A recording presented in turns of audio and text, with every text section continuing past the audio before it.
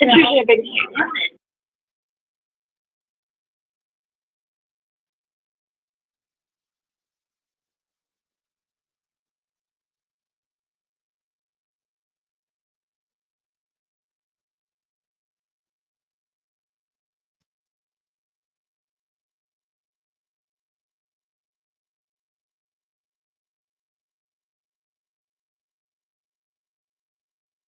Good evening, everyone.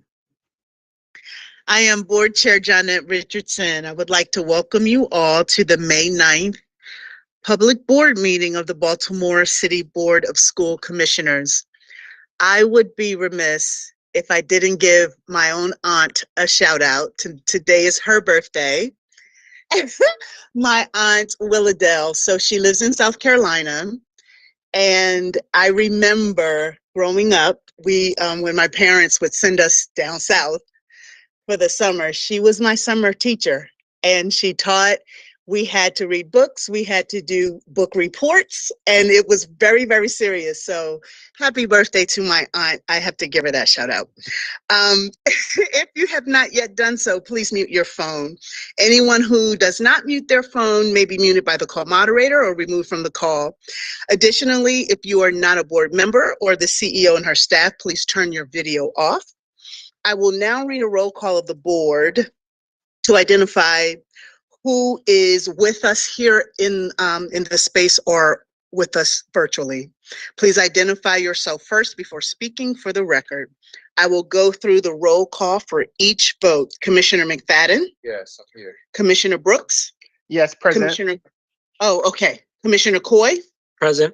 Commissioner Esposito? Present. Commissioner Griffin? Commissioner Katz-Zogby? Present. Commissioner Kenyatta Bay? Present. Commissioner Reed? Here. Commissioner Roberts? Here. Commissioner Sally? Present. Commissioner Slater Harrington? Here. And I am here. That makes us 11 present with 1 absent.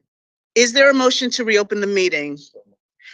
Thank you, Commissioner McFadden. Is there a second? Second, Kenyatta Bay. Thank you, Commissioner Kenyatta Bay. All in favor? Commissioner McFadden? Yes. Commissioner Brooks? Yes. Commissioner Coy? Yes. Commissioner Esposito? Yes. Commissioner Katz-Zogby? Yes. Commissioner Kenyatta Bay? Yes. Commissioner Reed? Yes. Commissioner Roberts? Yes. Commissioner Sally? Yes. Commissioner Slater Harrington? Yes. And I am in favor. That motion passes with 11 in favor and 1 absent. We would like to now have our presentations of colors by the JROTC at Frederick Douglass High School. Let us all stand.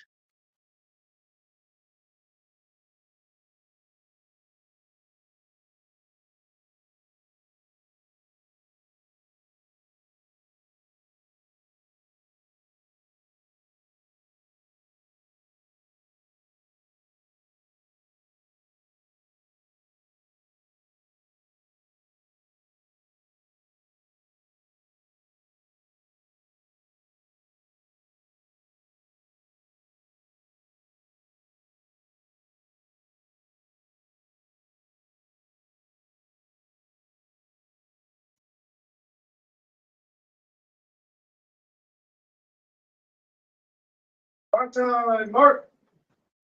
Group, halt. Banner, ready. Ma'am, this is Command Sergeant Major S. from Frederick Douglass High School, Army JRTC, request permission to present colors. Permission granted. Thank you, ma'am. Reverse colors, Mark.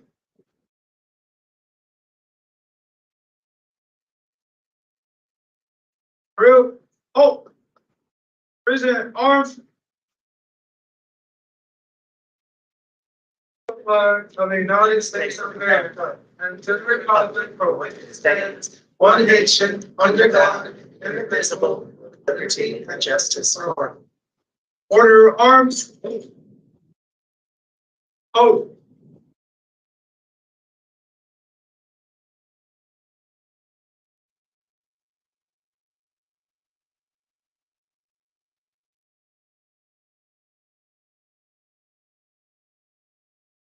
Ready, cut.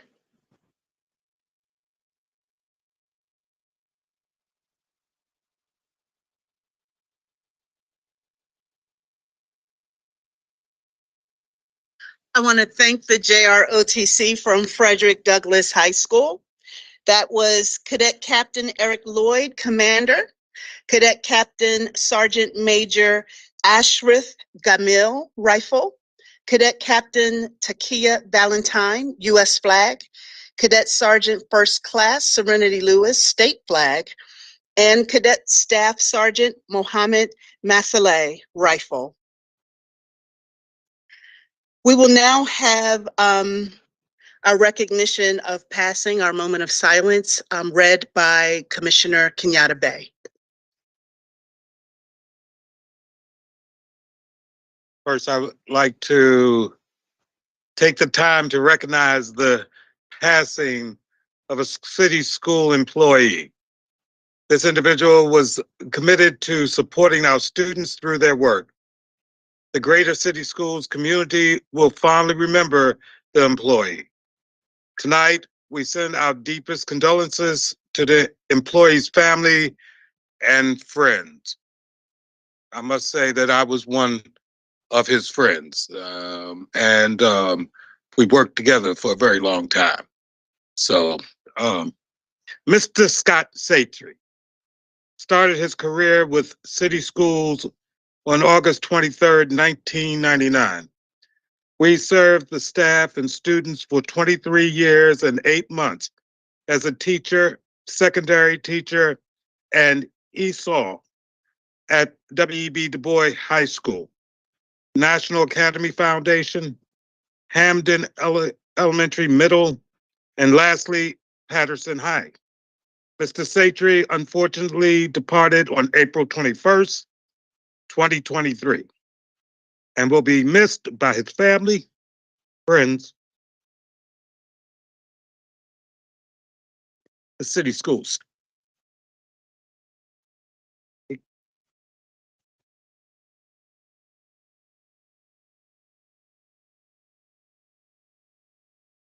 Scott Satry. We want to just have a moment of silence, so let's be silent.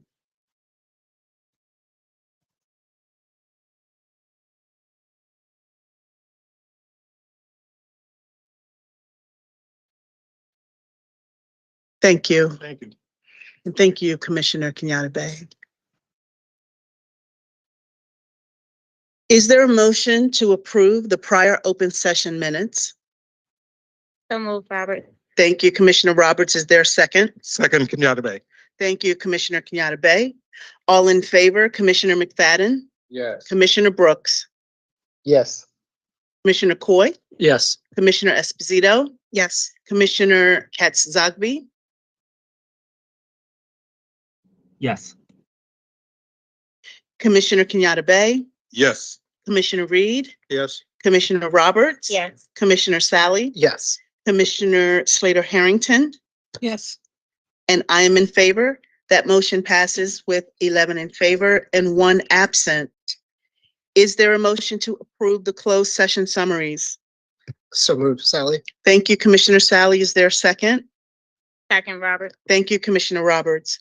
All in favor, Commissioner McFadden, Yes. Commissioner Brooks, Yes. Commissioner Coy, Yes. Commissioner Esposito. Yes.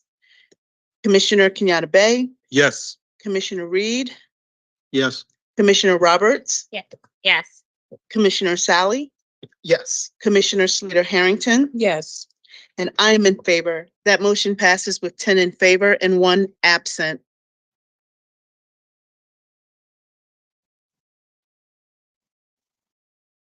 So hello again, everyone, and welcome again to our meeting. There are some exciting things happening in city schools. Next week, the board will host a board safety hearing for our students, families, staff, and community members. The hearing is designed to accomplish three things.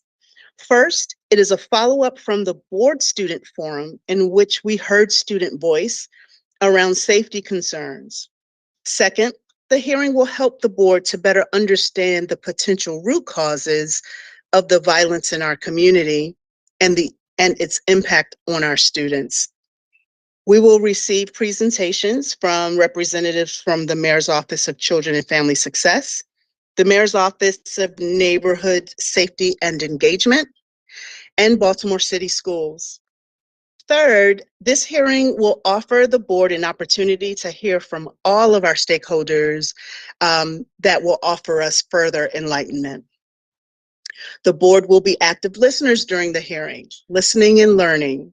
This information is the start of a series of public engagement opportunities that will guide some of the board's school year 24 conversations. The hearing will be held at Booker T. Washington Middle School on Wednesday, May 17th at 6 p.m. To learn more about the board safety hearing, please visit www.baltimorecitysschools.org/board meetings. May is Creative Beginnings Month. Commissioner Kenyatta Bay, did you know that? I learned that. I didn't know that. I thought you would get a kick out of that. It is the Creative Beginnings Month. So this is a time to unleash new thoughts, solutions, and pieces of art. Our students, specifically students in our robotics programs, are doing just that. More than 700 city school students from over 70 schools are participating in a robotics program. This is a near 40% increase since last year. These students are learning how to design, build, and code robots, and their expertise places them in spaces with the best from around the state. In fact, it's this year's Maryland State Robotics Championships. Maryland State Robotics Championships, there are 46 teams representing city schools. That is incredible. Students earned a total of 19 statewide awards in robotics. This success extends beyond titles and trophies. Students are learning valuable skills such as good sportsmanship, perseverance, and strong presentation skills. So congratulations to you all on a job well done. Not only are our students growing creatively, but personally. On April the 28th, young ladies from several Baltimore City high schools participated in the My Sister's Keeper conference, a safe space for young women designed to teach them the importance of sisterhood, self-love, self-management, and self-awareness. The conference was sponsored by Bridget Austin Smith of Youth Ambassadors Leadership Academy. Mrs. Austin Smith, Caden Hill from Carver, and Jasmine Avery from Edmondson, and a few participants of the conference are here with us tonight. So I would like for them all to please come forward.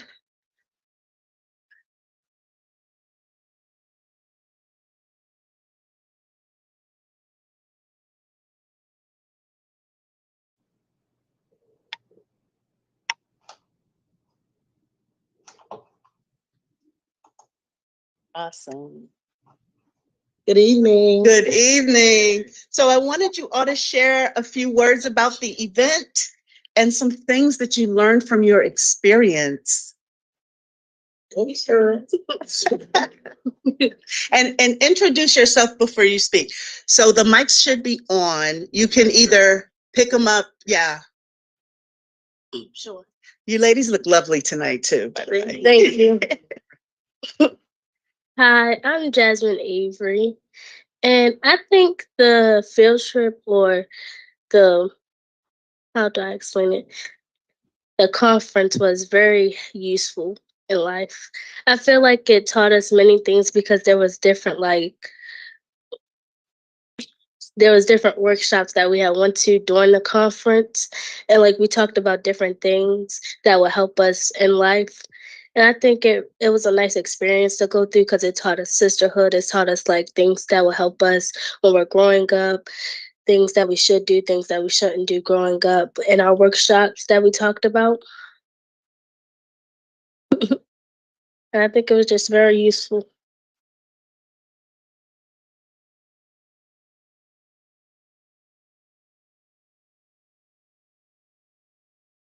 You know, this is a new group. Uh-huh. This is a new group of young people with us. Mhm. It's been exciting because I said, there's kids I don't know in Baltimore City. And so it was really exciting to meet kids from around the district that I did not know. Yeah, And so this is just a beginning yeah. of initiatives that we have that we're developing now. Mhm. We're going to be going away for the weekend, the youth retreat. Mhm. We're going to take those young people, working with Dr. Hayden. She's wonderful. Is she here? She's Come She has on. a crown. For the board, this is my ILED, Yeah. the best ILED Yeah. in the system. It has been exciting working with her. Yeah. Exciting working with her. Lori Hines, you can come up too. We Yeah, see you with your little crown. Sabrina. So we are blessed with a great group. We had like 180 young ladies, had about 60 women there at our new center in Park Heights, and it was just emotional.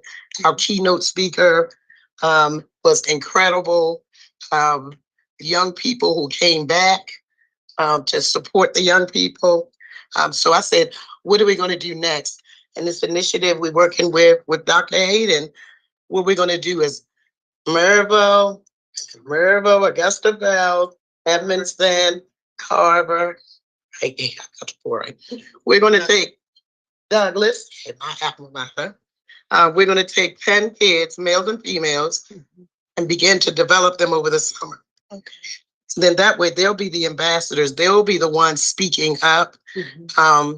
We've developed my sponsor, one of my sponsors, we've developed a tool. It's called Back Against the Wall. Yeah.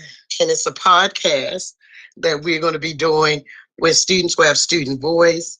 So we're being creative, taking them away out of Baltimore City for a week to be able to develop together so that when they go back to Dr. Hayden's schools, we're ready to support them. Yes. Thank you. Good evening. It has been a pleasure to partner with Youth Ambassador Leadership Academy. And one of my favorite things and highlights of this year was the My Sister's Keeper Conference, to see so many young ladies from different schools come together to fellowship and enjoy the workshops. And they're excited about the work. They're excited about getting together again. That's one of my favorite things to see. Going into schools now, and some of them are still chatting about My Sister's Keeper. So we're going to continue the work, and we're also going to continue our partnership in our 4 schools, because that is aimed at conflict resolution and supporting some of the climate work. So we're going to continue that, and we'll give you updates as we go along. Thank you so much. I want to say, you're Miss Austin Smith, right? Yes. I don't know if you remember, but I remember you from our very first board forum in the community. Commissioner Coy, do you remember Miss Austin Smith? Park Heights. And I remember being struck by a lot of what you said, like the relationships you've been able to build. And so it is so rewarding for me to all these months later to see you actually still doing the work with our young people. So thank you so much. Let's give them a hand. Let's give them a hand. Tanisha has a video that I would like for her to share with this group. And so Tanisha, if you could tee that video up, we cut it down just a little bit. But yeah, so we can see the lovely images.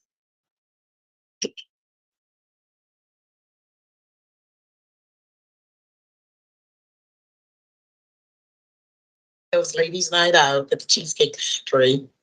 Every girl has a little black dress. I was at the center.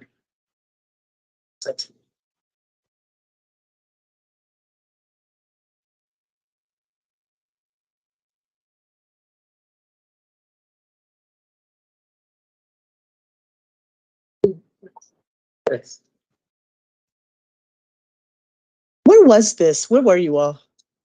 The center, we have a new center. It's the Langston Hughes building. So we redid the building. Okay, Working out. It's really beautiful. that is awesome. That is the gala we do. We Mhm. just celebrated our 30-year anniversary. Okay. So we had a black tie gala. The kids came back from 30 years ago. That is a big deal for us. Our ball every other year Mhm. that we do. This is Those are things we amazing. do during the summer. Uh-huh. Yes. This is amazing. 30 years? It's 30 years. Blood, sweat, and tears. 30 years. Yeah. I'm sorry, my mouth is twisted. I had a crown today, so not sick. I'm okay.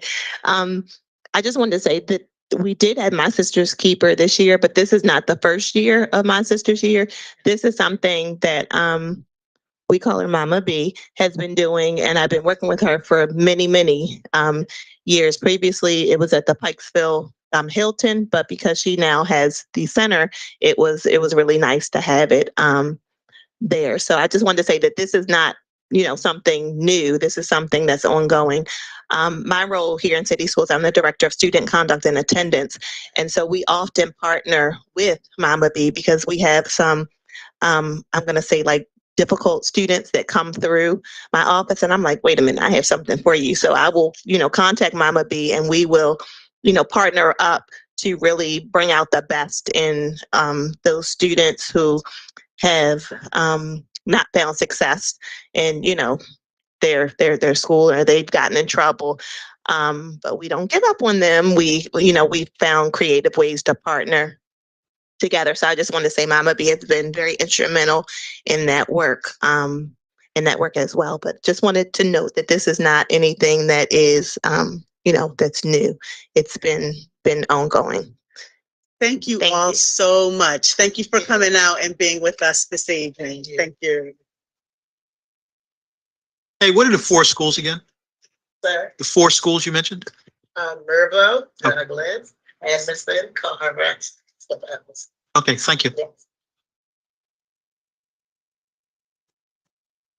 Awesome. So happy Teacher Appreciation Week for our teachers. And happy School Nurses Week for our school nurses. Awesome. Okay, this concludes my comments for this evening, but I do want to acknowledge an anonymous donation of $10,000 for physical education, athletics equipment, and improvements to the buildings and facilities at Mary Ann Winterling Elementary School at Bentelow. Is there a motion to approve the PEP and quasi-judicial matter? So moved, Kenyatta Bay. Thank you, Commissioner Kenyatta Bay. Is there a second? Second. Thank you, Commissioner Slater Harrington. I'm gonna get that. I promise you. Commissioner McFadden. Yes. Commissioner Brooks. Yes. Commissioner Coy. Yes. Commissioner Esposito. Yes. Commissioner Kenyatta Bay. Yes. Commissioner Reed. Yes. Commissioner Roberts. Yes. Commissioner Sally. Yes. Commissioner Slater Harrington. Yes. And I am in favor. That motion passes with 10 in favor and 1 absent. I will now turn it over to Dr. Santelises for CEO comments. Thank you, Chair Richardson. I also, as the young ladies are leaving, just want to say thank you again for coming all the way down to North Avenue and sharing. And I blew Mama B a kiss at the end. And really just appreciate you all and what you do for our young people all the time. I am going to invite Chief Emily Nielsen up for this evening's PEP agenda.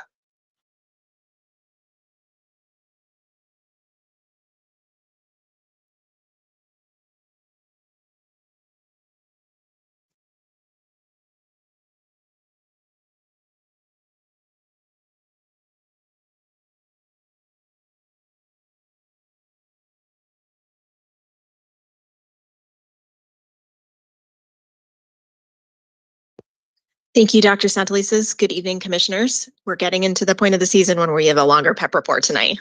And I think we have some cheering sections here to celebrate some of these appointments. From the Office of the Chief of Schools, an appointment recommended that Allison Snow, currently teacher secondary at Forest Park High School, be appointed assistant principal at Forest Park High School effective July 3rd, 2023. Recommended that Kara Castle, currently educational associate 10-month at Augusta Fells Savage Institute of Visual Arts High School, be appointed assistant principal at Augusta Fells Savage High School, effective July 3rd, 2023. Recommended that Christopher Taylor, currently teacher elementary at Roland Park Elementary Middle, be appointed assistant principal at Roland Park Elementary Middle, effective July 3rd, 2023. Chief Nielsen, if I may, if the folks are in the room, could you just stand so that we could see you? And if you are virtual, if you can just turn your cameras on, if we called your name for the PEP tonight. Thank you. Thanks.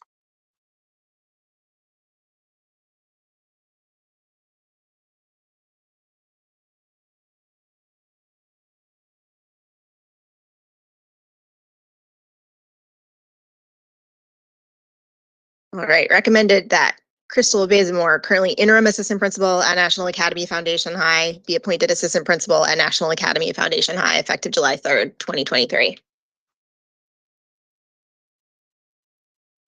Recommended that Frenzy Maganan, currently IEP team associate at Digital Harbor High School, be appointed assistant principal at Claremont High, effective July 3rd, 2023. Recommended that Jeffrey Sanfilippo, currently educational associate 10-month, Digital Harbor High School, be appointed assistant principal, Digital Harbor High School, effective July 3rd, 2023. Recommended that Jemima Buchanan, currently academic content liaison literacy, be appointed assistant principal at Western High School, effective July 3rd, 2023. Recommended that Jennifer Morrow, currently educational associate 10-month, New Era Academy, be appointed assistant principal, Digital Harbor High School, effective July 3rd, 2023. Recommended that Jillian Turner, currently educational associate 10-month at Digital Harbor High School, be appointed assistant principal at Digital Harbor High School, effective July 3rd, 2023. Recommended that Keisha Christian, currently interim assistant principal, Reengagement Center, AOP support, be appointed assistant principal, Reengagement Center, AOP support, effective July 3rd, 2023. Recommended that Mark Sawyer, currently assistant principal, Baltimore Polytechnic Institute, be appointed principal at Baltimore Polytechnic Institute, effective July 3rd, 2023.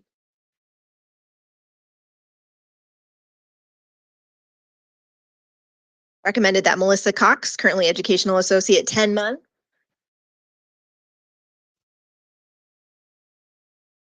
at Arundel Elementary, be appointed assistant principal at Arundel Elementary, effective July 3rd, 2023.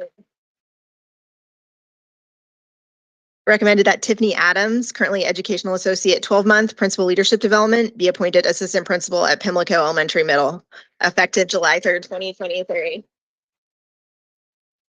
And Tiffany's been on human capital, so we're very proud and excited for her. And a reassignment, recommended that Bridget Wrightson, currently principal, George Washington Elementary, be reassigned principal, Abbotston Elementary, effective July 3rd, 2023. From the Office of the Chief Financial Officer, an appointment, Stephanie Fay, currently Vice President, Operations and Administration at Bloom Health Centers, be appointed Director of Budget in the Budget Office, effective May 22nd, 2023.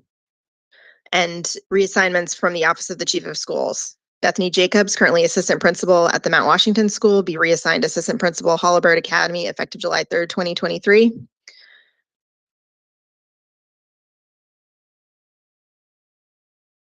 Susan Abdullah, currently Assistant Principal at Hazelwood Elementary Middle, be reassigned Assistant Principal at Billie Holiday Elementary, effective July 3rd, 2023.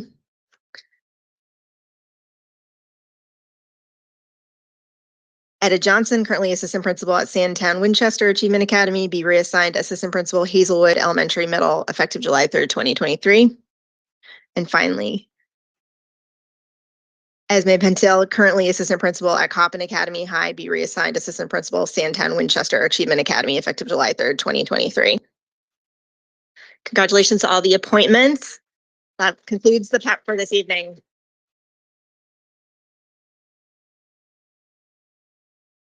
Thank you very much, Chief Nielsen. As has become our practice, I would like to ask Mr. Mark Sawyer to stand, and I'll just read a little background.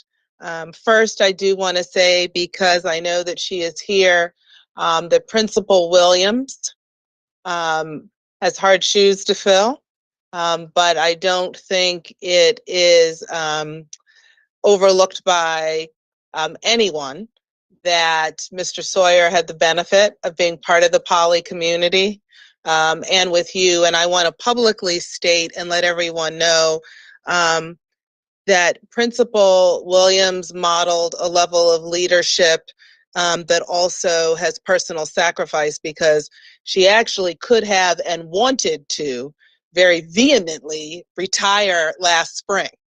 And we asked her to stay because we wanted to make sure that Poly was in good hands and that we took the time to find the right candidate. And not everyone will do that. And I think it is a testament to Principal Williams' commitment to not just Poly, but to Baltimore City and our young people. So I want to thank her for that. And yes, she's right there, but she won't stand. I was talking a long time. No, you won't. I got a whole paragraph about Mr. Sawyer, so you don't have to worry. But I do want to say thank you publicly, because people don't often know what goes on behind the scenes, and she could have just said goodbye. By right, she could have, and she didn't, because she wanted to transition well. And I want you to know that I thank you for that. Thank you. And your reward is that you have one of your own, Mr. Mark Sawyer, who will be assuming the position of principal of Baltimore Polytechnic. Mr. Mark Sawyer is currently serving as an assistant principal at Baltimore Polytechnic Institute. Mr. Sawyer previously worked for 36 years at Poly as a teacher, department chair, and the school's business manager. He states, quote, "My commitment to education is driven by my desire to make a meaningful difference in the lives of our students, families, and school community." Mr. Sawyer holds a Bachelor of Science degree in mathematics, secondary education from Towson State University, and a master's degree in educational administration from Grand Canyon University. Congratulations, Principal Mark Sawyer.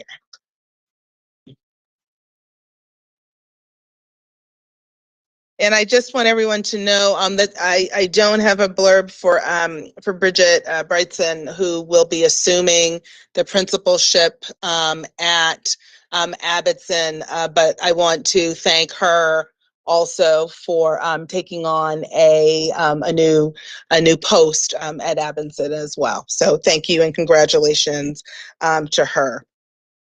This week, as was noted by our board chair, is Teacher Appreciation Week, and I was really pleased to be able to last week deliver, because my schedule this week is a little gnarly, but I was really pleased last week to be able to visit with 3 teachers to give them a special CEO Teacher Appreciation. So I do want to shout out Ms. Keisha Wilson, who is the biology teacher at Augusta Thel Savage. And I think one of the things that struck me, Principal Carnes is her principal who nominated her just to have this special recognition during Teacher Appreciation Week. And it was live when I walked into her classroom to surprise her, but that she really engages her biology students in really hands-on scientific exploration, including live goats, bottle rockets, and living classroom ecosystems. She even has students give spoken word and musical performances in the cafeteria on Friday. And Ms. Wilson is also the science department lead and a new teacher mentor, as well as a member of the ILT and school climate committee. And I will tell you, when the CEO walked in her room, she did not miss a beat. So we paused for her to finish with her students before I could recognize her. So I just want to give another shout out to Ms. Keisha Wilson. Also, I want to give a shout out, and it was wonderful to visit with Dr. Lisa Washington, who teaches 8th grade special education at James McHenry.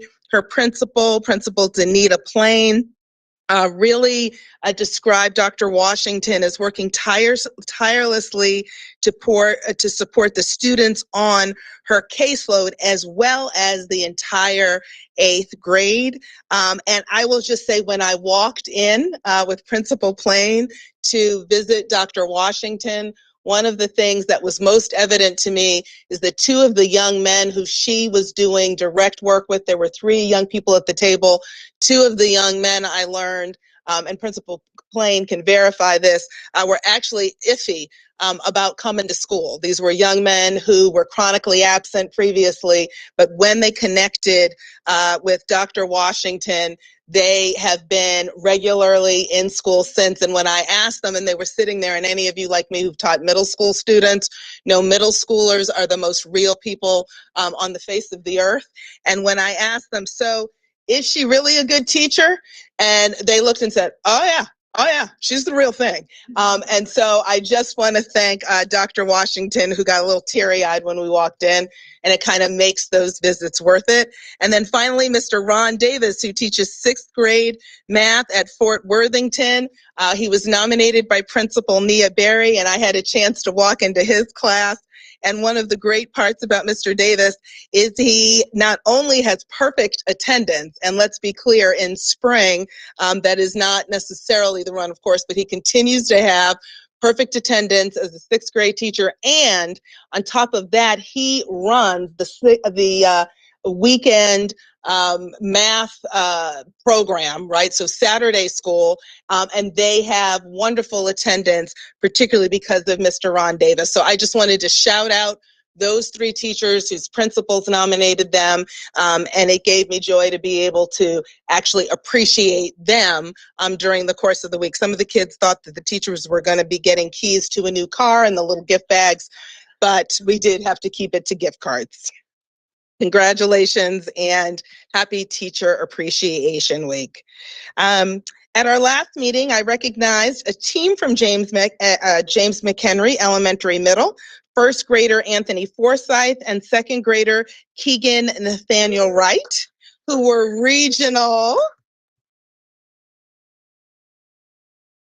K-3 winners of the Toshiba National Science Teaching Association Explora Vision Science Competition. Before we invite them up, I'd like everybody to enjoy a video starring Anthony and Keegan, where they explain their product much better than I ever could. So we're going to hope that our technology is working this evening with our 2-minute video. Hey, looks like we got it. All right. And we will listen in. They're the ones. Anthony, I feel so sick from eating all of that cake. Yeah, but we can't just throw it all away. What if there's a way to save it for later? Freezing it would just make the taste and texture weird. How about we just look up new ways to freeze the cake? Good idea. In such of refrigeration, flash freezing, air sealing, and all of that stuff.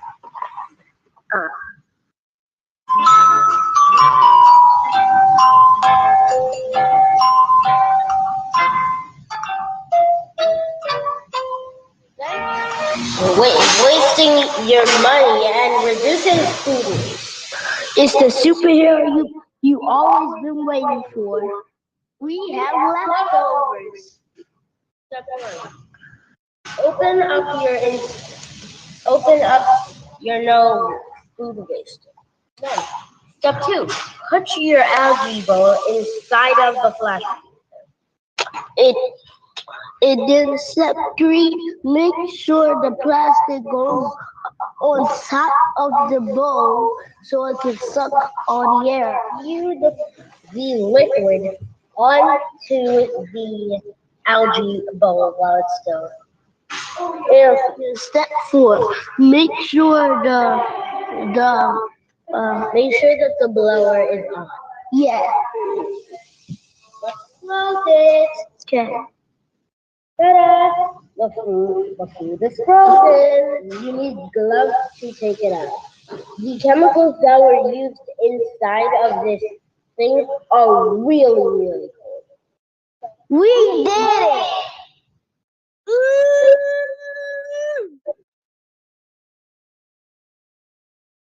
So if we could, let's all welcome Anthony Forsyth and Keegan Nathaniel Wright, along with Principal Danita Plain and their coach, Madhu Vijay Singha and Miss Sandy Adams, Chair of STEMX, who gathered the resources for our students to work on this project. Welcome.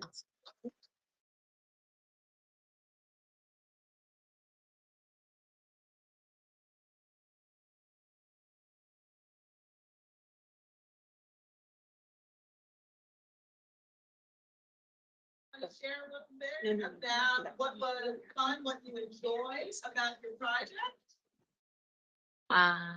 Introduce yourself. Introduce yourself. What's your name? My name is Keegan Wright, and I go to James McHenry. My name is Anthony, and I go to a BIA school.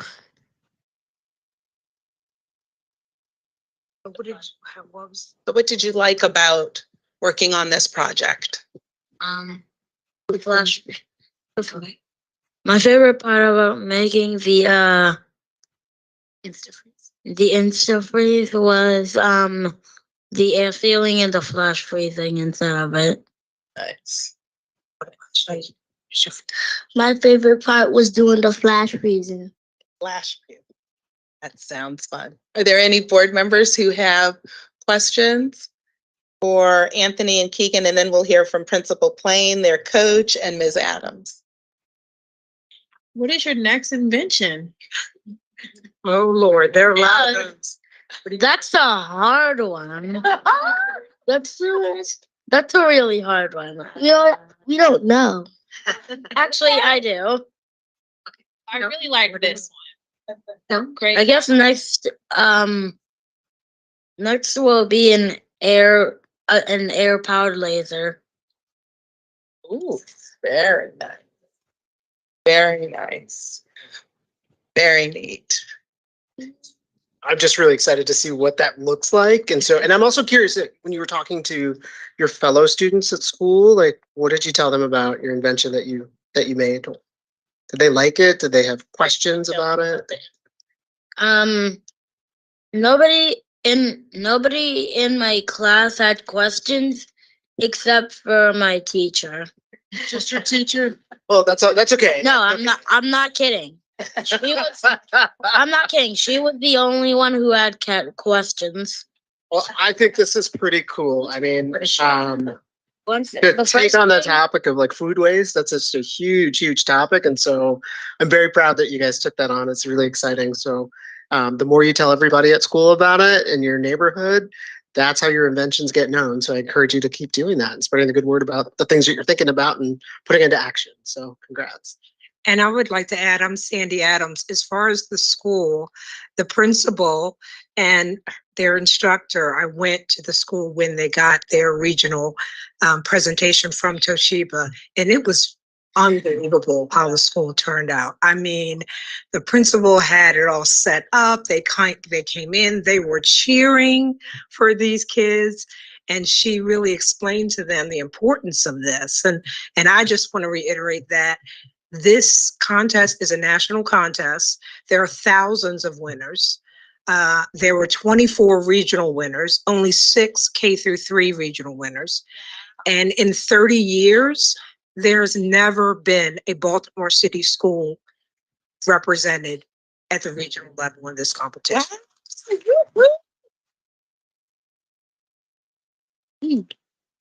Want to know a fun fact? I'd love a fun fact. They never had anyone win for 20 years. Wow. So you're a first. Yep. And I wanted to add, Anthony is actually in first grade, which is amazing, the amount of scientific knowledge and interest that he has, and our second grader, Keegan as well. And when they came up on stage and Principal Plain allowed the humongous auditorium full of students, specifically third and second grade students, to come and see their great endeavors, they were so excited to start a club at our school, STEM CX Club, where more second and third graders could continue to do these types of inventions and get interested in STEM. So this is just the beginning for us. Fabulous. Fabulous. Good evening, everyone. I just wanted to let the room know and everyone know we are extremely proud of this team. STEM is the way of the world. It's coming up. And so it's about exposing our young people to opportunities, to exposure, to things that can change the world. We like to call them change agents, and leaving their footprint on the world. And so this is a great start. They were excited. They put in the work. It's Teacher Appreciation Week, and I am going to pause because Ms. W was working around the clock on Saturdays, meeting with them after school, the families showing up. And so just thank you for your hard work and belief in our young people and providing them with this opportunity. We put it out there for our staff and asked any staff members who were interested in leading this club. And then we also offered it to our students. And so this was a great opportunity, and we are proud of them. We just got news that they did not win the national competition. However, they have opened the door for us, and we, as they said, Ms. W said, we are coming back, and we're coming back better next time, and we will be there next year in DC as national winners. And so I'm proud of both of you. Thank you to the families for all your support. Families, and you all stand up as well. Yes, you can stand up as well, big brother. You're proud of him. Thank you to the families as well. We know this is a partnership and we can't do it without you all. And thank you for everyone that came from JM to support our team. We are proud of them, and thank you to everyone. Well, thank you again. Congratulations. And we would like to invite Anthony, Keegan, the James McHenry team, and family members up for a picture with the CEO and the board. Nice.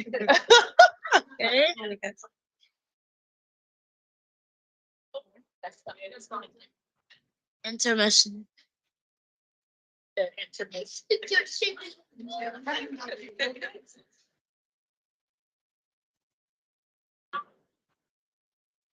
Superstars changing. Oh, I'll get a hold the poster. There you go.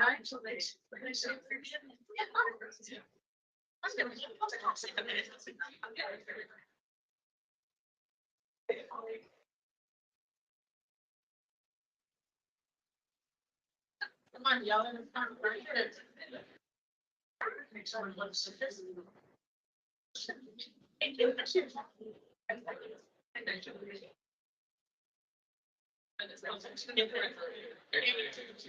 There we go. Camera's right in front of me. You can smile big.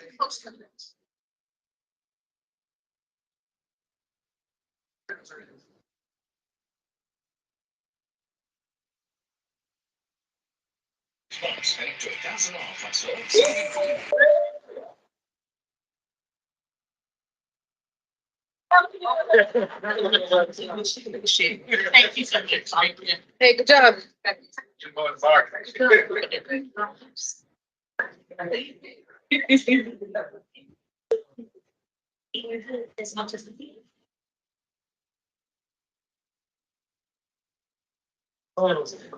Wonderful. Thank you.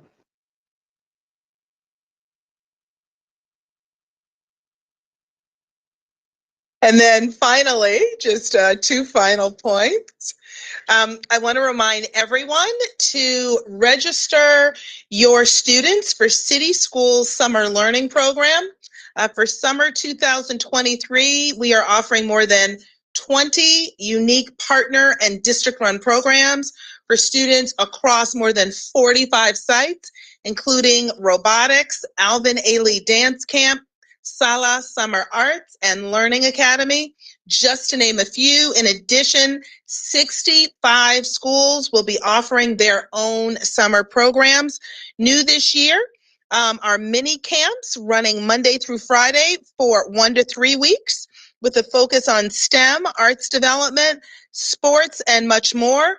In total, the district and our partners will have more than 20,000 seats available for our young people this summer. So please make sure your students don't miss out.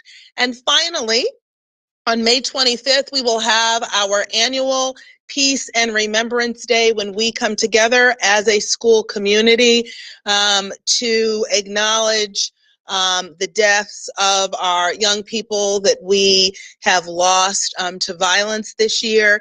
And we really want to invite folks to attend. Many in our central office come board, even in folks around the community. And it really is our way as a community to say that these young people's lives matter, that they were known, that they were part of us, and we want to acknowledge, celebrate their lives, and remind ourselves that violence that hits any part of our community, particularly our youngest members, is worthy of not just our attention, but frankly, our best and final push to make sure that our young people are safe. So I invite everyone to the Peace and Remembrance ceremony on May 25th.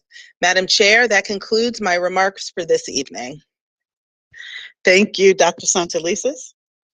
We will now hear a presentation from the Director of Legislative and Government Affairs, Dewana Starrett, on the 2023 legislative wrap-up.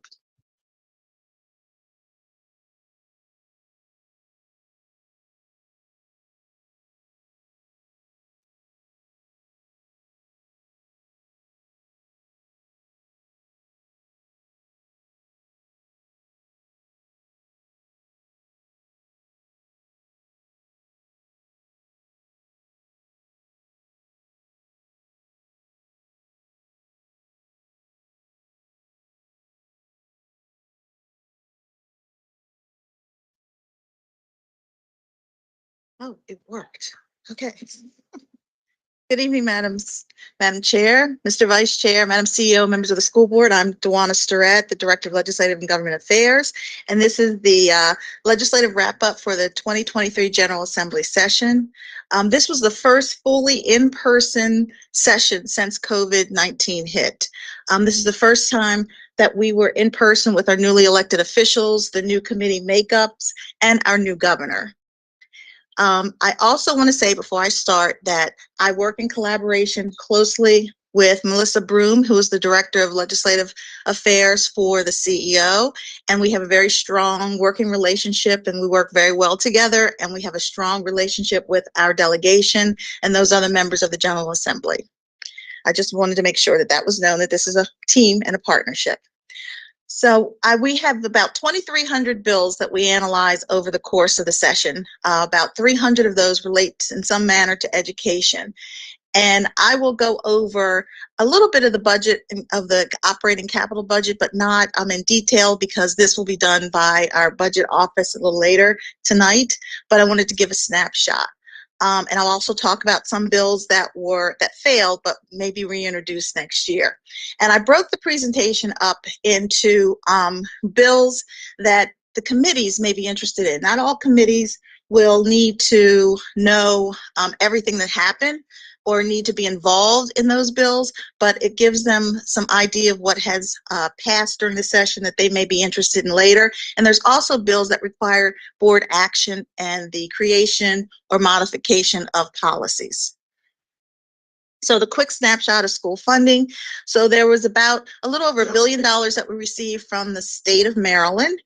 And in addition to that, the city of Baltimore is required to pay about $392 million in its local share. The state did give them some relief of about $10 million. We also received a $30 million hold harmless for city schools, and a hold harmless is something that is provided to school districts to ensure that they do not receive less than what they received the previous fiscal year. There was also, for the first year, what we call direct cert, where the state decided to, and it was a good idea, to match Medicaid data with student information so that it could find all those students that are in poverty and should qualify for free and reduced price meals.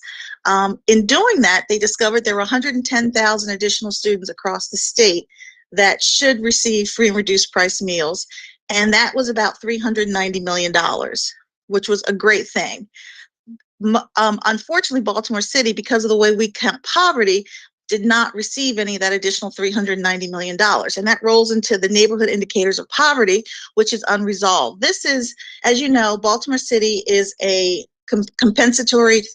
a community eligibility provision district, which means that all our kids eat free, and we do not collect free and reduced price meal forms.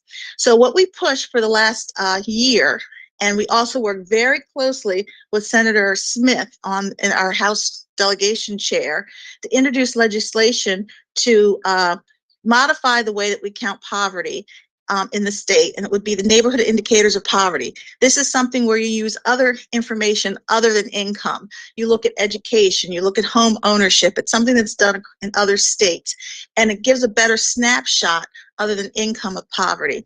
Unfortunately, that bill did not pass. It had a very great bill hearing, but the leadership thought that we needed to have a little bit more modeling of the outcomes of that, of the neighborhood indicators of poverty, and that it may be something, well, it's definitely something that we want to revisit next year.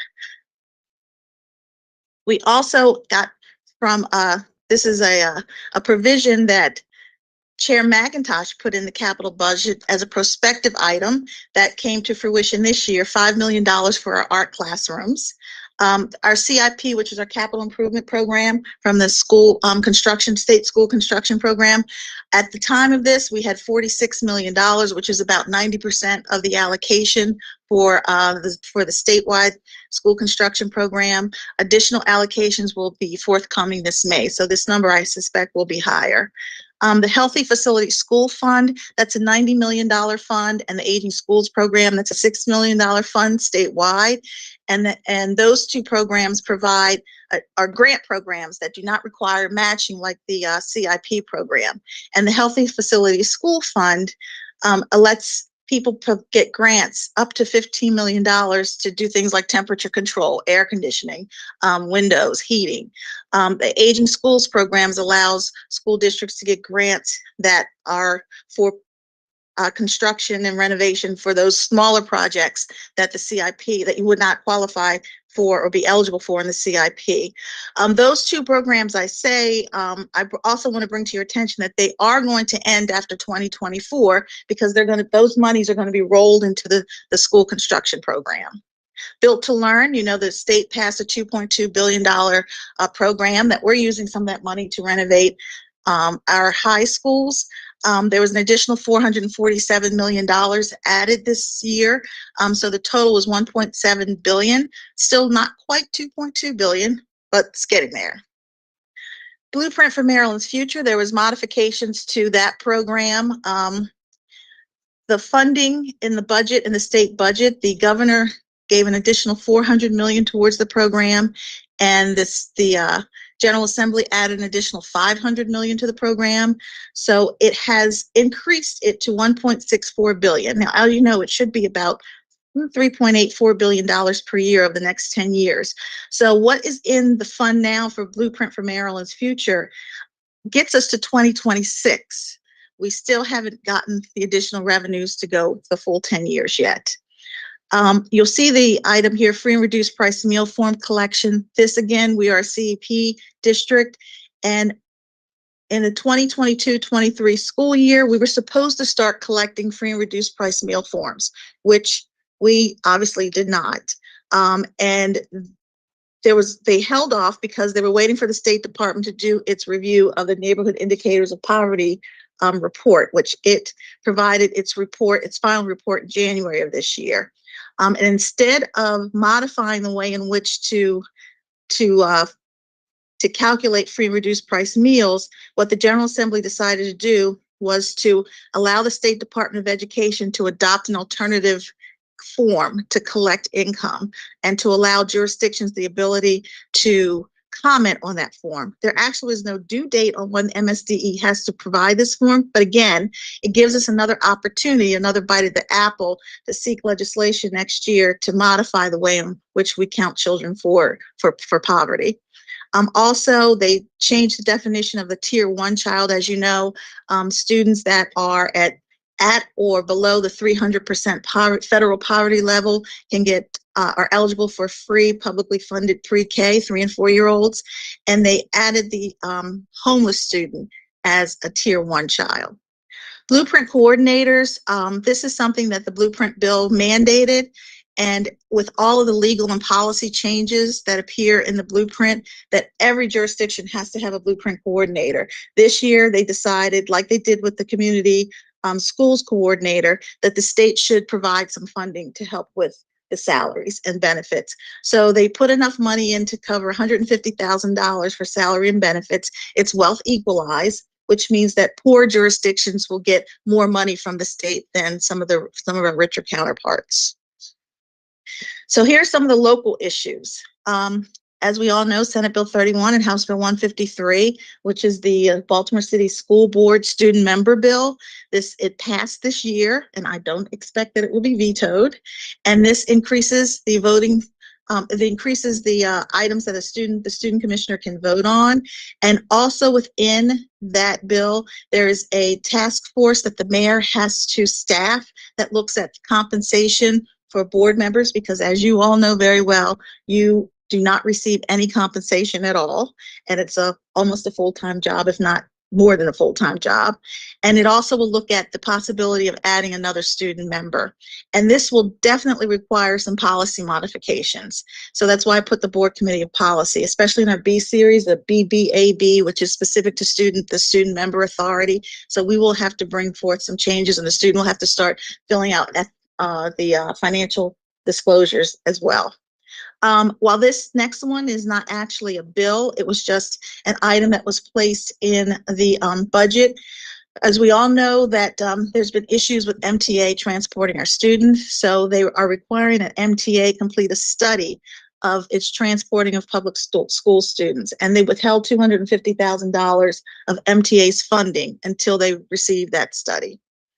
And I thought, well, it's not something the Operation Committee has to do, but it's something that I think you might want to be aware of. Athletic stadiums, in addition to the issues we have with many of our school buildings, there are issues with many athletic stadiums across the state for the school athletic stadiums. And so the IAC must complete an assessment statewide looking at the condition of those athletic stadiums. Also, each district gets what I call earmarks for their members, and this is money that they can provide as grants to certain organizations. So you see here we have two Kaboom playgrounds at Curtis Bay and Johnston Square, and a couple of our charter schools have gotten, Hampstead Hill and Lily Mae Carroll Jackson's have gotten funding, and Heart of America Foundation for Dickey Hill for their auditorium. And this is not money that comes to the school system. This is money that flows directly to that nonprofit. So some of the other bills that are importance is dealing with teacher retention. So we had the Maryland Educator Shortage Reduction Act, which was like a major bill for the governor this year.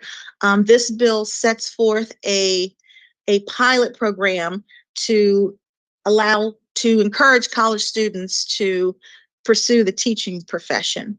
And what's also important in this bill is that we wanted, and we also work with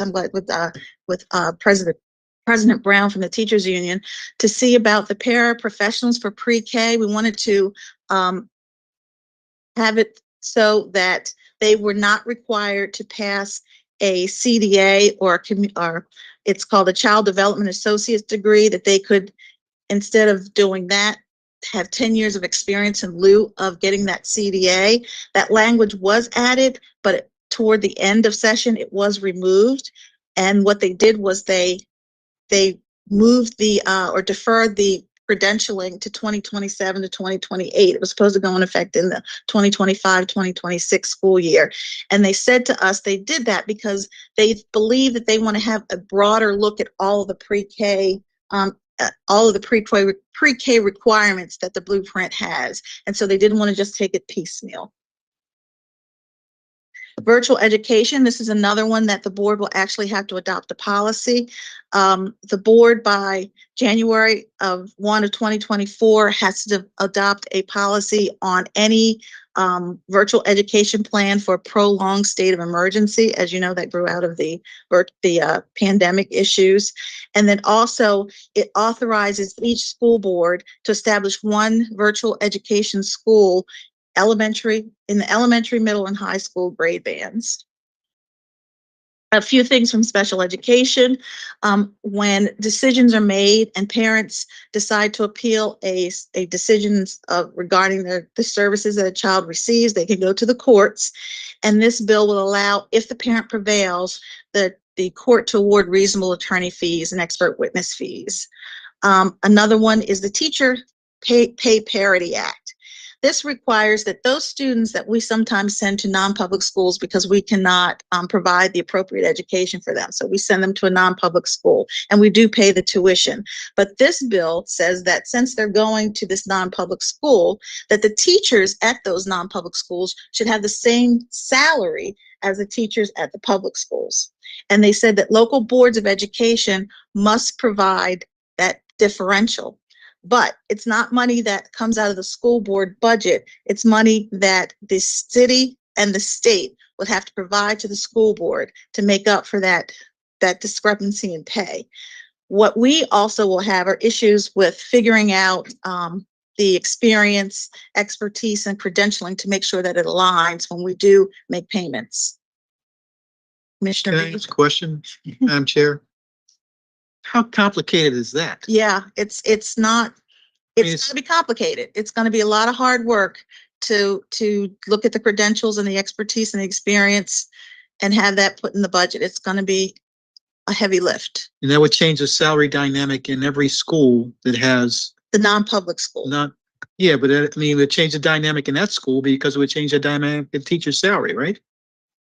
Yeah, the teachers in the non-public Right. school would, those salaries would So be it'd be increased. like, it's almost like a daisy chain. It would just keep getting bigger and bigger. Okay, all right. Well, yeah, believe me, we explained this and there were reasons that they said that the students are public school students for the vast majority. And so the teachers that are teaching should receive the same pay. We had all court press with May, Pazam, both us, all of my colleagues across the state to push back on this. So I know, Well, the presumption is that those are certified, teachers who are certified in special ed. Yes, they would have to have all the credentials, the proper credentials to get the same salaries, the same, yes. And they should be certified.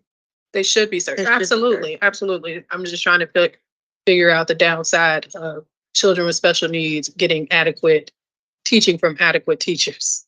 They should be certified. I'll say that. They should be. They should Yes, be. they should be.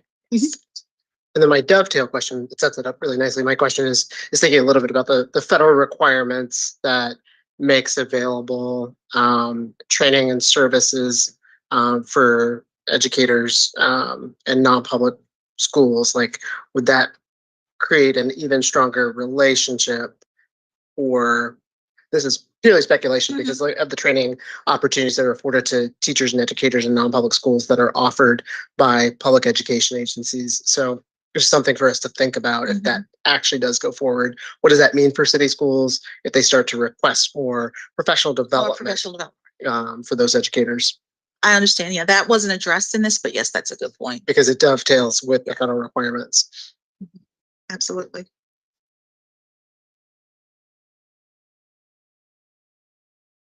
The other is that there's a task force that MABE has to appoint a member from Baltimore City, Baltimore County, and Montgomery County to look at non-public student bus transportation.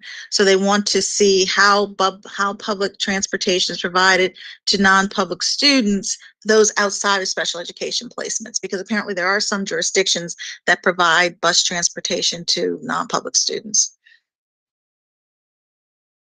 For student health, this is another policy that the board will have to create. It's a policy that would require that we reduce the risk of any anaphylactic food allergens in the classroom. School boards are encouraged to have this policy in place by the upcoming school year, 24-25, but must have it in place by the 23-24 school year, but must have it in place by the 24-25 school year. And it's going to be hard to put it in place by the 23-24 school year because the guidelines that are supposed to be put forth by MSDE and MDH, which is the Maryland Department of Health, aren't even required to be provided until August of this year. So this would be things like snacks, since we're talking about at the classroom level. So this could affect snacks that are distributed to children. Right, or things in the cafeteria that could be around, the snack machine. A wide range. A wide range, yeah. Yeah. Yes. Dental services, we know how important dental services are, and this bill again requires that we provide notice of dental screening at specified ages, beginning in the upcoming school year. And this again could be a policy. This again could be something that is a regulation that the school system puts forth on its own, but you should be aware and make that decision. School safety, HB1 got a lot of media attention this year because this is the bill that that removes the statute of limitations on child sex abuse. And the reason I put this in here is because the liability for school systems and local governments has increased to $890,000. For other incidents, it's, I believe, $400,000. So this is more than doubled. I just wanted you to be aware of that. And also Title IX, Title IX is to prevent sexual and gender discrimination. And this requires that each public school has to inform students, staff, and parents who the Title IX coordinator is and how to file a claim. Again, that could be a policy, that could be a regulation, or that could be just something that's put in the student handbook, but you should be aware of it. Some of the miscellaneous items, which is a feel-good bill, which is great that the governor put $500,000 in for local school systems to have field trips to cultural establishments such as the Reginald F. Lewis Museum, the Holocaust Museum. This was a very good thing. P-TECH, Pathways in Technology Early Education. Baltimore City had the first P-TECH schools. This will allow those students that meet all the high school graduation requirements to get their high school diploma. Because right now, the way it's set up, you have to complete the entire program before you get the high school diploma and your 2-year associate degree. The funny thing is, I remember when this bill passed years ago and that whole debate about should kids get their high school diplomas, they said, oh no, they shouldn't, because you want to make them finish the program. So it's been full circle. Another one is a pre-K program. There is a pre-kindergarten expansion grant that the state provides. It's a competitive grant, and this allows Montessori schools to participate.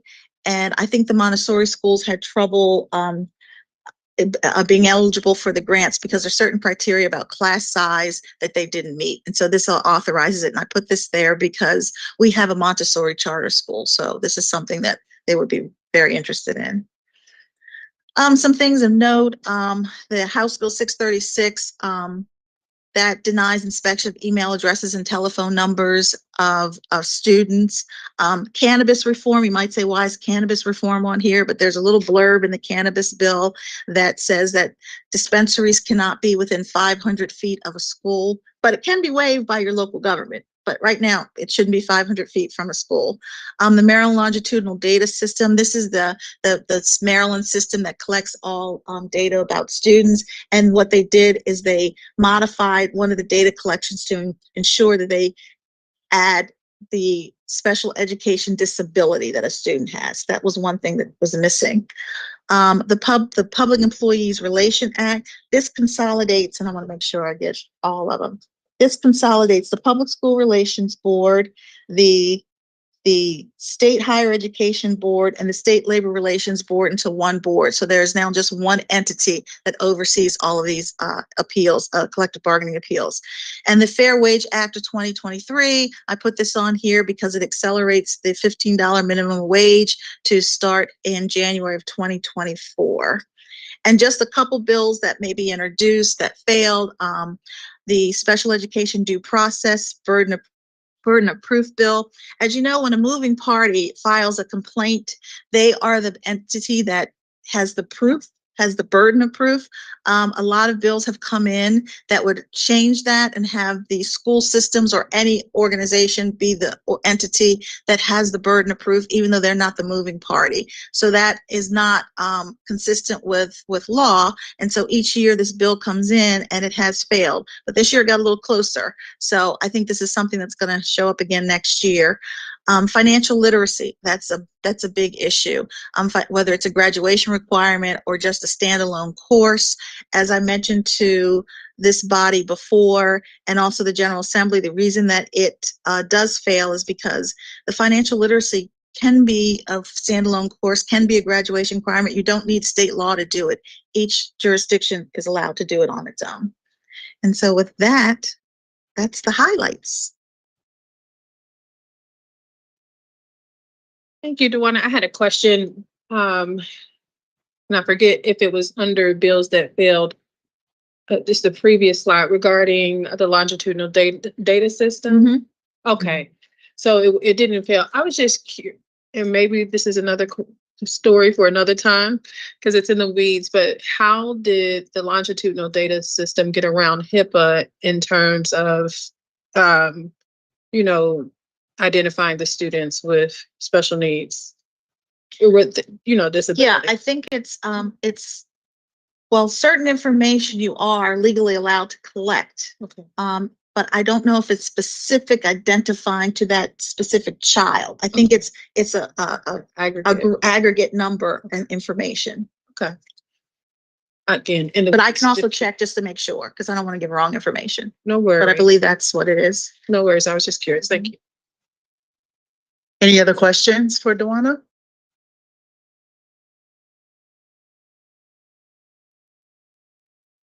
I just have a comment.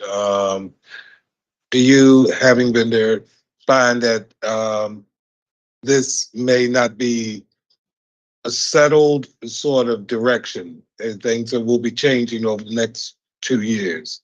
And so therefore, these bills that may be reintroduced, are they on the slate because you see a positive move forward on them? I don't know necessarily if they will move forward. I think, for example, financial literacy, I think it'll keep being introduced,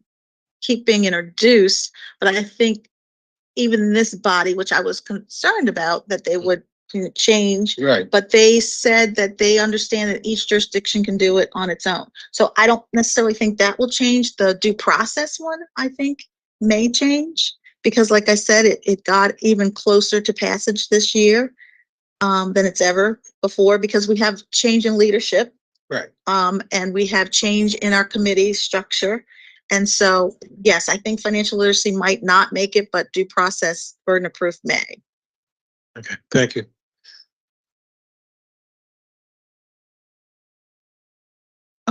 For the school board commission bill, like I know a lot of the components of it take effect July 1st. Do we have any timeline mapped out yet? And also, I know part of that may take place in the mayor's office. So to make sure that the decision made by that commission is timely, because I believe it's next year, at least in past years, it's been, I believe they have to make a determination almost a year from when it's implemented. Yeah. We, Commissioner Roberts and Commissioner McFadden have been meeting with ASCBC. We had our first big meeting last week to talk about how we would like to see the, moving forward, how we would like to see the student commissioner take effect and what we would need to do, because as you know, Commissioner Katz Godsby is graduating, and so he has to be an enrolled student. So we talked with ASCBC to figure out how we could move forward so we would continue to have a student board member. We also talked about the election process and what that would look like and when that would take place. And it's being discussed right now. So we don't have any final decisions. I'm sure Commissioner Roberts and Commissioner McFadden will bring all that information back to the board once we've mapped something out. Okay. And as far as the mayor's office, yes, they have about a year, and I don't remember offhand exactly the date, but there is a date in legislation where they have to have a report. Yeah, I guess like my focus is kind of like on the different people that have to be appointed to that commission. Because I know there's a lot of different people that It has to be a appoint. chair, the board, there has to be a mayor's yes, there's different Okay. people that have. The mayor's office is supposed to staff that. Okay. Thank you. Commissioner Foy? Yeah, just this is more of a comment than a question on any one of these, but having been the board member on the legislative committee with me, I just want to say thank you for Duana for all of your work throughout the whole session. It is a lot, and the 400 some bills that were being actively tracked by you and the tracker and just sort of keeping tabs on them, and the sudden changes for a few of them this session that was particularly topsy-turvy. Just want to say thank you for all the work that you put in and keeping the full board informed. Anyone else? Okay, thank you so much. I just want to know what's most concerning you. We had a litany of things that went through, but in terms of what's from your seat, what do you see as most concerning and the board should pay specific attention to? I think the neighborhood indicators of poverty, because that's going to mean a lot to this board and to the school system next year. So I think we really need to work hard on that and convince some of our leaders in the state of Maryland that we really need to work that out. I think that is the biggest. And I would say top 1, 2, 3, 4, and 5 for next year. All right, thank you, everybody, and thank you, Commissioner Duana. Board Chair, Commissioner Katz-Ogbie. Oh, okay, I'm sorry, y'all have to help me. I didn't see that. Thank you, Commissioner Katz-Ogbie. Yeah, so I really quickly wanted to shout out all of the great work that everyone has been doing on trying to figure out the student commissioner process for next year. And a valiant effort on pronouncing my name. And I would also like to highlight some of the hypocrisy that I see in a lot of these bills that have been passed, where as we've seen like a lot of very good regulation, like things to try to increase equity. Also, we've seen a lot of the burden of private education being put onto the city school system, a system that is already so overstrained and underfunded that now we're seeing us having to mop up and bail out private education in things like transportation and providing adequate, like paying their special educators enough, when like in actuality, there should be stuff that if we are going to have a private sector for education, they should be able to do on their own. We should not be having to pay, the taxpayers should not be having to pay for a very wealthy minority of people to send their children to private schools. Like, I think that that's something that is really concerning to me, especially when like for private schools, at least in Baltimore City, they have private coach systems that take around and pick up children to take them to school every day. And now we are being expected to provide public transport to them when they already have enough money to rent out their own buses to take their children separate from all of the other children who need public transportation to schools, to their own schools. Like, it's just ridiculous. And like, as someone who's had to deal with sort of the nightmare of the underfunded mess that is the Baltimore public transportation system to get to school every day, it's ridiculous now that after seeing like all of these like private schools shuttles carrying county kids to private schools in the city, like have to come and then say that like now actually my tax dollars are also going to go to like make sure that like the 3 private school children who want to take public transport on MTA buses don't have to pay for that. And that's ridiculous to me. Sorry, I know that I sometimes I don't, it's not a bad thing that some people choose to go to private schools. I just feel like it shouldn't be us who are paying for it. And it also shouldn't be unnoticed that the people who are making these decisions on like the Maryland state representative are also disproportionately the people who are wealthier and the people who are sending their children and can afford to send their children to these sort of schools. Commissioner, you had a lot of head nods in the room and a couple of comments like, oh, we're gonna miss Quinn.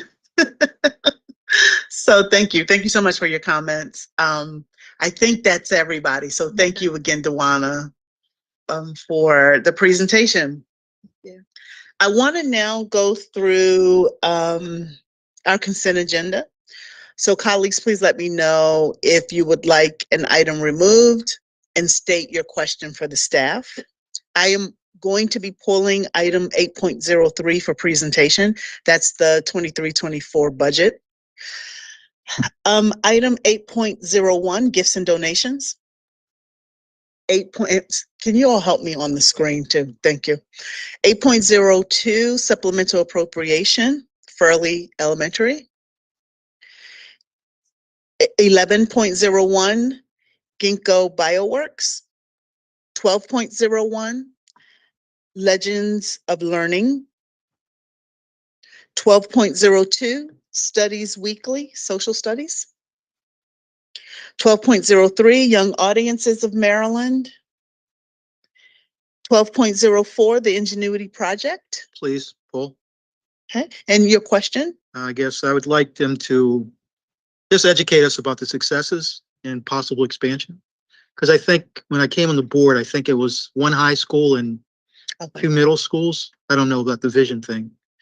And also pull 1205 too. I'd like to pull that. 12.05 Springboard Collaborative. You want to pull that too? And that's definitely about collaboration, the vision thing and expectations, because it's 35 schools, $23 million. So I'd like to get smart in terms of what we're doing. Okay. Does the staff understand those questions and do you need the commissioner to restate? Okay, you guys are good. Awesome, thank you. 12.06 classroom materials. 12.07 school specialty. 12.08 Hegarty phonemic awareness. And 15.01 Office Depot. Okay. We will now move into public comment. Speakers from recognized groups will have the opportunity to speak for 5 minutes. First, we have Zach Taylor representing the Baltimore Teachers Union. Hi, good evening. Considering our current negotiations, BTU tonight will like to share some matters that we haven't heard the board discuss or consider in depth this year, and we look forward to your engagement on this. As you know, it's been a very challenging year for many reasons, and with increased student needs at the same time that we've had historically high staff vacancies. It's important to underscore this week, Teacher Appreciation Week, that appreciating teachers means more than providing structures and resources that we need to be successful with students. It means providing those and addressing vacancies to ensure that every classroom has a teacher. Every day this spring, BTU is taking calls and meeting with educators who are considering leaving due to increased stress, due to the lack of supportive structures like reasonable planning time, and because they can make more money elsewhere, oftentimes in nearby districts. On social media, again, every day we're having city schools teachers sharing job postings for other nearby districts, noting higher wages or better working conditions. According to the most recent data the districts provided us at the BTU, we have 400 vacancies of existing positions, and this creates tremendous strains on teachers, obviously poor learning environments for students, and we're worried about how this could snowball next year. And this isn't just a new educator concern. Many veteran city schools teachers are considering taking jobs in neighboring districts where they can end their careers then with higher salaries. So for these reasons, we're calling on city schools to increase the starting salaries and then have commensurate increases for veteran teachers. We want the starting salary to be $60,000. And as I'll speak to in a second, you'll see this number is not out of line with nearby districts. This spring and summer, city schools faces the most competitive hiring process it has ever faced, arguably. And the overall labor market is very challenging for employers that aren't keeping up with inflation. And as we just saw in last week's jobs data, unemployment is at a lowest it's been since 1969. And with the influx of Kerwin money, and I know you all know this, we have many more positions than we've ever had before. And we see this happening in other districts as well. On top of all of this, recently, MSDE has given reports just noting higher turnover in Maryland, particular and unique to Maryland, due to insufficient salaries, due to increased stress, crushing workloads, and a lack of autonomy. And we know that the needs and unique challenges are much greater here in city schools than some of the districts around us. So to compete and overcome these challenges, city schools has to stand out with how we're retaining and attracting teachers. Fortunately, this increased Kerwin money provides us the resources to do that.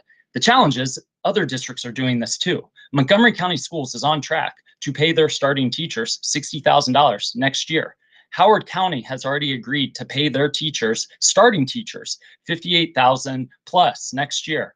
The superintendent of Baltimore County just announced that he wants starting teacher salary to be $59,000 next year. Prince George's County is actively recruiting away our veteran teachers. They removed the salary cap for placing teachers. So no longer, if you have 20 years of experience, well, you get capped out at 10 years of credit. We have teachers who are leaving because they're in their 25th year here and they can finish their career there making $8,000 or $10,000 more dollars. We need to be taking action to retain these teachers. These other school systems also have more supportive environments and more structures. In Baltimore City, we have the least amount of guaranteed planning time in the state. We have elementary school teachers who do not get a guaranteed planning period every day. Think about that. We're the only school system like that in Maryland. There is not a guaranteed planning period every day. So for all these reasons, we look forward to engaging with the board during negotiations. We have an opportunity to right these wrongs and make sure that city schools is competitive when recruiting and retaining teachers. There are other items that city schools can do to provide resources for planning time. City schools is the only one of the large districts in Maryland where we don't currently receive compensation when we go in and substitute for a vacant class. Every other place provides compensation.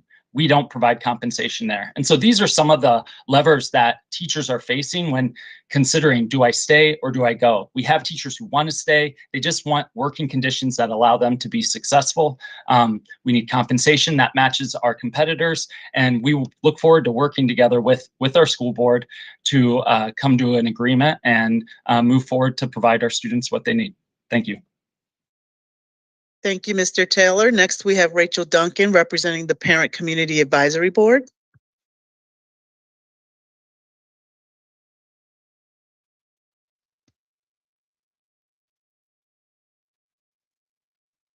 Good evening, Commissioners. My name is Rachel Duncan, and I'm speaking on behalf of the Parent and Community Advisory Board regarding policy FCA closing of schools. Thank you for the opportunity to provide public comment.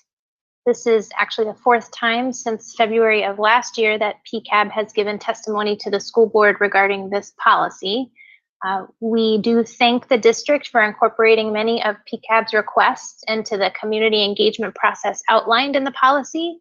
And we are relieved to see that for the first time tonight, the district has also included an impact reporting requirement into the policy in Section 6 compliance.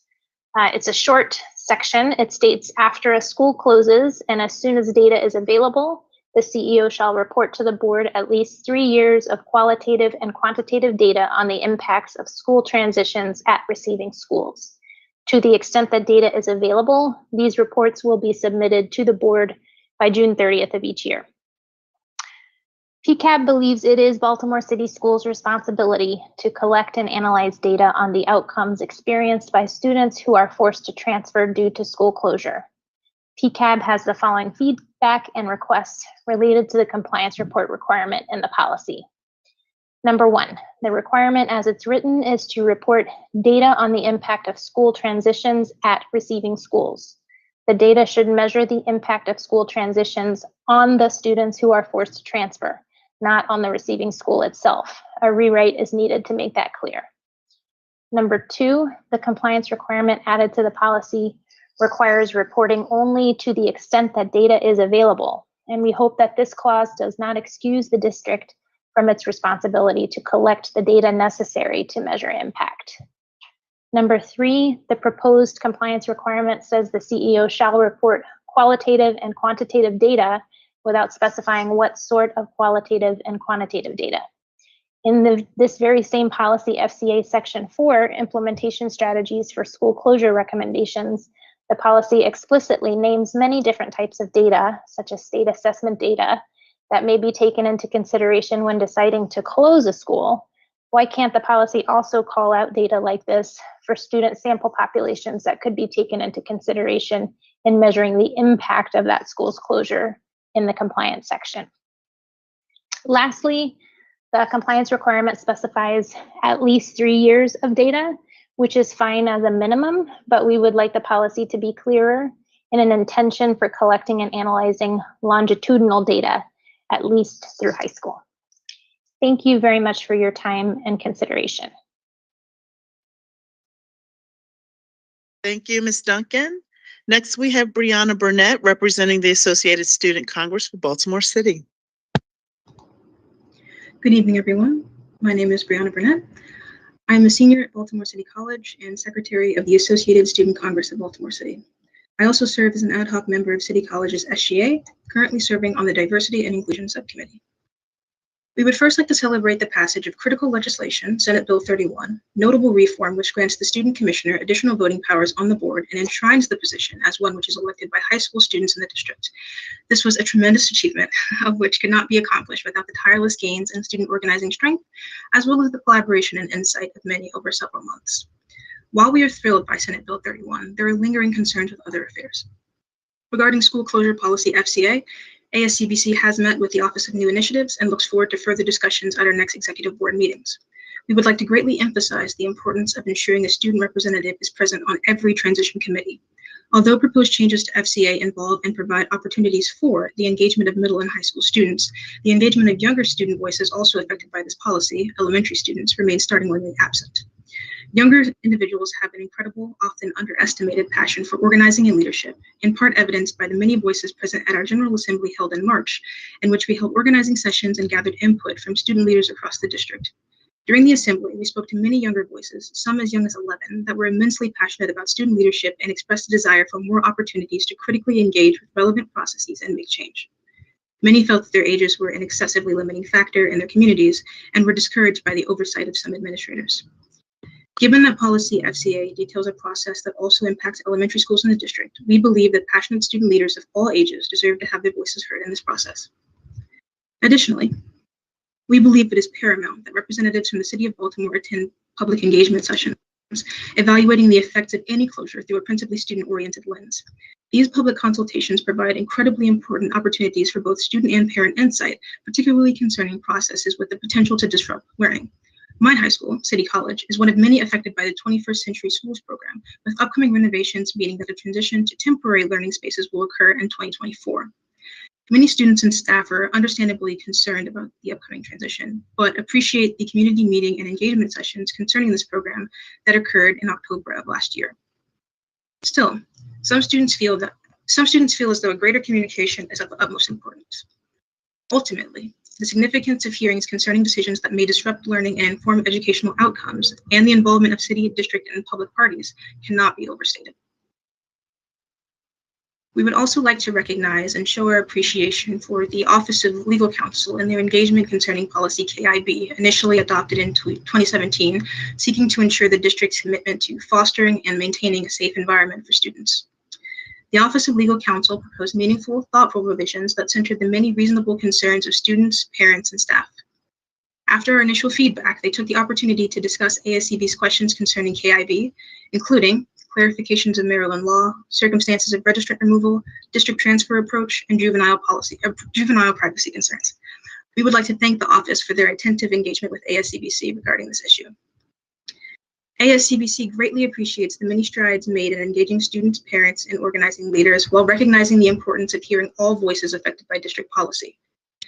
The progress we've made so far has been incredible, momentum we hope to carry forward in alliance with the board. Thank you.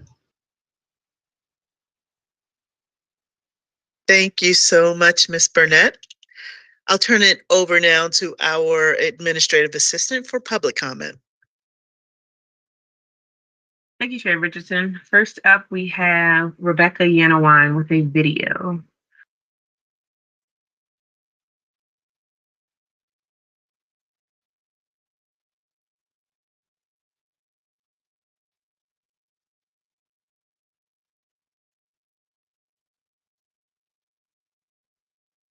Jessica, we don't have any sound.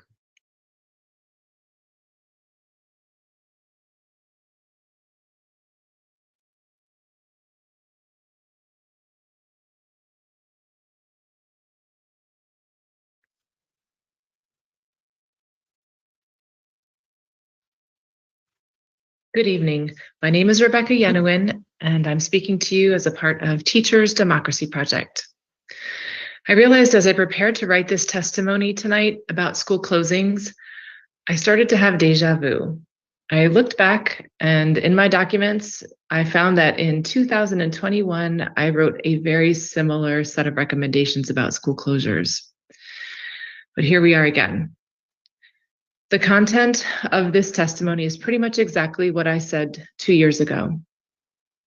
We know that the capital budget is inadequate to support city school facilities and that the state is at fault for the pervasive underfunding of city schools.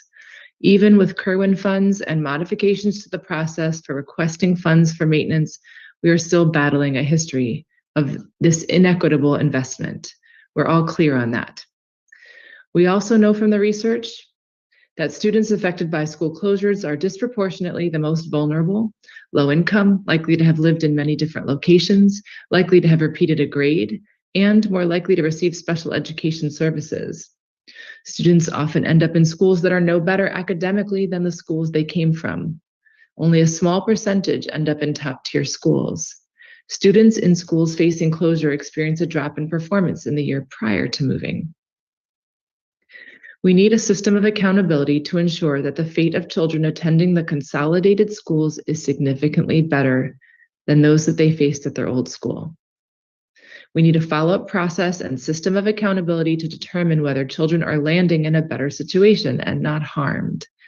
Currently, there is no systematic way of making sure that this is the case. Communities where schools are closed deserve an honest and open assessment of the impact on their children.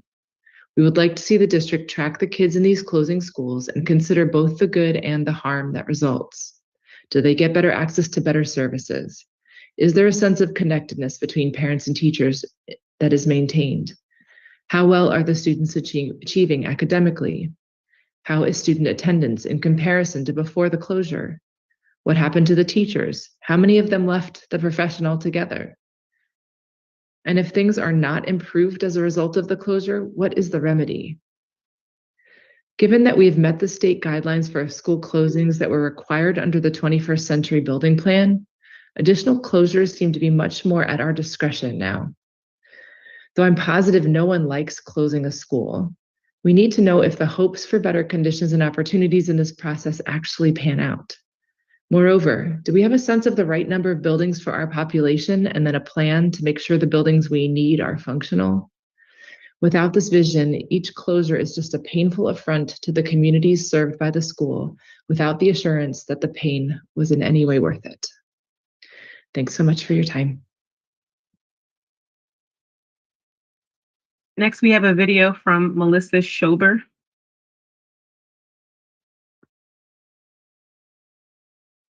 Good evening. My name is Melissa Schober, and although I'm a member of PCAB, I'm testifying tonight in a personal capacity. In 2015, the board authorized nearly $500,000 in 2 contracts, one to AVI Analytics for enrollment modeling and the other to DeJong Richter for a rezoning feasibility analysis.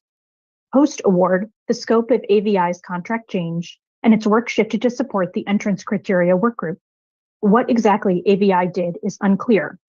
The little I have obtained via MPIA is largely unusable, as more than 50 of the 70-odd slides look like this. 2 years later, in 2017, the then CAO presented to the policy committee. His memo inextricably linked our school choice policy to school closure, describing a process in which students who do not qualify for the entrance criteria schools, quote, forces them to be placed in lower performing schools, close quote, and that such schools become ripe targets for closure. The repeated justification for closure is that to leave students in under-enrolled, underperforming schools is educational neglect. But your own contracts and memos demonstrate that under-enrollment and poor performance is driven in part by your policies of your own making, policies that inequitably and unrelentingly track students. Apart from policy, your own CEFMP shows the assertion that closure will transfer students to healthier buildings and more rigorous academic environments is not always true. And the idea that students must leave their neighborhoods to receive arts education, an outcome of closure highlighted by staff in earlier presentations, is appalling. No child and no family should be thankful that they have to leave their own neighborhood to get instruction that is already required by COMAR 13A 0416. The line is that school closure is a regrettable necessity with pain now for improvement later. Given that dozens of closures have occurred over the past years, where is the data to support this assertion? Arguments that we can't conduct such analyses because the definition of chronic absence changed or state tests changed do not hold water. Apart from longitudinal data, NEEP, for example, and statistical approaches, we have only vague promises for future transparent reporting. Rather than amend FCA as is proposed, I call upon this body to suspend the policy until such time as it first addresses its role in perpetuating school closure through 1, its maintenance of an inequitable school choice policy, and 2, a largely moribund rezoning policy relied upon only to force students to transfer upon school closure, but never to comprehensively redraw attendance zones. No school in Baltimore should close until and unless this body can confidently share data that closing a school will help more than it harms. Thank you. Next, we will have written testimony read by Commissioner Roberts.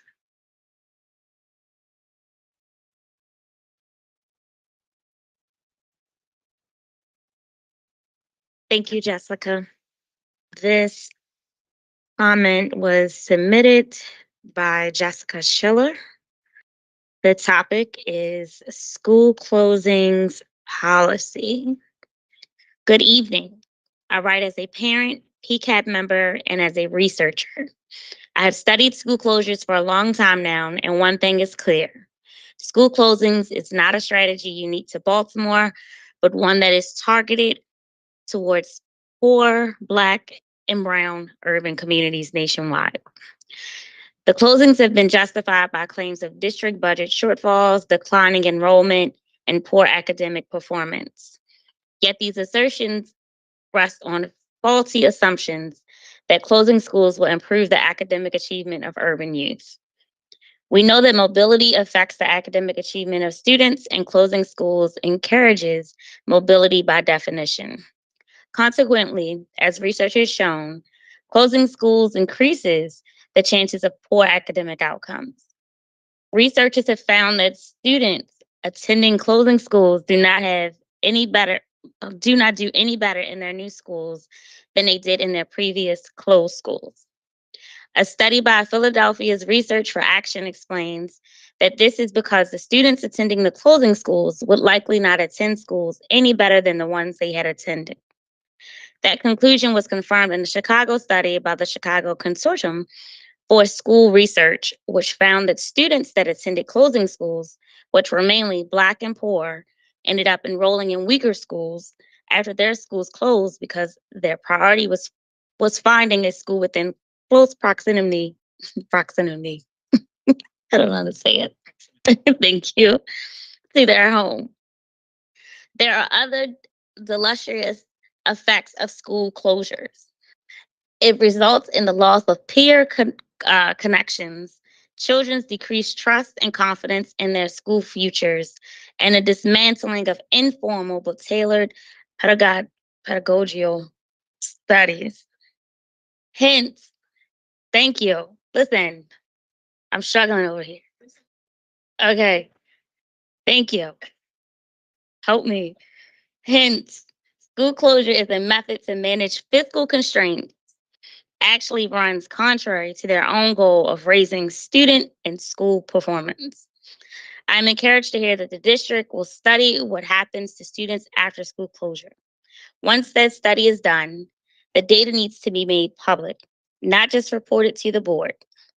Perhaps the district will find different answers than those in Philadelphia and Chicago. But if you don't, I urge you to put a moratorium on school closing, considering the harm far outweighs the good for children. Submitted by Jessica Schiller.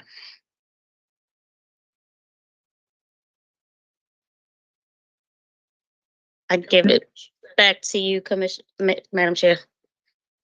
There were more. We have another in-person comment by Robert Miller.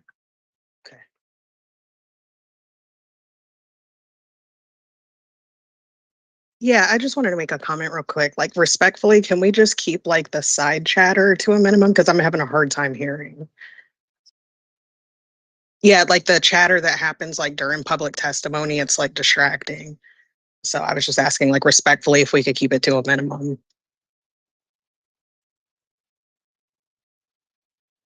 You mean when she was stumbling over the words? No. Not the reading, no. Like during the public testimony when the video was playing, there's like other conversations and there's Part of it is because we don't text anymore, which is what cuts down on it. If there's a clarification, that's how we do it, so that there's not trying prior to that. Text, make sure that we can keep it down now that we can't. Yeah. But there are things that surface and there's background information prompted by public testimony. That is why. So just wanted to add that context, or can clearly connect and do that. And we can certainly, the absence should do work to be respectful, but I also think it's important. Like previously, we text. Yeah. Never do that. That was considered disrespectful. And because then, some there is, we got to find a way to be. Yeah, and I think we do a good job, like when staff and experts like testify, we're like, I feel like, at least from my perspective, like we're more engaged. So just the same courtesy that we would show staff and people internally, like I would like for the people that take time for public testimony to be heard. All right, thank you. That's noted. I want to give respect to our speaker. Go ahead, sir. Mic is on. Just press that. Yeah. There you go. Thank you. Thank you. Good evening. On April 13th, a front page article in the Baltimore Sun stated the BCPS has until September 2024 to spend $390 million on expanded enrichment, academic opportunities, and professional development. Meanwhile, Baltimore City is the only public school district in Maryland where students in grades 5 through 12 cannot take for granted the opportunity to participate in a curricular school band or orchestra program. In fact, less than 15% of BCPS schools offer even one of those opportunities.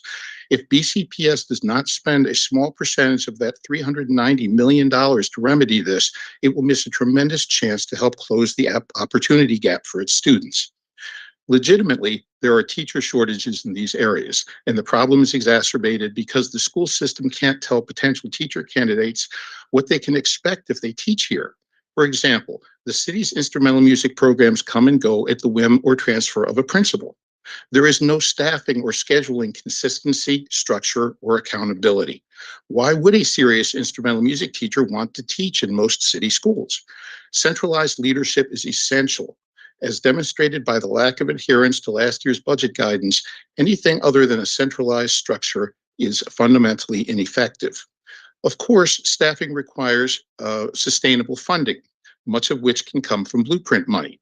But the $390 million probably referred to ESSER funds, and this could be used to purchase musical instruments, minimizing the need to use other funding sources in subsequent years.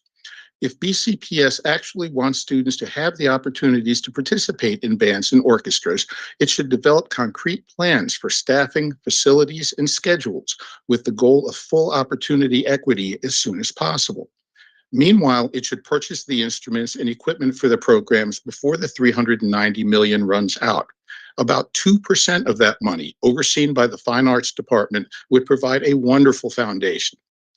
Band and orchestra participation can provide transformative benefits to students, such as the chance to develop their musical talents, opportunities to pursue related careers and scholarships, enhanced feelings of belonging and self-esteem, self-discipline, support for other academic areas, and many others that can lead to more fulfilling lives. There are good reasons that every other district spends money on these programs, and it has been far too long that city students have been deprived of them.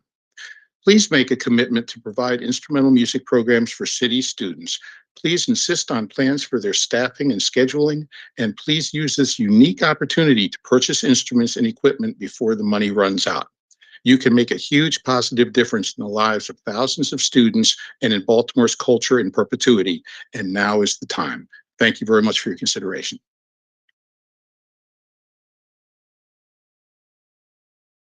Next, we have a virtual comment from Justin Cuke.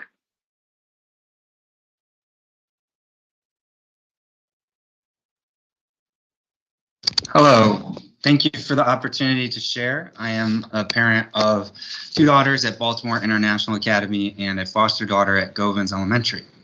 And last summer, my oldest daughter loved her experience at Great Kids Farm Camp. So we were very excited to sign up not only her, but our younger daughter and our foster daughter for this summer. Unfortunately, when we went to Infinite Campus, that opportunity was not available to us. The reason is they're charter school students. Although Dr. Santelises is right that there are a lot of amazing opportunities this summer and 20,000 seats available, they're closed for 14% of Baltimore City students because almost every program is closed to charter schools. I was informed that the reason this is the ESSER funds are being used for the summer, and charter schools already received their ESSER funds. But I was also informed that charter schools were not given an opportunity to opt in, nor have parents been given any opportunity to opt in.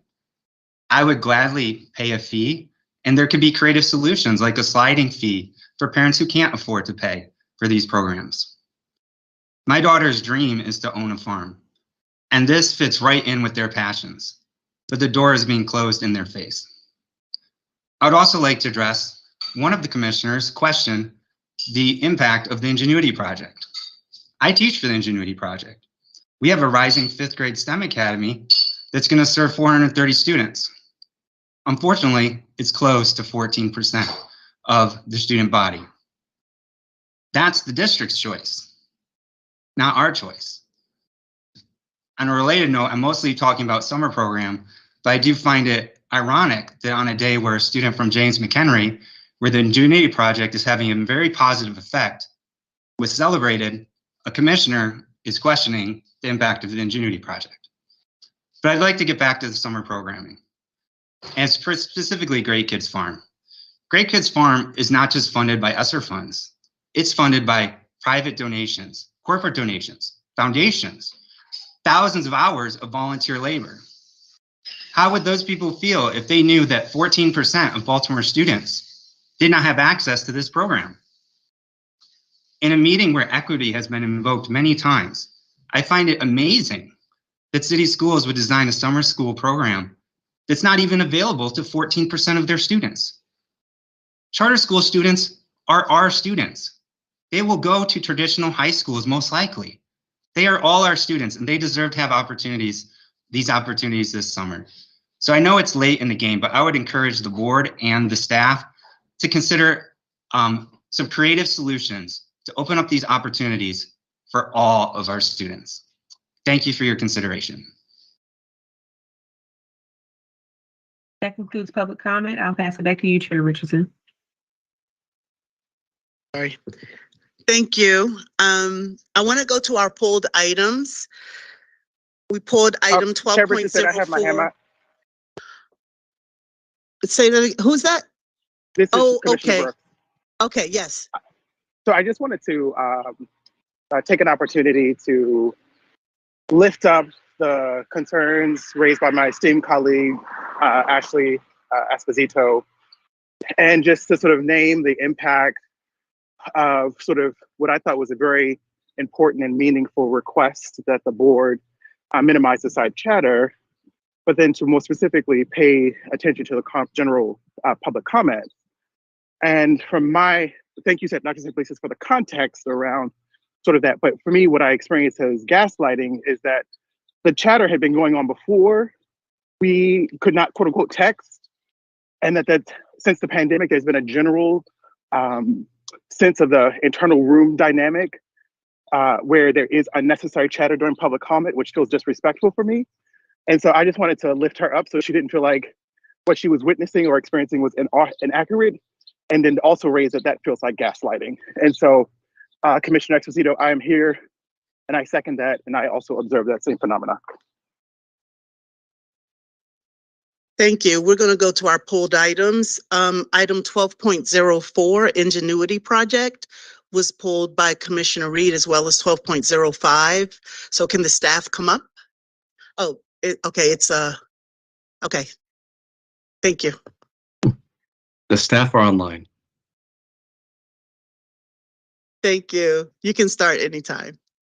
Sure. So a commissioner asked questions specifically about, I guess, the effectiveness of Ingenuity and the expansion of Ingenuity, which I'm happy to address. I just want to call to the attention of the board that this board letter specifically is an amendment seeking to acknowledge the fact that Ingenuity last year at our behest added summer programming and is also doing so this year and for next year, but those were not part of the original amendment request. So in order for us to comply and to fund the programming, we need to make sure that we amended the original budget request. If I'm not mistaken, I think Commissioner Reed wanted to know about expansion of Ingenuity overall. I think he was commenting on the fact that when he originally joined the board, the Ingenuity only had the 3 feeder sites, which were Roland Park, Mount Royal, and Hamilton. And yes, in fact, just over 3 years ago, we added James McHenry into the mix. There are no current plans to add another feeder site. When the committee got together to oversee, along with working with Ingenuity, there was a consideration of a second new site at the time, but the decision was a decision was made to keep it to the 1 new site, which was James McHenry, and to allow for a cohort plus to go through and then evaluate the success of that feeder program into the overall Ingenuity project landscape.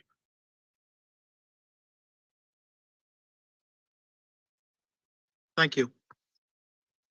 Is there something else I can address for you, Commissioner? Hold on. Commissioner Coy has a hand up. Yeah, just one additional, Commissioner Reed, in your question, what I heard was also you were wanting to lift up the successes of the Ingenuity program, not so much questioning the effectiveness of it.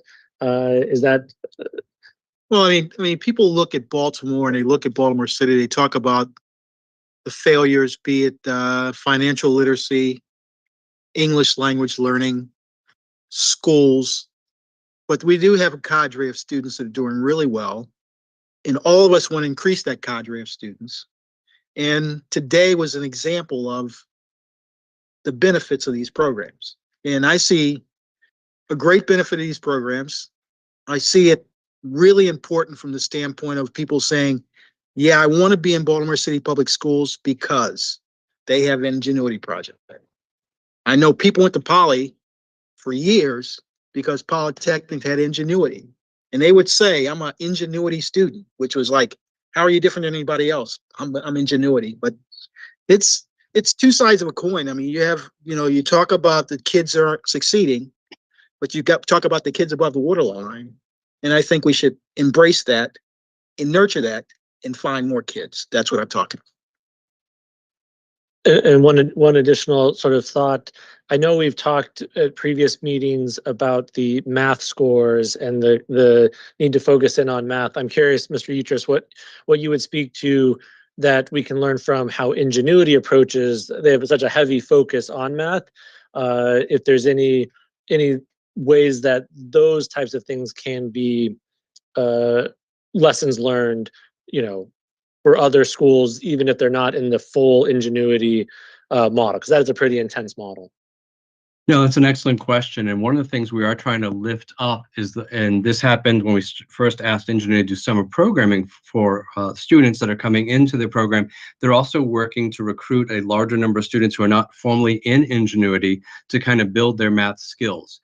And we're hoping to do is leverage some of their best practices from that math intervention over the summer, not just with their existing engineering students who also have some skill gaps, especially when they're transitioning from middle into the high school engineering program, but also students who might matriculate in eventually into the middle school feeder sites. Part of it is again, you're dealing with a smaller universe of students, and in fairness, students that are getting put into engineering programming in the middle and high school areas already are coming in with stronger math skills in general than their age peers. And so therefore it's a smaller lift. Not that there's not fantastic work happening there, but we're not talking about they're taking any student off of any school randomly and then moving the needle miraculously. So we have to be fair with what's happening across our schools, where we have fantastic math teachers trying to do huge lifts, who have a full range of students who have a wide range of abilities in math abilities. But we are trying to leverage and learn what we can do with the summer interventions in particular, which is why we're very excited to continue working with the summer programming. Did that address your question? Yeah, no, I appreciate those additional thoughts and comments there. Certainly. 12.05 is its. Thank you.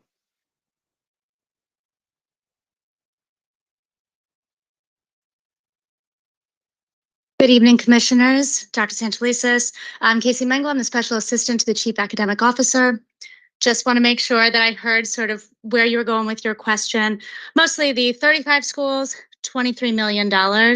What does that sort of look like? Where are we going with that? So want to call attention to the amount of time for this particular contract. The contract will cover the remainder of our 23-24 school year, including summer, all of next year, including summer, and then a portion of the 25-26 school year. So it's quite an expansive amount of time for the extended learning contract. I love this opportunity, to be honest with you, because the Springboard program has really expanded here in the district. Lori Lynn Sutton, who is our Director of Summer and Extended Learning, would have been here this evening, so I'm speaking sort of on her behalf, but she and I worked to bring this partner in back in like 2016 with 5 CSI schools only. Those schools are still with this program today, and we've expanded now to 35 schools. And not only because we're seeing the return on that investment for our students, but our families. Such a key, like, hallmark feature of this program is the family engagement. We have 99% family participation in the family workshops that are offered in the summer and throughout the school year. So much so, right, that we've got family and school leader feedback really driving how we're expanding this program. So Springboard took us from, a semester type program where you could participate in the fall and then participate in the spring. We're now doing it trimesters so we can capture even more kids. We've expanded summer from 5 weeks to 6 weeks with them. So we're really working to kind of grow the program. It focuses, as you probably read in the board letter, on our struggling readers, particularly in grades 3, 4, and 5. And so anyway, just appreciate the opportunity to kind of highlight what the program is doing for us and why we've gone from 5 to 35 over time, and how we're excited to partner with our schools to not only fund this through ESSER through that time, but also in partnership with schools through their budgets. So I hope that addresses maybe some of what you were looking for. Thank you, Casey. I think it's important for the board to know, peel the onion, so to speak. And also we have 89 participants on screen. We're probably going to have some people see this on TV next week, whatever. And it's important for them to know some of the programs we have that are working in terms of, you have the tutoring, you have the summer programs. We're just trying to elevate the educational process for all the kids in Baltimore. This is a way to do it. And that's why I think it's important for people here. Thanks. Absolutely. And thank you for the opportunity to do so. Thank you. Thank you. Thank you very much. Based on public comments, are there any additional items that the board would like pulled? If not, let's see here. We are going to move, thank you very much, Commissioner. We're going to move to the FY24 proposed budget presentation. So we're going to ask the staff to come up.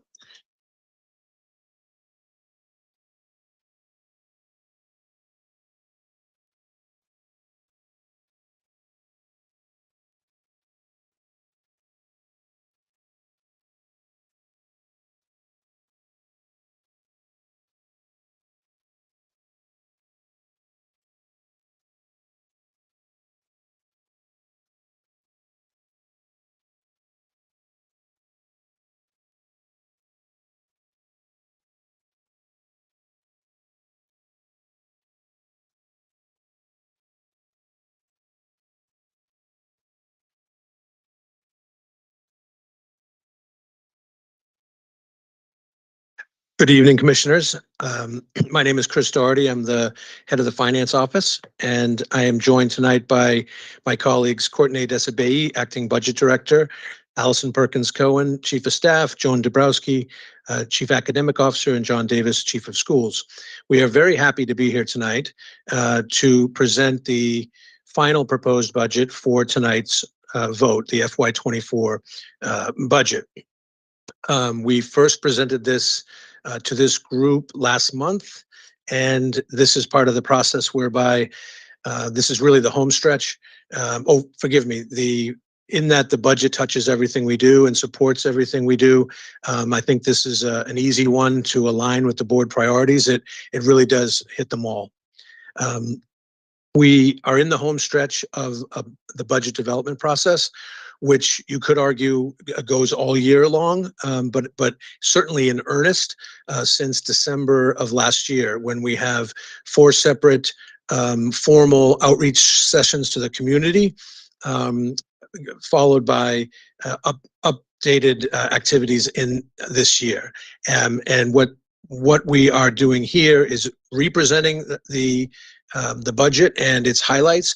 We also were very gratified at the last month's presentation to get good discussion and a range of good questions, which from several board members, which were followed up with in various fashions, most directly with write-ups. And it also informed the budget book and this presentation. We will, before I pass it off, I think to Chief Perkins Cohen, I will say that as the board knows from having taken the same survey that community members do, we can basically break out the major activities of what our budget is focusing on in the 7 areas that are on the screen. And once again, increasing the funding to those areas. I will note just at the highest level, again, we're looking at going into the 2nd full year of Kirwan. The year we're in now, FY23, is the first full year. We received a 20% increase from FY22 to FY23. And we're looking at a 6% increase, forgive me, for the FY24 budget from what we're experiencing now. All part of the Kirwan funding, which is wonderful to receive, of course, but it is being phased in. So even the Kirwan architects are acknowledging we're not at full Kirwan funding now. We're getting closer to it as we phase in what is going to be the second of at least 10 years of the Kirwan era. So with that, I'll pass it to Chief Perkins Cohen. Thank you, Chris. And I'll try to go fairly quickly through some of these pieces because I think that Courtney, Joan, and John have some more of the key content. Just a reminder that we're linking all this to our blueprint work that really guides all our work and making sure it's linked to those priorities we identified there and continuing to build on that work. Also to our commitment to equity, which guides all the work that we do and that you see sprinkled throughout all the priorities that we're identifying.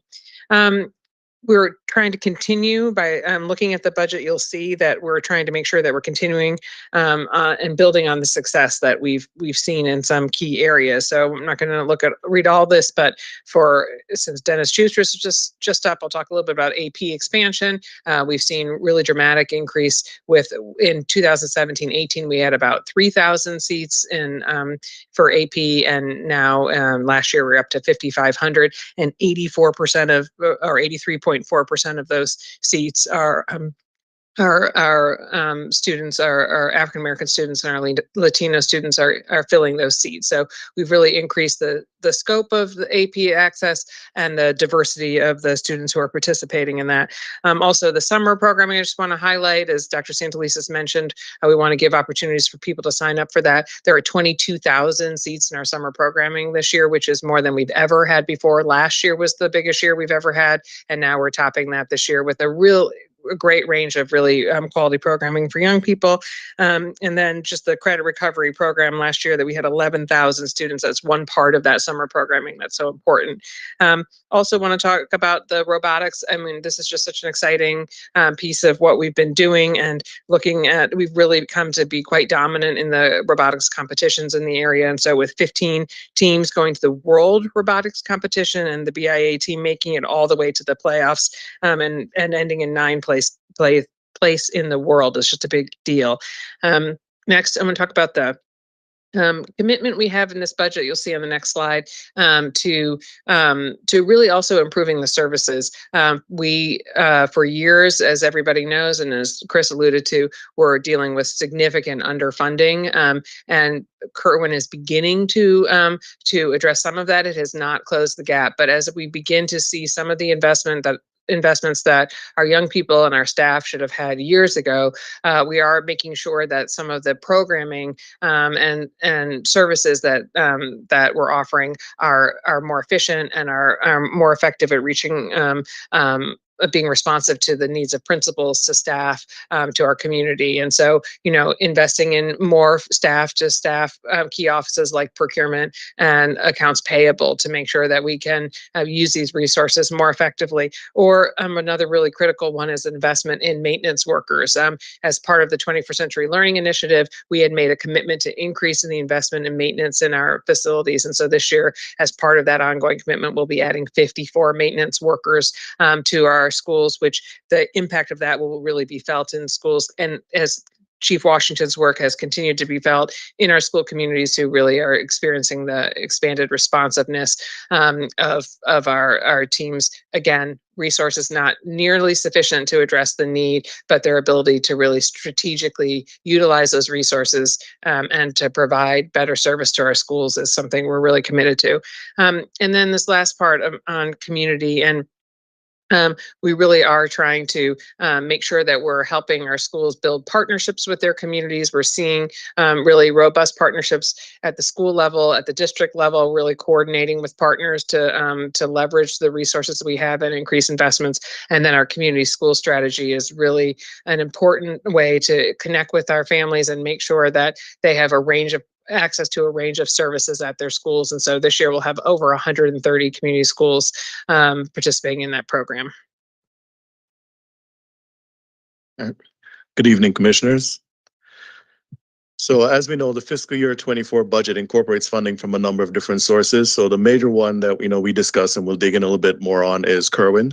And as Chris mentioned earlier, with the increase from 20%, 22 to 23, this year is presenting an increase of 6% from 23 to 24.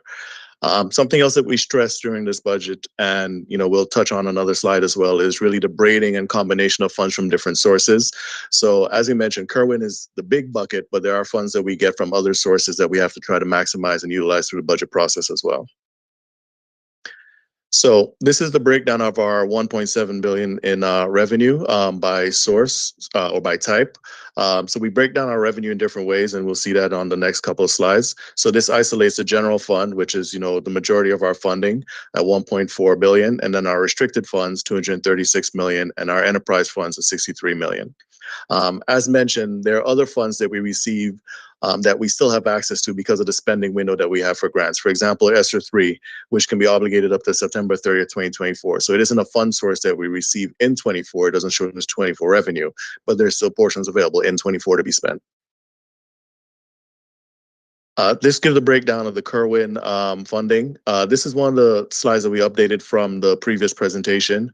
If you recall in the earlier presentation, we used data as of January. We did have an updated release from MSDE as of April 12th, the day after our last presentation, actually. So this is updated slightly from that.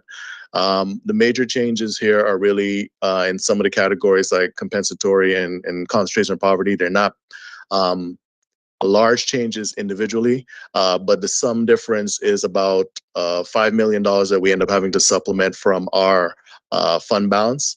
So we're not changing any of the programmatic elements or expenditures or how we're allocating anything on the school side. As we discussed with the board before, we just made up the difference through our fund balance. All right.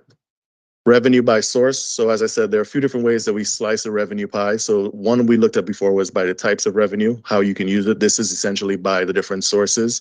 And this is breaking down specifically the general fund portion. So the 1.405 billion that we get by the different sources.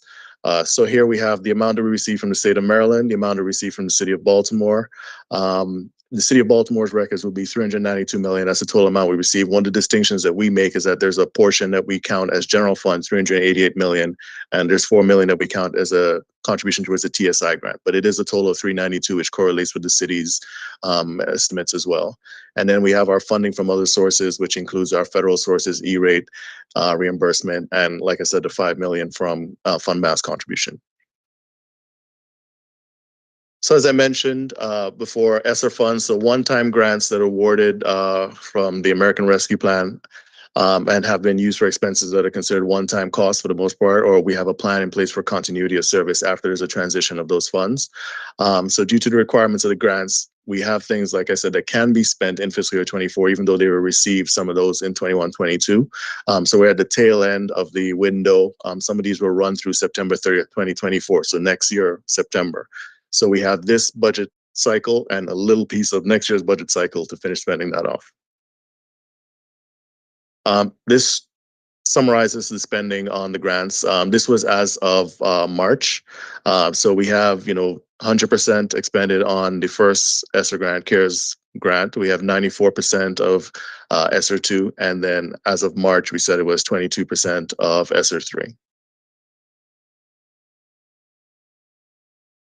So braiding, like we said, it's one of the approaches that we've taken over the last few years, but essentially making sure that we're utilizing the right funding source for the right expenditure.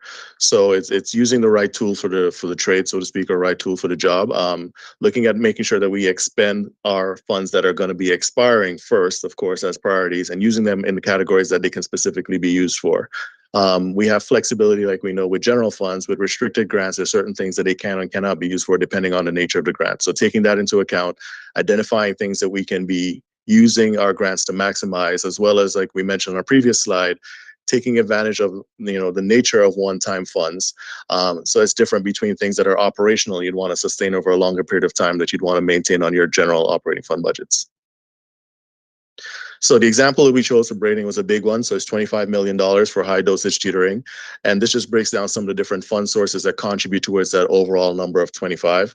So we have ARP ESSER funding, Title I funding, grade 4 ARP to 12 ARP tutoring, the Kerwin Transition Supplemental Instruction Grant, and the ARP TSI grant. So using funding from those different sources as can be allocated, they contribute towards the high dosage tutoring $25 million amount. This slide outlines some of our FTE or full-time equivalent position adjustments from fiscal year 23 to 24, some of which, like Allison touched on already, like our increased investment on building up our capacities with regards to maintenance, would be reflected in some of the increases that you see here. This is our general fund distribution. And again, we're slicing the pies different ways. So this shows for our general fund, how much of the budget is essentially in the school budgets, principal control budgets versus what's in the central office budget, what's in debt service fringe or school supports budget essentially. So what it does show is that there's 74% directly in school budgets, school principal control budgets. And then of the remaining portion, there's a 14% in the central office funding budget where it's funded in central office, but it's on behalf of schools. And we break down on the next slide some of what's entailed within that slice, that 14% slice. So here we see like transportation costs, our utility costs, our maintenance costs, our related services contracts, athletics, our non-public costs, costs for our internet, WAN, LAN, et cetera. So these fall into that bucket, like we said, that it's within that orange slice over here, the 14% of school supported. So which takes that total up to about 88% of the funding going directly, either directly or indirectly to schools through the funding that we receive. Question, if I can ask on just this point right here. For Kerwin required 75% of funding follow student, which one of those two numbers is how they count that? Yeah, so their methodology is actually different from this, and it's actually more individual. So for the individual school and individual funding stream, we have to calculate that 75% of that subgroup goes for each category. So 75% of foundation. So we do a per pupil amount for foundation for the school, total it up. And we do that check for each of the individual categories. So that would roll up. Most of what you see there is going to roll up within the 74, some within the 14, but for the most part within those two categories, because there are items that are in those categories that contribute or are based on the funding that they get from the schools, if that makes sense. But the largest portion of it you're going to see is in that 75%. Thank you. Yep. I'm going to hand it over now to Chief Dabrowski. Thanks so much. So excited to just walk through some of the highlights here that we'll be investing in as part of our fiscal 24 budget. We'll talk about specifics within academics, leadership, wholeness, and infrastructure. So we'll go to the next slide. So starting with academics, again, we've heard some of these themes already in our conversations tonight.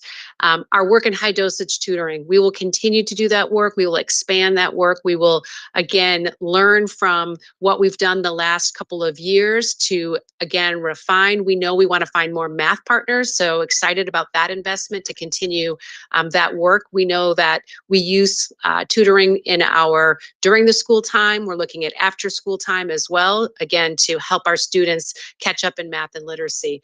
Our personalized learning tools. So we have very robust adaptive platforms, technology tools that our students use to meet them right where they are in math and literacy. We'll continue that investment. And then we've shouted out a lot tonight, our great work in summer learning and extended learning. So that investment is significant. And we know that we're going to have more seats, more opportunities in more of our schools for more of our students. So that's a very exciting investment for us. If we think about our work in pre-K, Kerwin calls out very specifically the intent of how we make sure we have the robust programming for our youngest learners.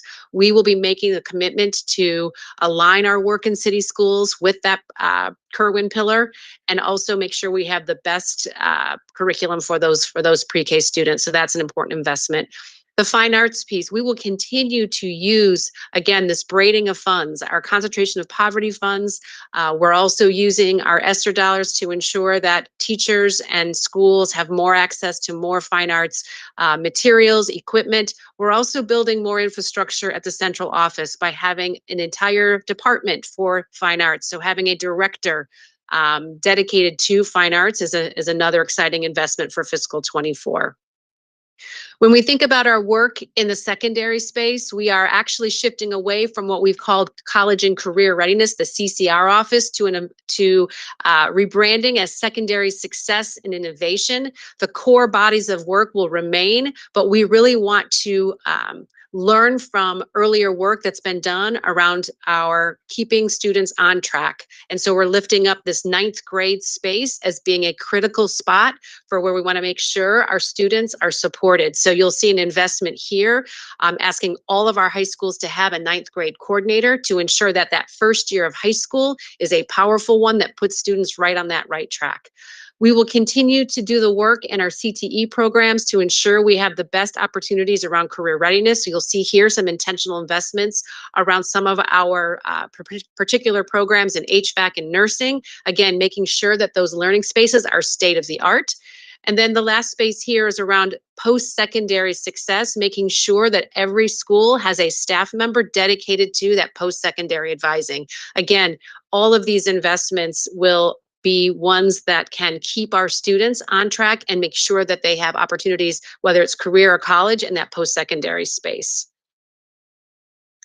When we think about leadership in the broadest sense of the term, we're going to lift up the important work around coaching, literacy, and math coaching. We've asked all of our schools as part of fiscal 24 to budget for a literacy coach. We know that having a skillful expert in our schools to support our teachers in literacy, and that's not just in English language arts, it's literacy in science, it's literacy in social studies, it's literacy in mathematics. So literacy is a very broad term, and how we're making sure that our teachers are supported as they implement curriculum in that space is a priority for us. We're also moving in the math coaching space. Again, we know schools are thinking a lot about the improvement work they need to do. So we've asked schools that where they can to identify a math coach. And if they can't have a fully funded math coach, who are their math leads? We will be working with all of those centrally to work towards that improvement work that was shared actually very recently at our teaching and learning board around our math improvement work. When we think about professional development, that continues to be a key lever for improvement. We have a number of new teachers or novice teachers who come to Baltimore City, and we want to support them. So we think about our work in systemic professional development offerings and summer institutes and how we mentor our new teachers. So we are going to, again, continue that work with the investments that are laid out here. And we also want to lift up that we heard that response around how we support the processing for teacher certifications, making sure that it's faster and more efficient process. You'll see that investment has been acknowledged and is going to be a priority for fiscal 24 as well. I'll now turn it over to Chief Davis. All right, good evening, everyone. I'll have the opportunity to lift up some of our wholeness investments for next year. In this particularly, I'll start with the Healing-Centered Violence Prevention and Response Team. It will be a small team, but it is a couple of individuals. One will be a social worker that begins with some of the prevention work and lifting up specifically peer mentoring. And then on the back end, unfortunately, when situations do occur at a school, it gives us a couple of folks that can stay with the school. In our past practice, when we've had crisis support teams, we always have to call on folks from different schools to kind of to assist. But this gives us two people that will be able to follow up with the school and stay with the school for a longer period of time. So that's a first investment I would lift up. The second one is, again, with our expanded school behavior health, we've grown a bit to having 7 partners that work in this area. And so we'll always work to have more FTEs, both centrally and then also with our partners. And so that investment can get up to $7 million. Let's keep going. Here, I would go ahead and lift up a couple of things as well. The first one being, as students exit the juvenile services situations and the Department of Juvenile Services, they have often came into our schools without a transition period. We are going to hire a full-time employee to help us coordinate that work and work with our partners so that when they come back into the district, they go through a transition program. We figure out kind of maybe schools that would be right for them and schools that maybe they have had difficulty in the past, make sure they're placed appropriately, make sure we know what their academic situation is, and really ensure that their transition back into school is as smooth as possible. That is important work that our re-engagement center does. When you walk into the Guilford side and you see the re-engagement center, they have really began to lift this work up, but we think it's to the point that we need a full-time employee, and it's something that we will do this in the upcoming year. The next 2 investments are things that are really continuing in the last couple of years. One is around centrally funded home visits, and this can also come out of the re-engagement center. Sometimes it comes out of wholeness, and again, our investment on our homeless services and students that that really need the support, no matter if it's with summer camps or if it's things like uniforms or schooling materials. That investment will absolutely continue. When we talk about the whole child, we also have to talk about athletics. there are two things I would lift up here. One of them being ensuring that we have athletic trainers. We have not had athletic trainers in the past, and I want to be super clear. This is a hard, like some of the mental health personnel, this is a hard area to hire for. We have been going back and forth. Is this a partner work where we might work with, say, MedStar, or are we going to hire individual athletic trainers? Right now, we're pushing more towards the individual athletic trainers. And this is for the first 6 that we're hopeful that we can hire and recruit and then retain. So that's one athletic investment. And then there's also the middle school athletic investment. We will have way more competitions next year, both some centrally coordinated and some coordinated with our partners. The last 2 investments that you can see really come out of concentrations of poverty money, and they have to do with athletics and then also enrichments.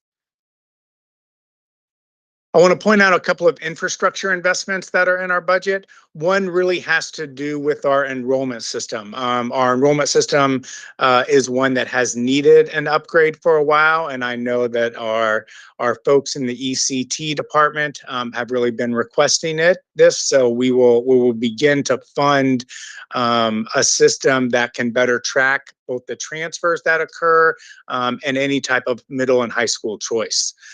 The second one you can see is a technology investment, really around Wi-Fi access points and digital security. And then you can also see a health suite investment. The second investment is around air filters that we have been, that really COVID made sure that we paid attention to, but we're going to continue that investment and make sure we have the healthiest schools possible. And then you can see the last one is really around facility improvements and maintenance workers. I think this is one that, could easily go under the radar, but these are folks that will help schools and frankly, school leaders, and hopefully take a little bit off of school leaders' plates and make sure that they've got additional folks coming out of our facilities department that help them on a day-to-day basis. And I think with that, we are wrapping up. That's correct. That concludes our presentation, and we're available for questions, as always. Commissioner Sally? Yes, thank you guys so much for the very thoughtful and engaging presentation. So I was just thinking, Chief Dabrowski, a little bit about just the post-secondary work that you were talking about in terms of the investment that we're going to make, ensuring that each and every one of our high schools have guidance counseling professionals. How realistic is that budget amount given the challenges we know that are just facing the shortage in the industry with finding those personnel? Yep, no, it's a great question. So we have a real commitment around these hires. We have been working very closely with human capital around this recruitment space, working closely with our school leaders to say there may be somebody that's already there in their schools who are working in a different role, but might be a great person to move into this coordinator role. We're also trying to be flexible because you're right. We may get to a space where it's July, August, and there's not a coordinator in a particular school. So who will be that person that you tag to come to? Because we're going to have centralized training, centralized opportunities for, again, for those coordinators to be learning about what are those key actions and activities that need to occur across that 9th grade year. How do we structure the 9th grade experience to be able to bring that back? So even if a school doesn't have a full-time coordinator in place, we have sort of that backup plan. But I will say, working very closely with Chief Nielsen, she has really tried to move these hirings as a top priority to do that. And you're right, we may still face shortages. And I think the fact that we're coming out this much sooner and really advocating for these positions, we're very hopeful that we'll have larger numbers than we do now. Yeah. Yeah, appreciate it. Hold on, Commissioner Slater-Harrington, then Commissioner Esposito. Hi, my question is not about that, but about the new team around, oh, I'm going to mess it up. The wellness, no, not wellness. It's violence. Yeah, what was a crisis support? Healing centered and violence crisis. prevention, yes. And I applaud the formulation of this team, especially it's timely now. My question is around, is there sufficient capacity there? And I understand that there is a need to be immediately responsive and to deploy that team so you're not pulling on all other resources. But I'm wondering for sustained support, how you should additional allocations be made to support perhaps community partners to come and surround schools. So it's not a question of should we have it. It is that enough? It's only 345,000. Yeah, I want to appreciate the question because it is something that I didn't say, right? The 345,000, the team is small. It's a manager and a social worker that will be doing this, but there is another 100,000 to work with community organizations so that we have additional capacity beyond what we have in central office. So it is actually there. I neglected to say it. I appreciate you asking it, but it's 2 FTEs and then some contractual monies for exactly what you said. Okay, thank you for the presentation. On the slide that talks about per student funding for athletics, is there a reason why it's per student and not per athlete? Because are there enough opportunities for every student that wishes to participate in athletics to participate? Like if teams are selective at certain schools and there's a limited number of spots, would it make more sense to have a per athlete calculation? Yeah, good. Yeah, sorry for that. That specific item and that dollar amount. So it was the way it was phrased is actually guidance towards the schools to invest in programming. So what we asked them is, as part of their concentration of poverty dollars, if they have dollars available after some of the other, priority items, that they invest in programming for that. And we use that metric of a per student amount so that it can have a sense of what it might, the investment area might be. So it wasn't necessarily counting the number of student athletes, but basing it on the size of their school and what sort of program that they may have in mind. And largely speaking, from some of the schools that discussed this specifically, they had very specific ideas of what programming they're going to use. So they had sort of a dollar cost in mind of what that would entail, and they based it on that. Hey, can I ask a follow-up question too? Sure. Yeah, is there a way to know like what percentage of the student population has like access to athletics, like per school, like athletic opportunity? Because I know students have been talking amongst themselves about the differences in like their schools versus like others. Yes, I mean, we can provide that by school. I mean, the way we have that information is every school and what their athletic opportunities are. As we get more and more into the middle school space, right, we want to have those opportunities across so many of our K-8s and our 3 standalone middles. But yes, we could break out. I mean, we do have that information by school.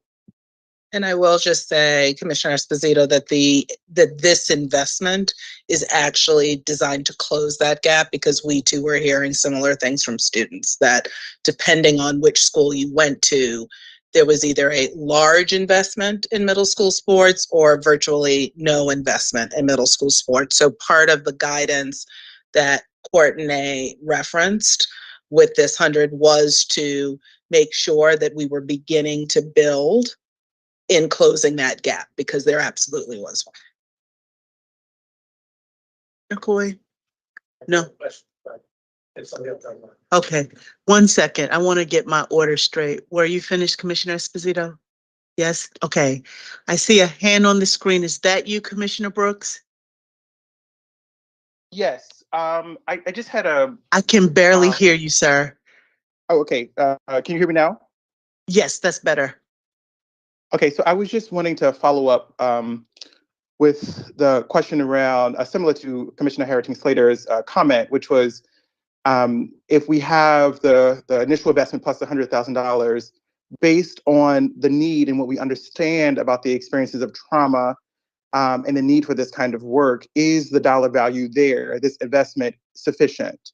And my general consensus to that is that it is not, but I am willing to hear from the staff to sort of tell me a little bit how you got to that 2 FTE and $100,000 for community support, which is not very much. And often when we're thinking about our community ecosystem of nonprofits who are doing this work, that dollar value is also very limited, especially if they're doing small contracts. And so I'm curious, like, could you talk to me a little bit about more how you got to that that 2 FTE, and how is that comparison to the actual need that we have in the district? So if I could just briefly give some context, Commissioner Brooks, is that all right? Yeah. Yes, totally. So I think one of the things, and again, it doesn't mean that it is fully sufficient, but the 2 FTEs that folks are describing are not the only 2 FTEs devoted to mental health, right? And the name, because it's a pretty elaborate name for the team, so it makes it sound like it's like this whole huge, department just dedicated to it. In a very practical sense, what was occurring when there were particular traumatic acts and violent acts at schools, which we had seen an uptick in, right? What happened was we were pulling people with existing roles from all over the place. It was far more kind of in the moment. And while that might have worked when we had one incident every other year with that, with the uptick, this investment is specifically so that there's a higher level of coordination in response to those particular immediate acts. I think the larger investment, and again, still acknowledging, that, you can still say that it's not enough or we need to do more. I think to the overall investment in mental health, the investment in the expanded school behavioral health programs with those clinicians at the $7 million mark is closer to the investments that are actually like landing in schools. So I just wanted to clarify, and again, you can still push and, staff should weigh in, but I just wanted to make that distinction that like those 2 FTEs are not like the FTEs just to do mental health across the entire district related to trauma and violence. They're really the coordination. And because of the way that the mayor, city hall, their initiatives are structured, are to actually spread out the resources, right? To actually be able to bring resources, not just from the school system to bear, but from the health department, right? From the mayor's office of neighborhood safety, right? It really, which is why we have all these meetings regularly, as a way of bringing a variety of resources to bear. But the $7 million investment, I would say, is closer to the housed school investment in mental health. So I just wanted to make that clarification. No, thank you, Dr. Santos. That's really, really helpful. So it sounds like it's the internal central staff coordination capacity to help with specific crisis points, which it sounds like what you were saying is that like when we have our incident, staff are being pulled and sort of shuffled to other places, which could have been disruptive to their current sort of work capacity. I would love to hear if it's possible, have there been any particular learnings around sort of how we manage crises that informs not only the creation of these particular 2 roles, but suggest anything about how we might be doing things differently as a district to sort of address the uptick in these kinds of experiences that we're having in the district? Yeah. Yes, Commissioner Brooks, I'd probably add 2 things. One is the response after a crisis occurs, right? There have been, I will say, some really productive healing activities. There's really been kind of a structured way that we have engaged young people and engaged adults in those spaces.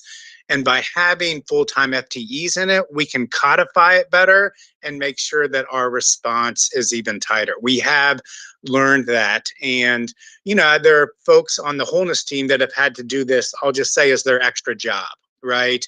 And they've had to figure this out and show up and be ready and engage young people.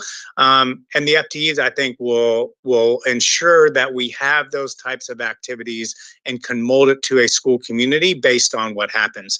At the same time, we also know that they're not going to be engaged all the time, right? Thankfully.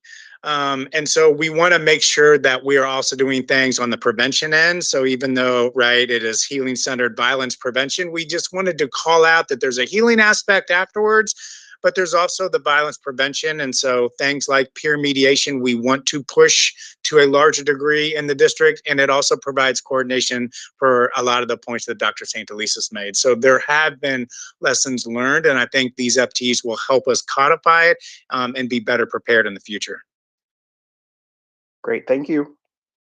I was just going to add a little bit to Commissioner Brooks is that also I think the other lessons learned is about also the everything that John said, and then the work we're also doing with the city partners. So that Dr. Santelises mentioned. So I think in recent months that coordination has really increased significantly. We'll talk about it next week at the board hearing on youth violence.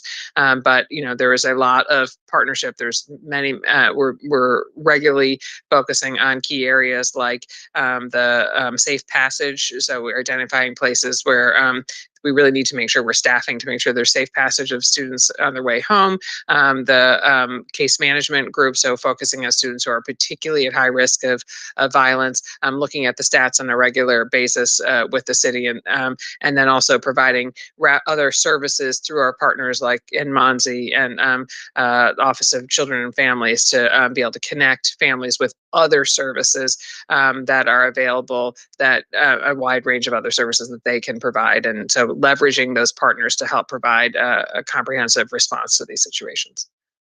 And one last thing, Commissioner Brooks, because I actually spent 2 hours this afternoon with community partners and members of the re-engagement team in the philanthropic community, because another place I think when you highlight where are we doing the work differently as a result of this kind of cross-agency collaboration really is the expansion and the investment that wasn't necessarily on the same page, but the $2 million investment in expansion and deepening the work of the Re-Engagement Center. And that was specifically a learning around the need to better support young people exiting DJS or involved with DJS and their re-entry into school. And so one of the learnings was that we needed a more holistic approach in helping those young people, frankly, transition back into school and helping schools ready, right, to receive young people. And so that transition space was something, frankly, in talking to some of our community partners, that they felt very acutely and I heard loud and clear. So I think that's another kind of real tangible example that because of the response work over the last year or two, that was an area where we made additional investment and where we're seeing the upfront investment in a more kind of, frankly, robust transition for young people from DJS, that it's actually has more of a preventative posture. And I got a chance to hear from folks directly today on the ground about how they're seeing that kind of tangible work actually reduce, right, the volatility in schools, and more importantly, getting young people the support that they need. So that's just one more example and an investment that you might not have seen here, but I would say is a direct result of some of that response work that's changing the way we do our work here in city schools. Great, thank you so much. That's really, really helpful and awesome to hear. Thank you. Thank you. We're going to go to Commissioner Kenyatta Bay, and then after that, Commissioner Coy. First of all, thank you guys who've put together a very strong package. I like the growth mentality that I see, the expansion mentality. The thing that I would like to have more information on, because I saw this movement in athletics, you know, this big growth here, expansion. I see some other areas where we're expanding. My concern or my question is more about how are we expanding in our arts? Because I don't see that same level of push in this budget that for expansion in the arts that I see in other areas. So, and I know also you also have problems in hiring, right, in that area also, as you do with almost every other area. But please, I'd just like you to speak to that if you could. Sure, absolutely. And I can get for you, we do a lot of partnering with different community groups in our arts work, and we do quarterly meetings with some of those partners who come together. We've done quite a bit of advancing our work and again, improvement. It's not where we want to be ultimately, but certainly it's an upward trajectory in terms of the number of schools who do now have fine arts offerings and programs. We need to do more. I do want to lift up again, being able to have a dedicated director of fine arts is a huge win for this fiscal 24 budget proposal. And I say that because currently, we have one director overseeing multiple offices. And so simply by bandwidth alone, having someone who can be fully dedicated into the strategic planning that it takes to lift up a coordinated, and I agree with some of the comments earlier this evening around how do we partner with schools, but there's got to be some district oversight and support around instrumental music. How we staff for an instrumental music program is incredibly strategic, because you often have teachers who have to be in multiple buildings to lift up a band program or an orchestra program. So where they travel, how you put it into your schedule, there are so many details underneath the big initiative of we need more instrumental music programs. So having a dedicated director who can work closely with our school principals to help do that level of scheduling and hiring. So I'm excited because if we're able to have that director in place, I'm confident that we can start moving more rapidly. We've got some incredible strategic plans already in the works. We need to move towards that next level of implementation. And I think as we were thinking through where's the right lever, it was having a dedicated role to help lift this work and having our partners who've done so much great advocacy around how we think about our staffing. So the other piece for us, these two levers are that human capital, prioritization, recruiting, and also once those fine arts teachers come to us, what is their arc of learning to keep them so they don't feel like they're a one-off by themselves. We need to make sure we're thinking about a community of those fine arts teachers together over the course of their first years here in city schools. The other piece, Commissioner Bay, if I could, which we can certainly get you if it's helpful, is I think the other significance of Chief Dabrowski highlighting the need and the investment for another director level position, I think also comes on the heels of pretty solid expansion of arts over the last 3 years of investment, right? So the number of FTEs, which we can show you, has steadily increased. I'd say the last like 4 years or so, where each year we have kind of centrally worked with schools to identify additional positions within their school budgets for the arts.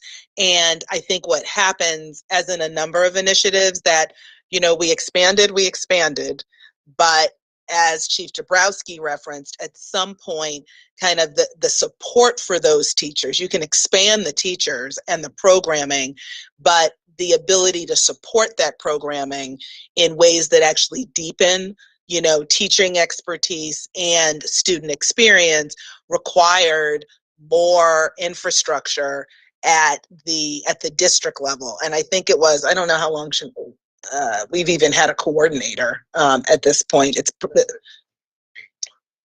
think it was 2018, right? And thank you, Commissioner McFadden, that even that placed us very low on the level of central infrastructure compared to other jurisdictions. So very much like in other areas where we have been surveying where are other jurisdictions, what is a right ratio, right, of that kind of central support. This is significant because it's also part of our attempt to really right the central support that for years, frankly, in city schools had been decimated, and we're building that back. Did you have any other questions? I want to pause here before we go to you, Commissioner, because I know this is your passion. And so I wanted to ask Chief Doherty if you would spend some time with Commissioner Kenyatta Bay, so that he can learn how do you then follow this progress in the budget? Where can he see this inside of the budget? And I just want to just publicly say, I appreciate the question, especially given our conversation the other night. And so I just wanted to support you in that. Absolutely, with pleasure. I have two questions, but one clarity first, just so my questions are a little bit more relevant. For the summer and extended learning that's referenced, when it says the 23-24 school year, does that start this July for summer programs this summer? And so the 45 million that's being discussed is for most of this summer and then a little bit of next summer programs? So again, it's the fiscal 24, which for us is sort of that July 1 start. So almost all, we have a couple of programs that'll start June 26, but the majority of this funding we're going to be looking to spend this summer. Okay, that's helpful. And also then context, yeah. extended learning then certainly goes into the school year. Right. Yeah. Okay. Wonderful. So, yeah, and this is, I think it's come up multiple times here this evening in the focus on summer, and just as we are sort of rapidly approaching that, I also note that there was the recent City Hall hearing that talked about summer, or that came up as part of that conversation about 5-day. And so, one of my questions, I have two questions, is what is the plan as it's presented here relating to the number of days a week of summer programming, and help me understand sort of what is the intention or the plan relating to that. So 5 days a week versus 4 days a week of summer programs, for example. I'm happy to start. So we, I think one piece of context that's missing from this conversation is that there's a robust group of folks that we coordinate with through the Summer Funding Collaborative that includes Parks and Recs, it includes Baltimore's Promise, it includes YouthWorks, it includes other providers of summer programming. And so that collaborative has been in place for years to make sure that there's a wide range of programming available to all young people. We at City Schools, most of the programming that we are running directly is 4 days, will be 4 days. There's a lot of reasons for that. We have really increased the number of students we're serving in summer, hence the investment that you see, Commissioner Corey. So we're, now I'm blanking, 25 million, sorry, that we're investing in to serve 22,000 students, which is the largest number. We also, through that, fund it's a wide 45 million, sorry, thank you. Got too many numbers in my head, thank you. 45 million to serve 22,000 students. We have, there's a range of programming in there that includes mini camps, and some of those mini camps we fund other organizations to run mini camps, some of which are 5-day programs. So some of the programming that we're funding is 5-day.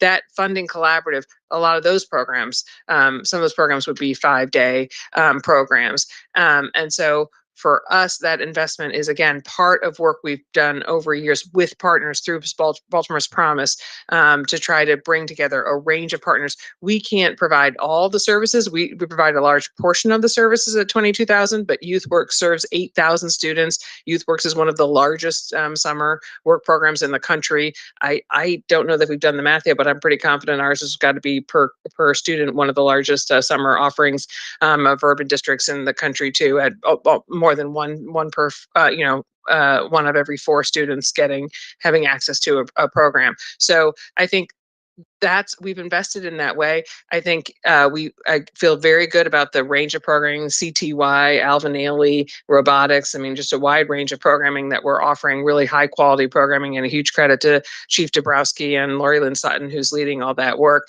and huge call out to Baltimore's Promise and the other partners who are then also offering a range of other programs to make sure that students have a wide range of offerings. The last thing I will say, I think the 4-day is really important to us, and also in terms of being aware of the wellness of our staff. This is a really hard time for staff and students. We've heard from many of our partners about the challenges of retaining teachers. You see it nationally. You see major problems with attrition of principals and teachers. We have not seen it, knock on wood, and I'm knocking as I speak, at the same level here that we've seen in some other jurisdictions, but we want to keep that going. And one key way to do that is by offering a summer programming that is 4 days. So teachers, principals can engage in that, but then also get time, a little bit time, a different schedule. I mean, again, central office is working a full week at 40 hours a week, but we do it Monday through Thursday so that people can have a little bit more time with their families and a little bit of downtime in the summer, which is really important. And we've heard from a lot of principals, and I know I talked to Lori Lynn about this yesterday. We've heard from a lot of principals that the large number of programs we're seeing in schools, the school-based programming, they would not be offering that program if it was 5 days because they need a break. And we have to be very respectful for that. And we can't do everything. We need partners. That's why we have the Funding Collaborative to help to provide the programming our students deserve. And my second question, I mean, while we're on that point, I want to just voice my appreciation for the points that you just raised. You know, we're trying to do our very best as a school system to ensure that our young people have the opportunities in the summer. I think the budget reflects that, but I think the reality that you also lifted up around the fact that our educators who are by and large providing that summer programming need a break. We do need to lean into our partners, and they've also got to get ready for the next school year. So, you know, I just want to put those critical tensions on the table and show my 100% support for the way in which the budget is structured and the way in which you guys are going about it this year. My second question does relate a little bit to the question that Mr. Justin Cute had brought up around the charter school. And obviously this summer plan is in place. So this is a little bit more to what is the intention or the plan for next summer as it relates to the communication to charters to give time for plans to be in place, right? Like what is the intention there? So, to appreciate the question, there are some programs that we've identified that are programs that are difficult for others to replicate. I think it's credit recovery. Is there another one? For English learners, there are some programs that we are offering to charter schools because we feel like they are unique programs that we need to make sure that folks have access to. You know, there is a challenge in that, as the commenter spoke about, the resources that are being used to provide programming, to create the programming, to research the programming, to look at other models of programming, to develop partnerships. That's all resources that we've kept to provide services to traditional school students. Charter schools, because of the model, and I'm a former charter school operator, they get their resources in cash. That's the way they prefer it. They want to provide their own programming, and that makes sense for operators. When I was an operator, I didn't use the central office programming because I wanted to provide programming that aligned with the programs that I was board approved to offer my children, and that enhanced that and furthered that and made sense with that. We can look at if there's ways that we can offer programming to young people, but I will just say, it is doing that in the ways, offering pay for service either at the school level or the parent level is a complex system. We don't have that system in place, and it takes resources to provide that kind of structure. And at some point, you do have to weigh are we endorsing charter autonomy so that charters have resources to make decisions themselves and invest the way that they think makes sense for their communities and create partnerships. I mean, charters can create partners too. When I was at the curriculum project, we created our own sports league because we wanted to have that for our children. You can create partnerships with other schools. So that is one of the benefits of having the resources. You can decide what you want to invest for your young people based on the needs that you have been board approved to do through your contract. So we can look at it, but it is time and resources to put a structure like that together. And we don't have systems that support that very easily at this point. I do think, though, it is important, Commissioner Coy, because you and I have had conversations about this, that I think I do want to highlight, one element of what Chief Perkins Cohen said, and that is that we will explore it, that there's a commitment. I have made that commitment, and we will look at what actually are other places doing around fee for service. What can we lift up? keeping in mind that we will be mindful of the infrastructure. So I did want to emphasize that because I know the two of us had conversations, and I wanted to be very clear publicly that is something we're looking into.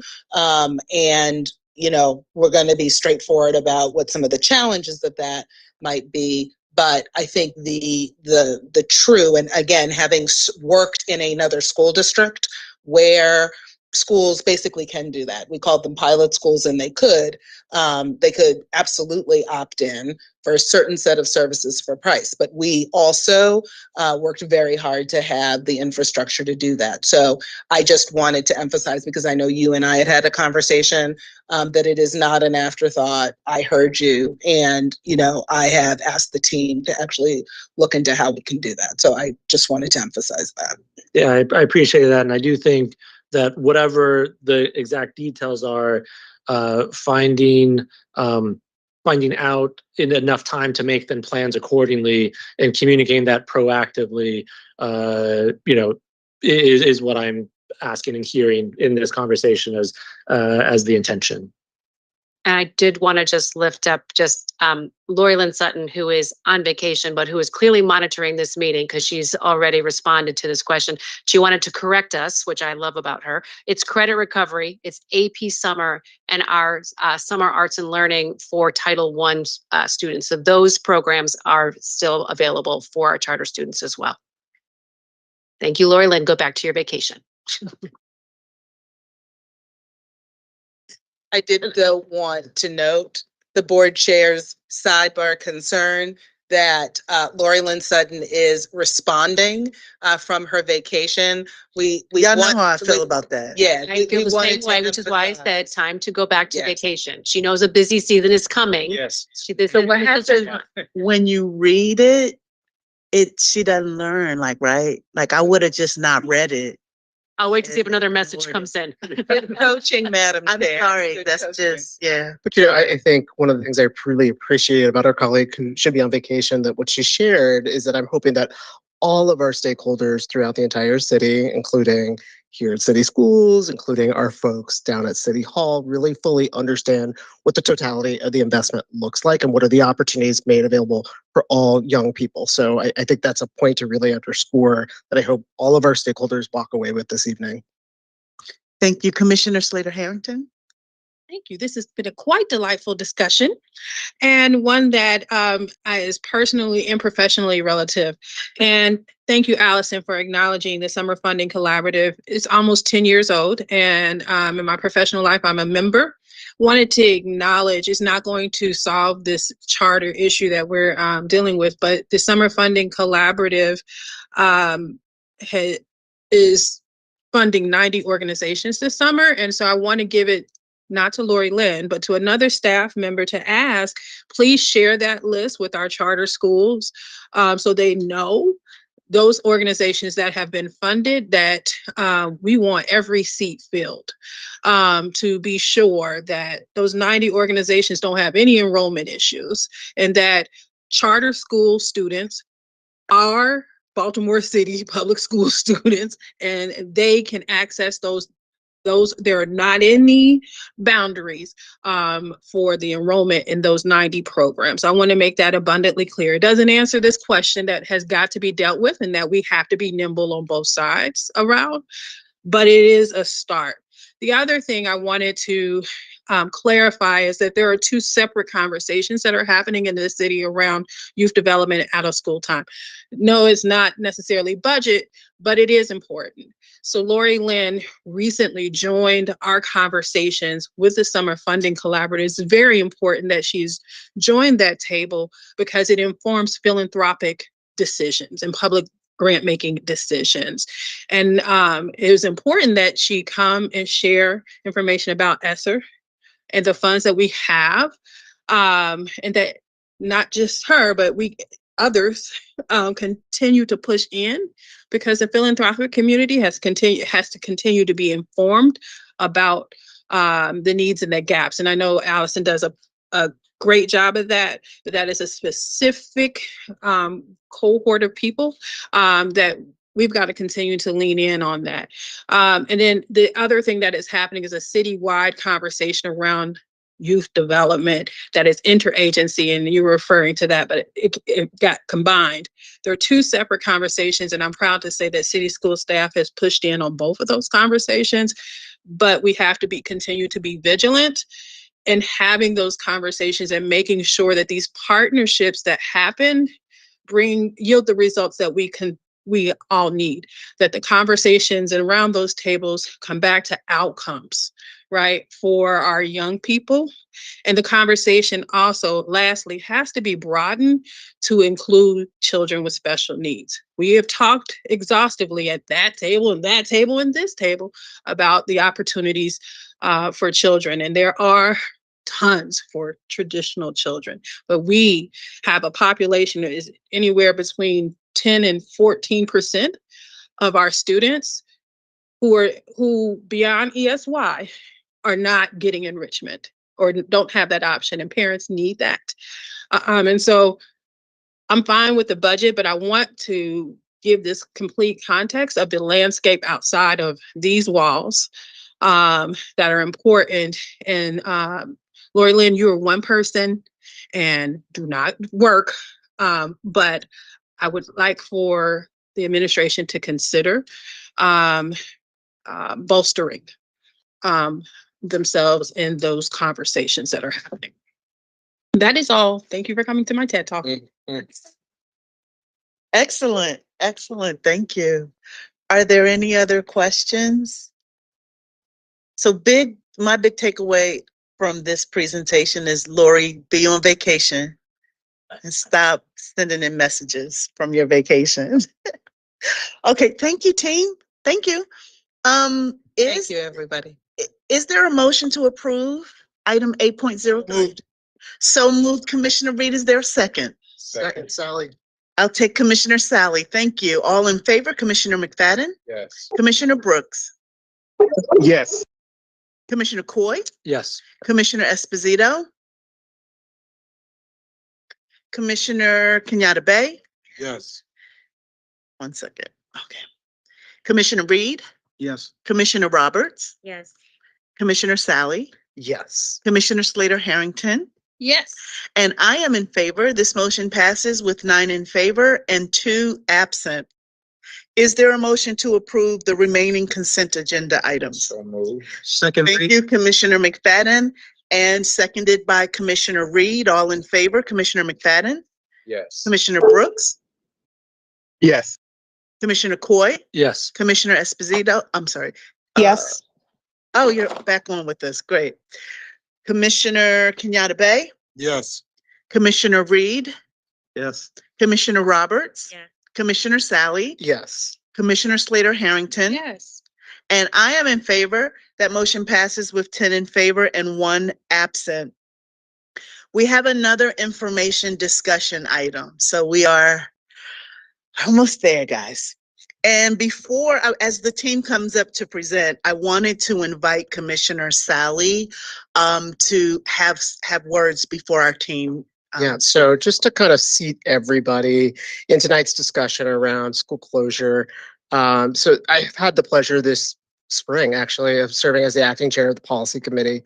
And one of the things I just want to make sure everybody's very clear on is that, we as a board really do care about the fidelity of the process of policy setting here in Baltimore City Public Schools. So making sure that the process is based on information, based on the data gathering that we need as a board to make really sound policy decisions, recognizing that some of the decisions are more controversial than others, but want to make sure that in each and every one of our discussions that we set up, very collegial opportunities to exchange information in order to make sure that our policies are in the best interest of city schools and our young people who attend city schools.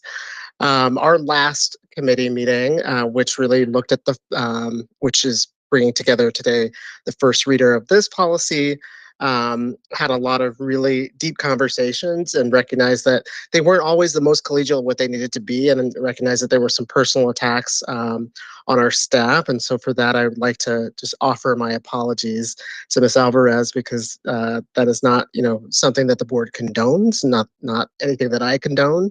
But want to make sure that you were aware that those were our general sentiments, and recognize that that wasn't what we expected inside of that committee meeting. So our apologies for that. Secondarily, as we get ready to look at this particular policy tonight, we have inside of that committee meeting had the opportunity to have that public comment. The team has done a phenomenal job of trying to take that into consideration, what you see in first reader tonight. We've seen public comment this evening addressing some sentiments related to that. Second reader, and then will be a second opportunity, and then we'll have our vote on this. And so without further ado, I just turn it over to the team, and with thanks in advance for the hard work and dedication it is to really thinking about school closure policy when it is one of the more controversial things that we have to make a decision on the board. So thank you. Thank you. And we have like a few people joining us online. So I'm actually going to, they've been, and I just want to be very thankful to them. They've been holding on for a lot of hours. So we're going to switch the order a little bit of our presentation just so that we can hear from them. First, let me introduce my team. I'm going to do a couple things just to lead into that, but I want to be able to bring them in earlier, and then we'll kind of go backwards in terms of the presentation. So just know we'll be a little bit out of order. So I'm Angela Alvarez. I'm the Executive Director of the Office of New Initiatives, and I'm joined by... I'm Lindsay Anderson. I'm a specialist in the Office of New Initiatives. Hello, everyone. I'm Monique Riley, also a specialist in the Office of New Initiatives. All right. So this policy aligns to several of the board strategic priorities, priority 3, 4, 5, and 7. Sorry, long night. One of our key responsibilities as city schools is making sure that we're doing everything we can, using every lever that we can to make sure that all of our students and our staff are in high quality, modernized facilities with the resources to support student success, that we effectively engage all stakeholders, which include parents, families, and caregivers, and students in their child's education. That's something we hold as a sacred responsibility in this work. That we provide equal access to district services and resources and to facilities to all of our students in the surrounding community, and that we're continuously working toward equity at all levels by implementing the policies and practices. I'm going to skip like the goals again, just because I want to make sure that I can go to some of the people that we have on. If you've heard this presentation in policy committee or in other formats, one of the things we talked about is feedback that we've been getting from the community. One of the things that was really important to us is we wanted to talk directly to the people who actually experienced these transitions and went through a full process to help inform not only revisions to the policy and the regulation, but also the details that don't go into that inform how we do the work. And we really wanted to understand the impact. And so we did that using a methodology called empathy interviews. They're long scale interviews. They last 90 minutes. And it's to really try to elicit the real true experiences of the folks that we interview. We spoke to people from 5 different communities. We started with folks that we had contact information from because they participated in transition committees or steering committees. But then we also had school leaders and other folks identify, and we're going to continue to do that. It's something that we are embedding into our regular reflection around this work. And with that, we have one in this meeting, 2 people who we interviewed as part of this and who've experienced transition. And so I want to invite them to be able to speak about their experience. First, I want to speak and welcome Ms. Reed, who is a parent at Marian Winterling. Her child attended Lockerman Bundy, which was one of the schools that closed. So Ms. Reed, if you can turn on your camera so people can see you, if that's possible, or just begin to speak about your experience, both before and after. Hello. I'm sorry if you can't see me that well. I actually had to go out to my car real quick. I'm at work. Um, like she said, my name is Kia Reed. I have 3 children that attend Mary Ann Winterling. My 2 oldest children actually started out at Lockerman Bundy. My 3rd son has been at Mary Ann Winterling since pre-K. The transition happens for my children, honestly, in the middle of the pandemic. So for me, it was because of personal issues that I was already dealing with. It was extremely frustrating and hard because in the beginning, you didn't really know if who the, no offense to the former principal of Mary Ann Winterland, but I didn't know her. We didn't know if Ms. Hill would be able to transition with the school. In the beginning, we didn't know if the staff would transition. So for myself and my children, it was a concern because Lockerman Bundy had become our second family. Like I told Miss Anderson, and every time that I've spoken to her, Miss Kimberly Hill, from the time that I met her, she has been an exemplary woman, a principal to my children, to all of the children in the community. And if it had not been for her, I think honestly the transition would have been a lot worse. Because again, like I said, it was Lockerman Bundy was such a family community that we really didn't know what to expect. So once we did find out, that Ms. Hill was going to transition to Mary Ann Winterland, of course, we still had our reservations because it was new. Our children had went through 2 years of being home. They had, we didn't know the community. We didn't know the other teachers. It was, again, like I said, it was a concern because it was in the beginning and middle and end of a pandemic. So it was definitely, I think, a little bit more frustrating and harder for us. But I will say, since the transition, they have been, as far as communication, I'm always in the loop of what's going on. If I'm, as far as, see, I'm here for this meeting. If they need me, I try to be present. But like I said, I understand like there was only so much that they could do because we were in the circumstances that we were at that time. But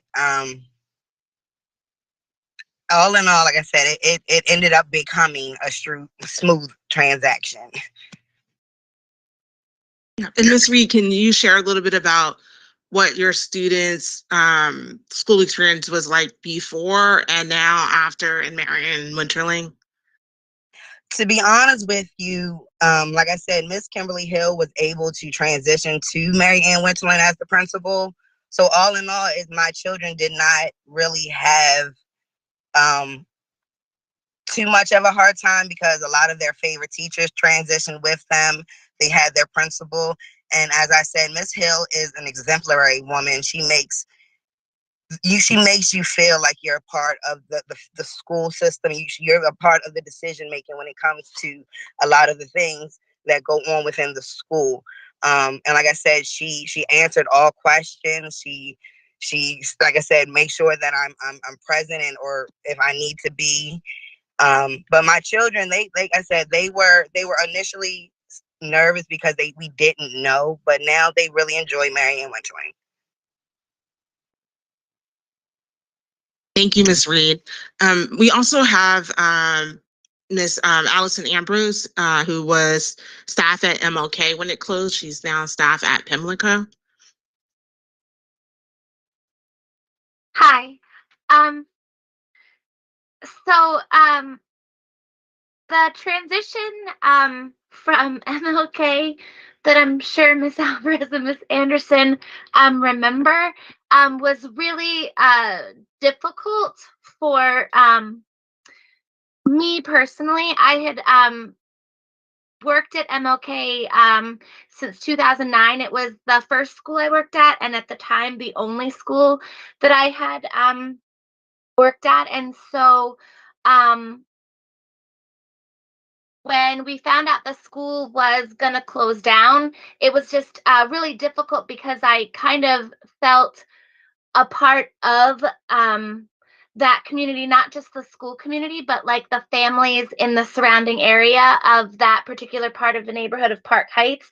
I had been there for so long. I had taught like multiple children within a family, and little brothers and sisters and cousins and stuff. And so it was really difficult to go through that time. I will say that one of the things that I think helped not just myself but other staff members was that we were proposed for closing at first that year, which I think would have been the 2019 year, but then we were allowed to have the following year.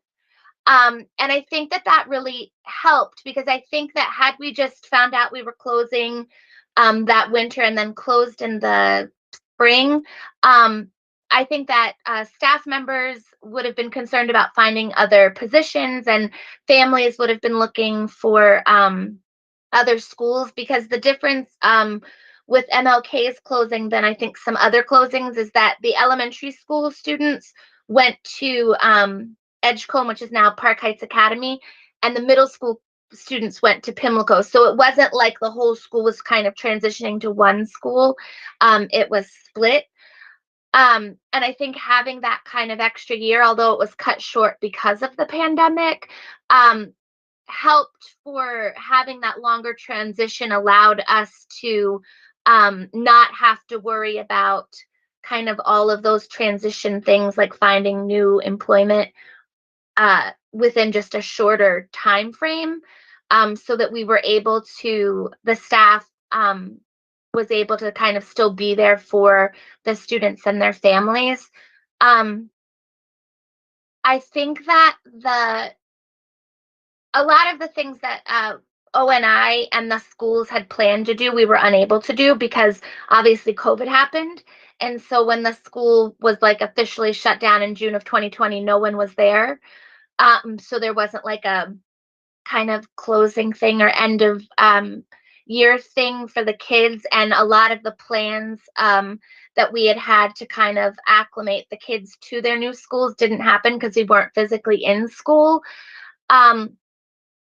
I think that it's really important in a school closure situation to have those types of processes. I know that when we did go back to school in person, the handful of middle school kids that were at Pimlico with me, they were kids who were my sixth graders the last year at MLK. They just didn't feel like they were a part of Pimlico. A lot of some of their teachers, I shouldn't say a lot, some of their teachers would refer to them as the MLK kids. So they didn't kind of feel like they were definitely a part of the school, because even the teachers kind of considered them to be different. Not always in a bad way. Sometimes they were like, oh, the MLK kids don't do A, B, or C, but it just made them feel separate. And I think that ideally, had we been able to do all of those transition activities that we had kind of planned to do over the summer, if COVID hadn't happened, that would have been better for both the kids from MLK coming in and the kids who had already been at Pimlico, and also like having a chance to meet the teachers. The only other thing that I remember coming up at the meetings with parents were that they had said that class sizes would be smaller, and that's just not something that in reality was true. So the class sizes at Pimlico in the middle school have been roughly the same as what they were at MLK. And so I know in my empathy interview, I had said, maybe don't say that, or maybe say like, it's possible, but not a thing, because it wasn't a thing. And the only other difference was, instead of just having the 35 to 40 kids in the 8th grade completely, it was my classes are about 35 kids and my teachers have over 100 kids that they actually see. So I think that it may have been harder for the kids who were used to a smaller community to feel like they could make closer relationships with their teachers who had like so many kids in front of them. So having said those kind of like not great things, one of the things that has been great about the transition to Pimlico, because Pimlico is a charter school with the Baltimore Curriculum Project, there are lots, and because it's also a 21st century school building, there is technology in all the rooms that just wasn't present at MLK, which was a really old school building. And there are lots of funds for things. So while at MLK we might have had to fundraise in order to be able to get school supplies or field trips or other opportunities at Pimlico, it's if a teacher needs something for their classroom or wants to kind of engage the kids in an opportunity, like a cultural opportunity outside of school, it's really easy for them to do that, and it's something that they always have access to. So if teachers need books for kids, boom, you can get books for kids. If you need certain school supplies, you have like a plethora of school supplies and you don't need to fundraise to do it.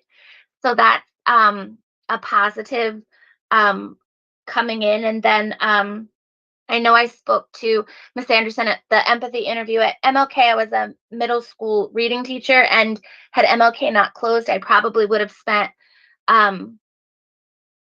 the rest of my life being a middle school reading teacher at MLK until I died.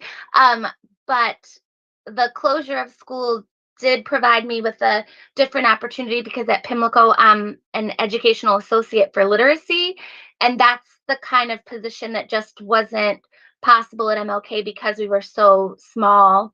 We didn't have even an assistant principal, let alone opportunities for teachers to get out of the classroom. So that was also a positive thing. And sorry, I'm just looking at my notes to make sure I hit everything I was supposed to hit. I think that's it, unless you have a question for me. Allison, do you want to share the difference in terms of student experience, what opportunities they had at MLK versus the opportunities they have at Pimlico? Oh, sure. Okay, so yeah, sorry about that. So besides the fact that if the kids wanted to do anything at MLK, we had to fundraise for it. And that's not a thing that has to happen at Pimlico. Pimlico also has a medical detective science program. And it's for the middle grade. So it's a middle school program that they enter in 6th grade. They're partnered with Sinai. And so because of COVID, they hadn't gotten to go there. But this year, the kids were actually able to go to Sinai. They've had speakers, including like cardiologists, come into the school to talk to them. And one of the really great things I think about the medical detectives program is that it's not like grade or test score based, it's interest based. So if you are a student who maybe has struggled academically, but you have a strong interest in health sciences, you don't need to have straight A's or high MCAT test scores in order to be a part of medical detectives. So it kind of gives opportunities to any kid who shows an interest in that field. Yeah, and I think, you know, like I mentioned, the opportunities for the kids to go on field trips, obviously we're kind of still just coming out of COVID. So, but any trip that teachers can kind of dream of taking their kids on, our charter operator and other funds, we just have the funds to be able to make that happen. So there's really kind of no limit funding wise to be able to give the kids opportunities to things that they want to do. We have like typical sports like basketball, but we also have, and which is something that MLK had as well, but we also have like golf and we have chess and the teachers, if teachers have interest in, like we've had a video game club, because it's kind of just, funding's just not an issue. So anything that kids are interested in or teachers are interested in, the school is able to make that happen. Thank you so much. I know it's a long night, so we appreciate you for hanging on. Sure I know thing. you have a busy day of teaching. So thanks to you and to Ms. Reed for hanging out with us. We appreciate it.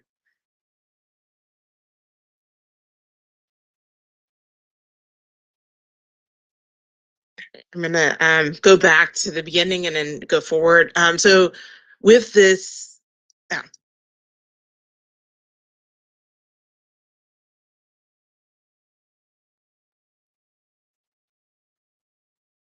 Thank you. Thank you. Looking at this on a social emotional level,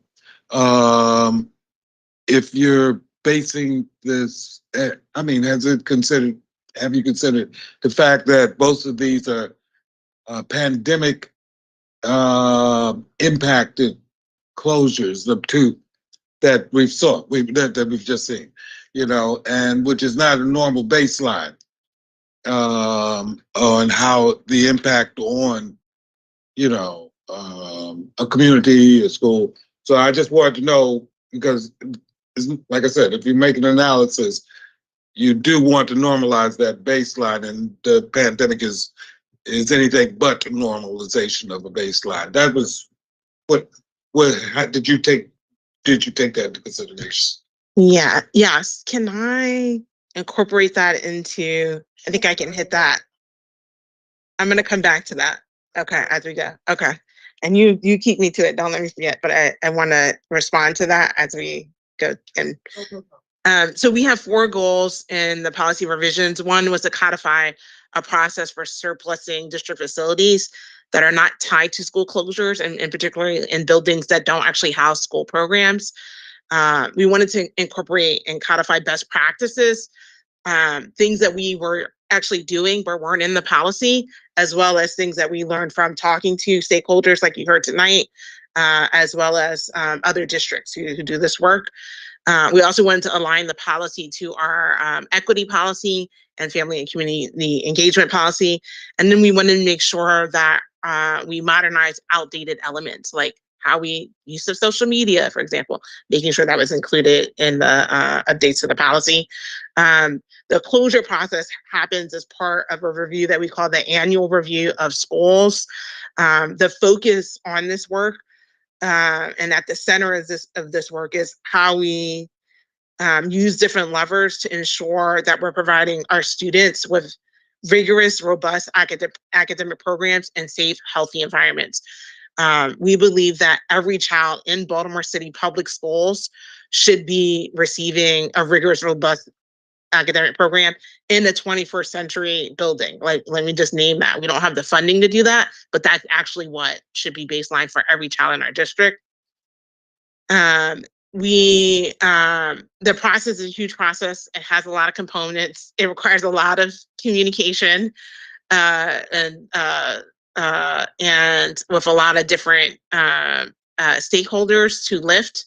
And there's many more pieces than anybody sees that our little team lifts to make sure we can do all of the meet all the legal requirements, meet all the public engagement, not just requirements, but have authentic, real public engagement, and making sure people are really clear how to have their voice heard by the board.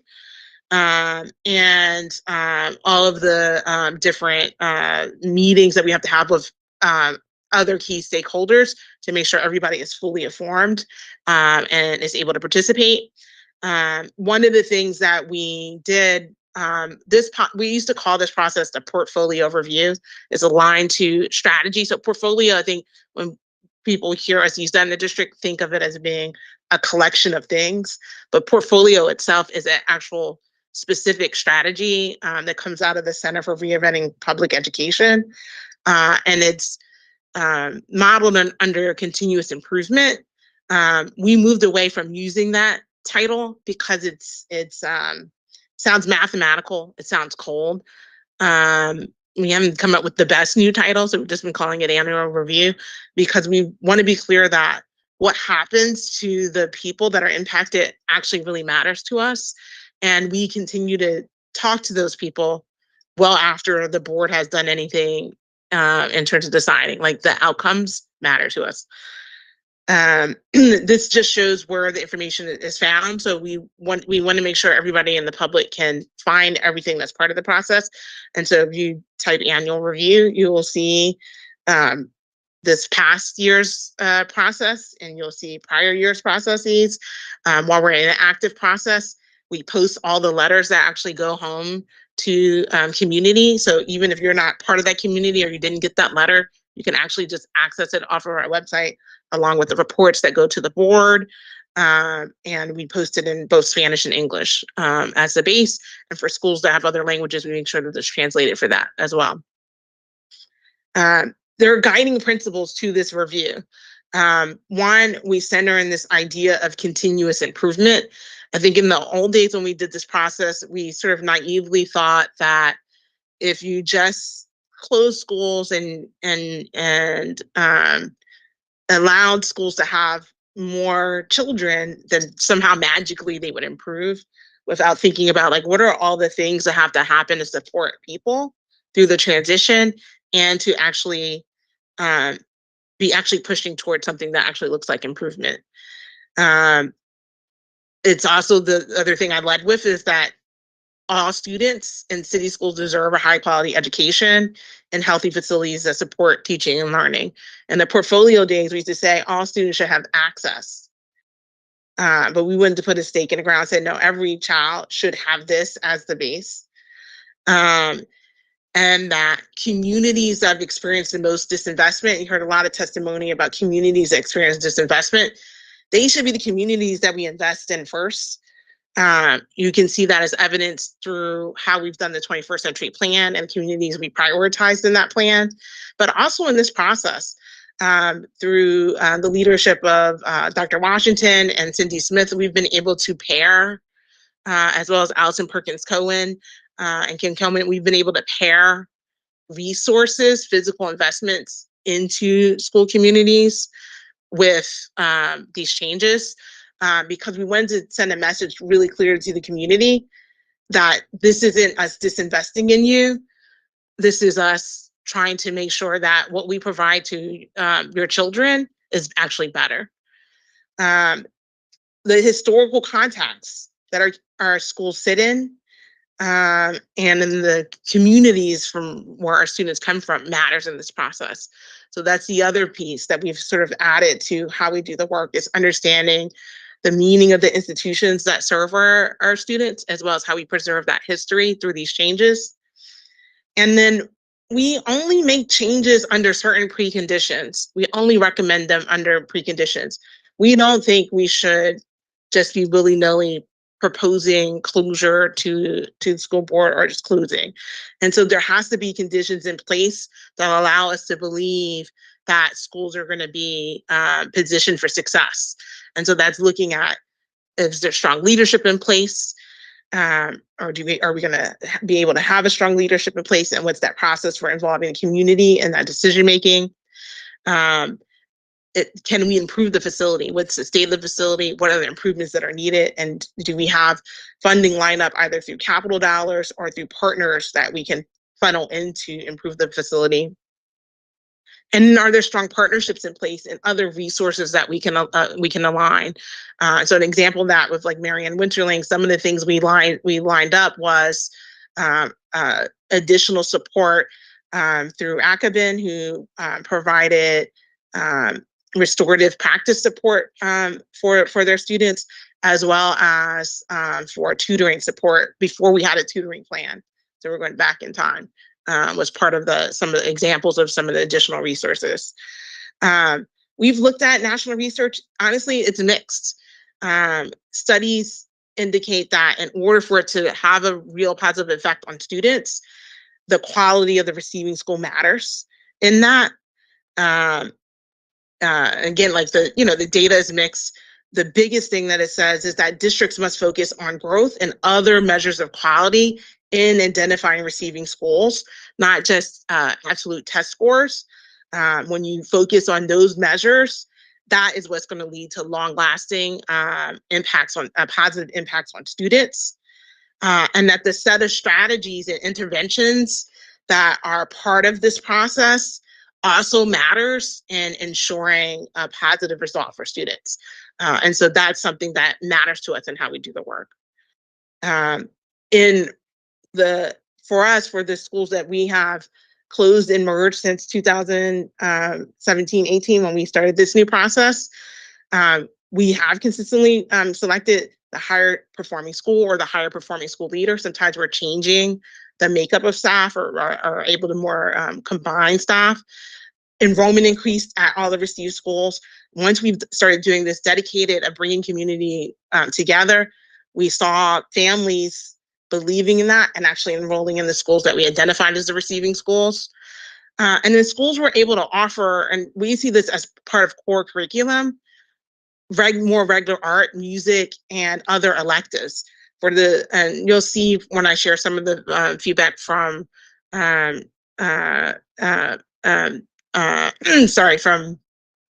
interviews with people, is that when you have a school that's undersized, they're not able to actually meet the COMAR standards because they don't have the funding. They don't have the per pupil funding to do that. And so students are getting sparse electives offerings. And then schools were able to more strategically staff for improvement. And so like you heard from Ms. Ambrose, in her former school that was undersized, they could not have an EA in her role who provides coaching. They couldn't hire coaches. What happened when we combined schools is those schools were able to add APs, coaches, and other kind of strategic supports to help staff. And that led to also, we're talking about one section schools. So in a one section school, you don't have another teacher teaching the same content, the same exact content as you in your school to collaborate with. Collaboration is essential to school improvement and to the work of teachers. It's a collaborative profession, believe it or not. And so teacher collaboration was able to happen in these schools once they combined. And they reported that there was a renewed focus on academics because you had space for teachers to collaborate and you had staff pouring into those teachers and giving ongoing feedback that leads to improvement. And then the facility, we made sure there were facility improvements that you could feel, see, and experience, that staff could feel, see, and experience within those buildings. And so we clustered improvements, and we continue to look at those schools that have gone through changes and try to push resources to them. So these are some pictures from the recent process that we are in. And so it does involve a lot of engagement. So you see students providing feedback on a playground that is being built Thursday at Franklin Square, who's getting a new playground they're combining with Stewart Hill. And so you see images of them doing that. You see us doing community walks with DOT to inform improvements to the walk paths for students. And you see us doing community events that with some of the schools with the pandemic, we didn't get to do, where students got to have fun with other students and learn dances and get to know them, and families got to get to know other students and see the school. We've been doing a lot of engagement, and we're continuing to do that process, as you heard from some folks today. We've have been able to present to CCAC once, the Charter and Operator-Led Schools Rising Board, PCAB, and the Associated Student Congress of Baltimore City, and we plan to go back to some of these groups before we come back to second reader. Some of what we learned from other districts, some of the key things to uplift from this is that the investments need to be comparable to the thing that's being taken away. I think that's something that we've taken very seriously. That comes from Professor Ewing, who wrote a book about Chicago's school closure process called Ghosts in the Schoolyard.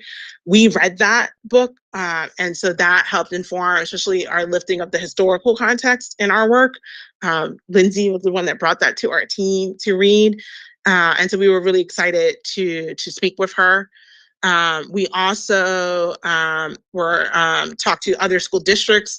And so DC talked about the importance of the role of the school leader in transition. Oakland talked about paying attention to community connectors and making sure they're involved and know about the process. Chicago talked about making sure that there was a strong theory of action and concrete ways of shepherding the work through the district, and involves coordination with a lot of teams and leveraging the whole district to support this work. And Atlanta Public Schools talked to us about the importance of making sure that we're not siloed in how we work with other offices in the work. I talked about empathy interviews. I'm gonna have Lindsay share a little bit about what we heard from some of our parents and our school leaders when we did the empathy. When we did the empathy interview, very briefly.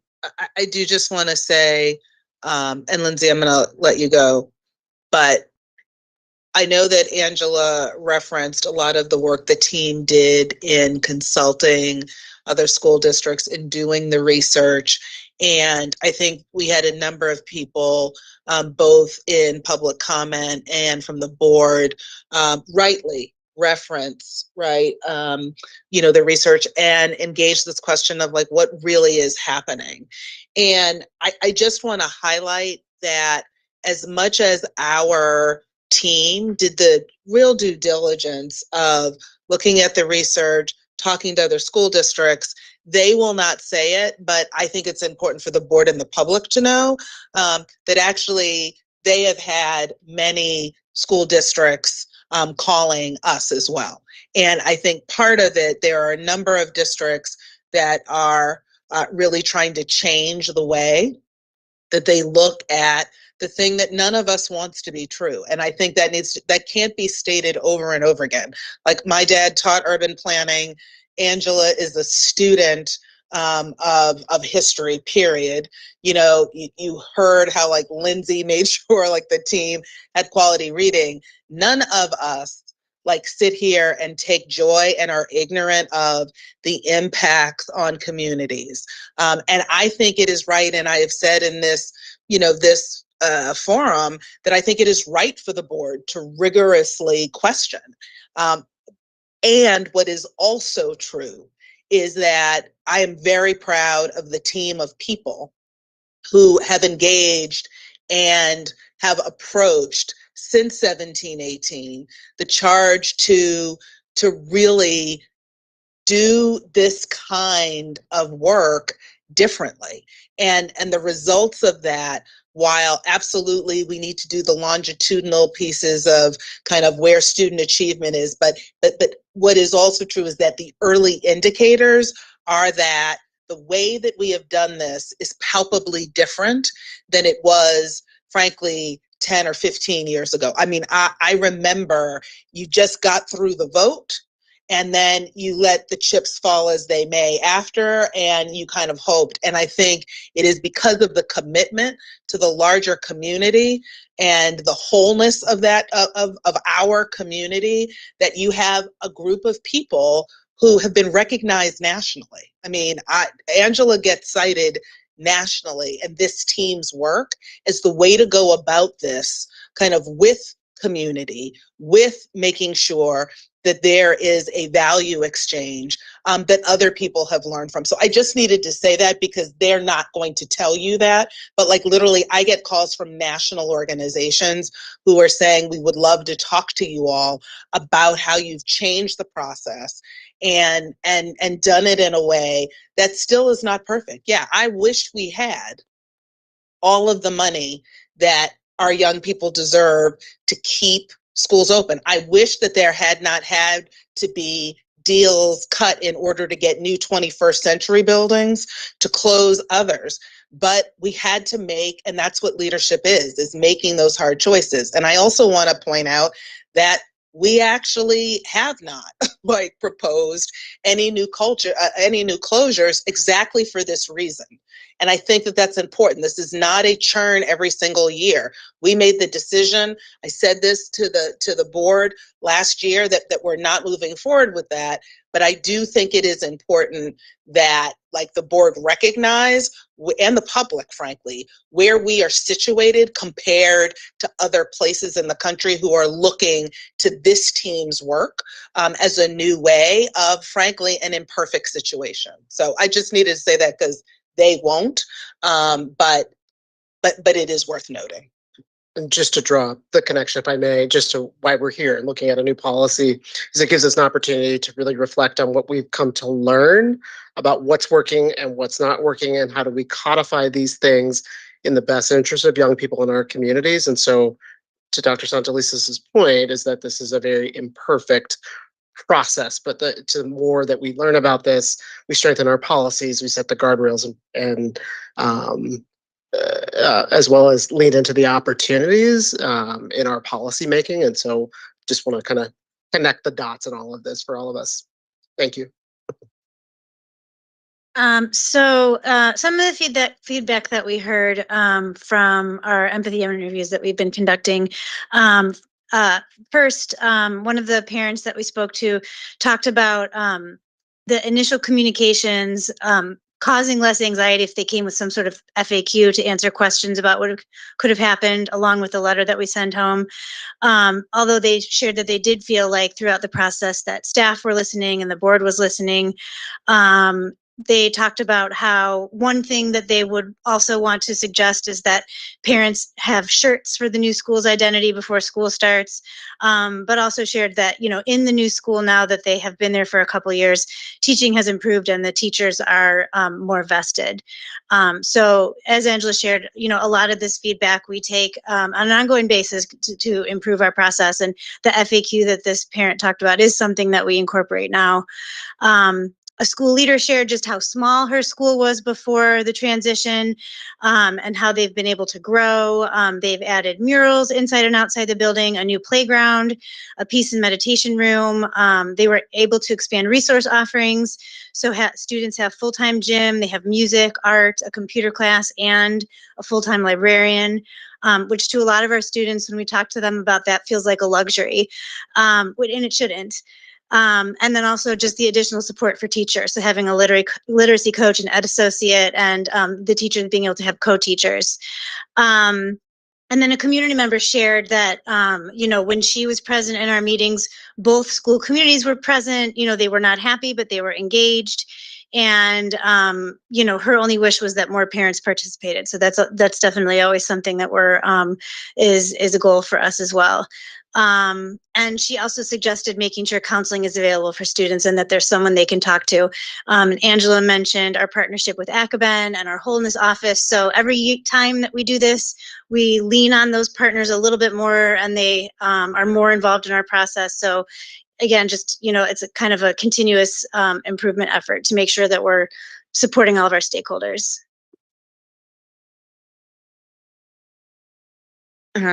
And you'll see similar feedback on this slide. Just in the interest of time, I'm going to push to talk about student feedback, and I'm going to have Monique share what we heard from our students.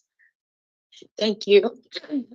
So we got an opportunity to talk to some of our younger students, but also students through the gambit. So middle school, elementary, and high school.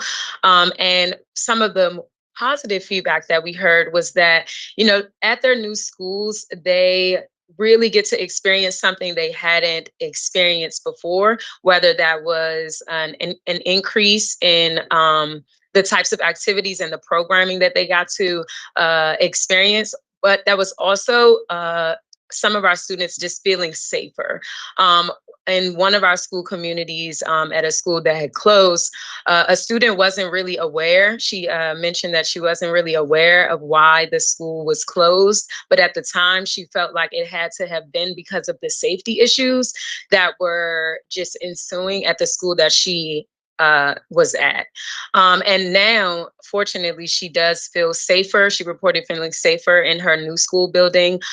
She reports that she loves the staff there. Some of our other students also reported that they thought that they would get bullied, by the students that were there and the teachers that didn't really know them. But now they have had the opportunity to connect with those students and to connect with those teachers and that community, and they do actually feel safer. Some of them did report that, I loved my old principal and my new principal. I just don't think that they connect with us that well. And so that was some of the more kind of not negative feedback, but that was just the challenge that we are faced with, to do even more in our transitions process to make sure that we're building relationships between the students, the community, families, and staff. We also heard that in our transition process as a student, they felt like there was something historical and great about being able to see communities come together and to collaborate on what new changes and what new preparations they can have for their new school community. That was a huge thing for some of our students. And to your point, some of these closures did happen as a part of the pandemic, but even without the pandemic being a year and a different type of year for this closure, students still reported that they would like to have more opportunities to connect with students, to connect with families from different school communities. And to have that opportunity during the transition is just really important, whether the pandemic, caused a break in that or not. It was just really important for them. Thanks, Monique. Yeah, and so the other thing, just talking about like the pandemic, like that was something we took really seriously. So like one of the examples, the school she's talking about, the students talked about not feeling safe was MLK. MLK was a school where that was one of our concerns. It actually was one of the reasons why we closed the school. It was a building where when you entered the building, to get to the office was on the second floor. And so you have young students entering a building that, especially if you're late, there are no adults around. Anybody could be in there. And it had a back entrance too, which is the fifth floor, is the top floor. But again, you'd be like at the gym. So again, no. And so you had a school that probably could have housed 700 kids at the time, had 200 kids in it. So you can imagine all the space. And that can allow, that does create an unsafe environment. And a lot of these, we're talking about schools that are in terrible, sort of really bad facility conditions. And so, it's like, how long do we keep young people in that situation while also not having art, while also not, one of the things Ms. Ambrose shared with us is at her other school, they used to have a practice of taping up books because they couldn't afford. I don't know if you heard, she's like, we had to fundraise for basic supplies. So one of her practices at that school was to tape books so that they had enough books for students for the next year. And so now she's at a school where she had brought that practice. This is the thing about being in inequitable systems, is that you get used to lowered expectations. Our students get used to it, our parents. And so what they mourn and what they're afraid of is like, that I have teachers in the community here that cares about me. And that's the thing that they mourn. But they don't know that they should have that and art and music and supplies and field trips in a building that is safe, in a building that is comfortable, that feels nice, that is respectful of our students. And so that's one of the things. And like students talked about not knowing what could be possible. Their teachers talked about not knowing what could be possible and going through this painful experience, opening their eyes to things they didn't even know was a possibility for them. And so I think that's an important thing. We don't talk about that enough. And while, other systems are experiencing this thing, I don't know that people are doing it the way that we're doing it. And we're very measured in how we're doing it. And so those are the things that we're balancing. So let's get into the policy.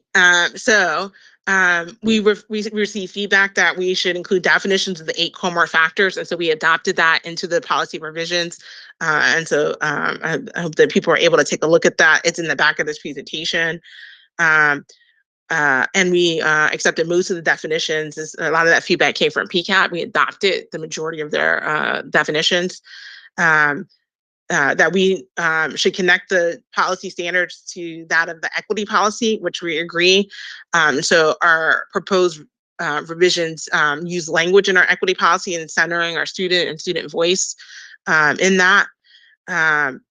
We heard this a lot, that we should require the city of Baltimore to be present at meetings on building surplus. In our initial revision, we said we would do our best to include, we had language, something like that.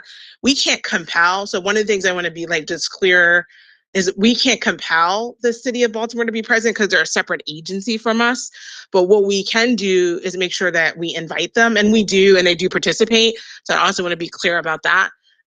So that's the language we put in the policy, is that we will invite, because we can only control what we do in terms of a mandate. But I just wanted that part to be clear, why it's not saying we're mandating their presence. The policy should include reporting to the board and the public on the qualitative and quantitative impacts of school community on closure. And so we added a compliance report to the policy. We said as available. So earlier you heard testimony about the test changing. What we experienced because of the pandemic wasn't just the test changing, so that compounded things. So we had moved from using the PARCC assessment to the MCAT, but in between, we didn't have a test. The last time we took a test was in school year 18-19, and then the results for last year, we just got late in January, which actually held up the annual review process this year. So that's what we're saying, as you just don't know, but not to shirk. We have the people we're back. The data is there. We think there should be a report. The policy should include a commitment to partner with the school leader to ensure a smooth transition. And so we codify the role of the school leader in the process, as well as in the transition committee. We heard feedback that the school steering committee should be facilitated by CEO designee with direct knowledge of the school. And so those proposed revisions are, that's actually part of the policy, but we added the requirement to include this school steering committee as part of that. We heard feedback that the school family council and community school coordinator should have a role in the process. And so we wanted to, so we added that. We also adopted that, adding the role of the school family council representatives and the community school coordinator as invited members to the steering and transition committee processes. And actually they are actual members. We're codifying something that we've been doing in practice since we've changed the process.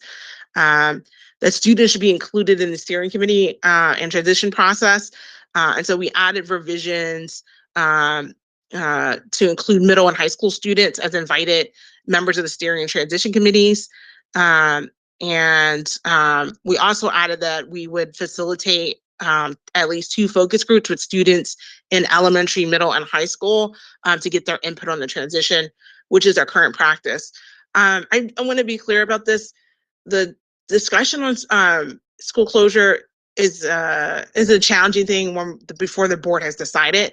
And so when we're talking about elementary students, how we engage with them very carefully with their and focus a bit on adults. We take student feedback, and so it's really dependent on parent comfortability. So we've had students as young as 8 participate actively in our transition committee. We won't turn away students if their parent is comfortable with that, but we don't think that's something we can mandate in policy. It's not the typical 8-year-old that can participate in that way. And so that's why we didn't put that in the policy, but we think their feedback is important. And that's why we do it through focus groups, so that we can be careful on how we talk with them and age appropriate in how we talk with them, but they inform our process. So I just wanted to clarify that a bit. We heard that we should align the policy with KCA, family and community engagement. particularly the piece around collaborative communication, which we think is essential to this process. And so we have adopted that into the proposed regulation changes. The other feedback that we heard, which is really important, is that we should ensure access for speakers of other language as well as for individuals with disabilities. We didn't add anything specific into the policy for that because that is a requirement. That is a legal requirement of city schools for every communication, and is something that we do. The last thing I want to share is we heard a lot of feedback from community members about the surplus building process and what happens with schools once they have been surplus.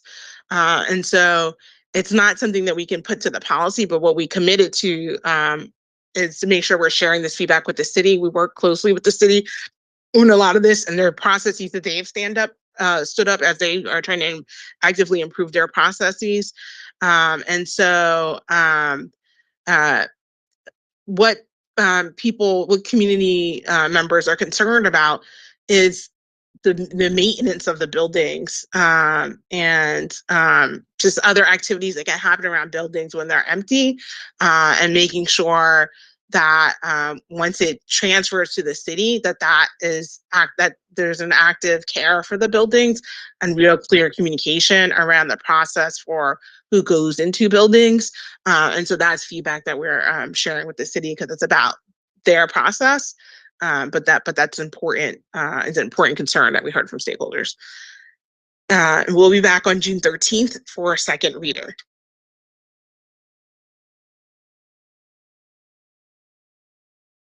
So I don't know if there's any questions for us.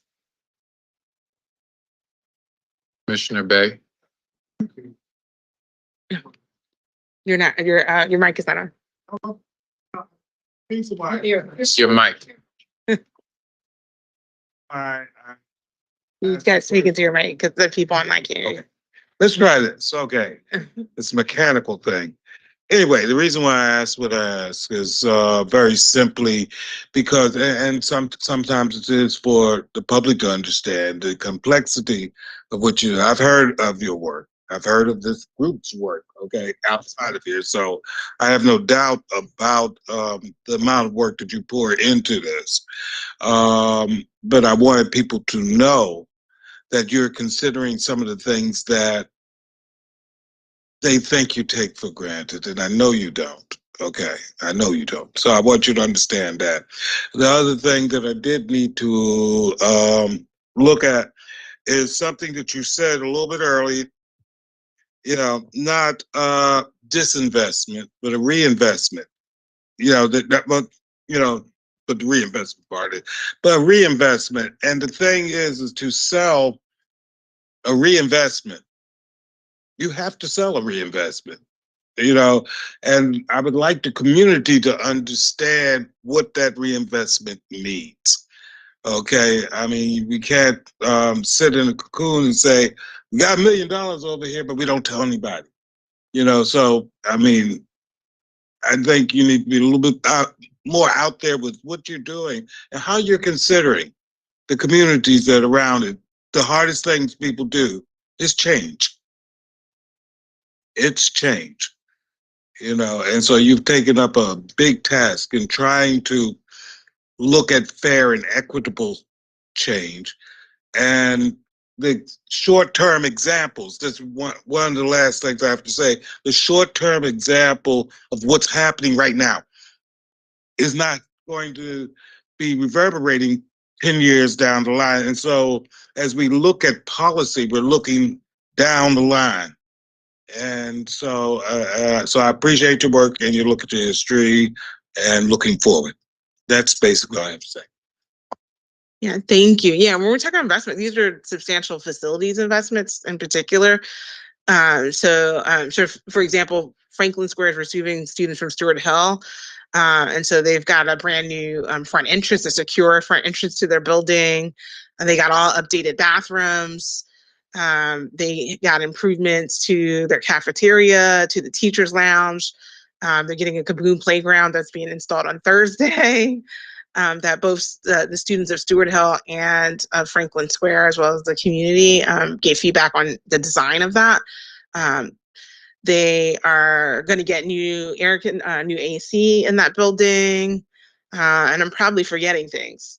So that's significant investments, and that's been consistent with the process that is paired with significant investments, and that we continue to push investments.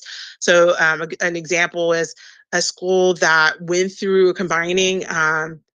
Actually, right before we adopted this kind of process was Addiston. Addiston combined with Coldstream Elementary Middle School. The elementary school combined with them. And at the time, we didn't have, that many resources. They're getting new art spaces and theater spaces now because we couldn't do it then. So we continue to look at those schools that have combined as resources come up. Because again, I mean what I said. I firmly believe that every child in Baltimore City should be in a 21st century school, and it's criminal in 2023 that we have judges and elected officials and other people who think that our students don't deserve what other students in more wealthier parts of the state have. And that's wrong. That's a big part of my work too, is helping to fight for that. We're going to continue to do that. So. Thank you for that. Thank you for it. I'm curious to know if it is appropriate in the policy or in the regulation to reference for historical context the 21st Century Buildings Program. Curious to know what you think.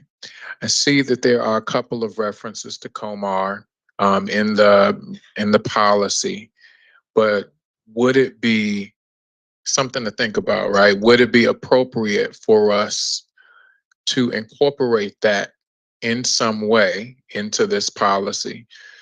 Because I think it also reminds the community and staff and commissioners as they come on and go off, some of the historical context of some of the more recent closures, combinations, in order to build these schools that we now call 21st century. So I'm curious to know if that's something that can be considered and discussed as we move forward with adopting this policy and the regulations.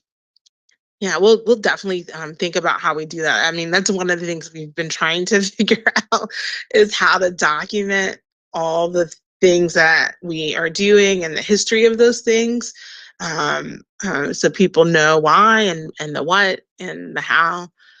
So yeah, definitely we'll think about how we can do that and what other ways we can do to preserve really what has happened. And yeah, I actually think you saying that, Commissioner, and again, I know it's late, but I do think we probably could partner with some of the philanthropic community to actually document in concrete ways. This is the most documentation on impact since I've lived in Baltimore City. We never, we would document why to close the school, but we never did anything close to that. And I think this question about within policy, how we also, wherever the board finally lands, how do we memorialize some of the considerations, the questions, the groundwork that has led to whatever the next iteration of the policy is. And it's something that, in typical bureaucratical hierarchies, we don't really do well, because it's almost seen as not important. But I think that there might be a way, and I keep looking at Commissioner Sally as the head of the policy committee, and knowing that he does that as part of his day job too, that it might be I think this discussion is worthy of thinking about a new way of memorializing within policy all of the learning and context. Again, regardless of where the board lands, I think it's still important, and it's probably worth, from a philanthropic perspective, getting some outside money to do real documentation so that the history of this kind of discussion and learnings, it's not even just discussion, which is what's so powerful about it, is that there's learnings regardless of where the board lands. There's still learnings that should be memorialized that frankly, are worthy of, because this team can't do it all. It's going to need to be somebody else who can actually come in and do that. So it's a great recommendation. Thank you, Dr. Santelises. Thank you to the team for the presentation. Can I say one more thing? There's something I meant to say when we were presenting, because it's feedback that we heard, and I also just want to be on the record about this. When we bring a recommendation, to the board before the board makes a decision, one of the biggest responsibilities we have is to make sure that the community actually knows how to get their voice heard by you. And that's hard. It's hard, to hear, the people are worried about, again, those relationships, because that's what our schools do. And so to me, I think when people see, people expressing that pain and expressing that discomfort, they say, oh, this means you're not doing good engagement. But to me, that every member of the community is able to actually testify and share feedback with the board. And so that we have, on those days, you have dedicated meetings that go 4 hours, 6 hours into the night. That to me is testimony that we did do our job right and not that we did it wrong. And so I think people think that, doing it wrong means people are going to be happy. People are not going to be happy. It's not happy news to hear a school that you love is closing. That's not happy news. There's no way to make that happy news for anybody, no matter what we do. But we have a responsibility as we all wrestle with this. I have sleepless nights about this, to make sure that that you guys as decision makers really heard directly from the community. And the length of the testimony that we have, it's testament that, and I don't usually do this, that we do that damn well.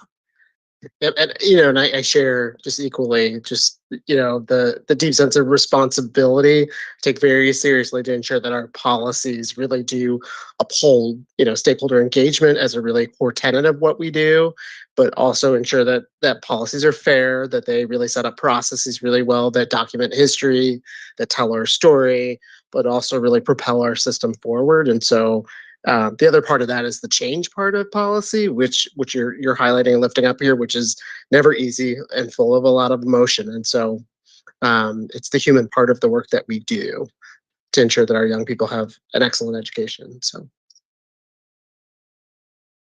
thank you. Thank you, Commissioner Sally. Thank you to the team. Thank you for your advocacy and your work. It is stellar. So thank you. Notice of our upcoming meetings. Operation Committee will meet on Tuesday, May 16th, 10:30 a.m. It will be virtual. The Policy Committee will meet the same day at 4 o'clock in the evening.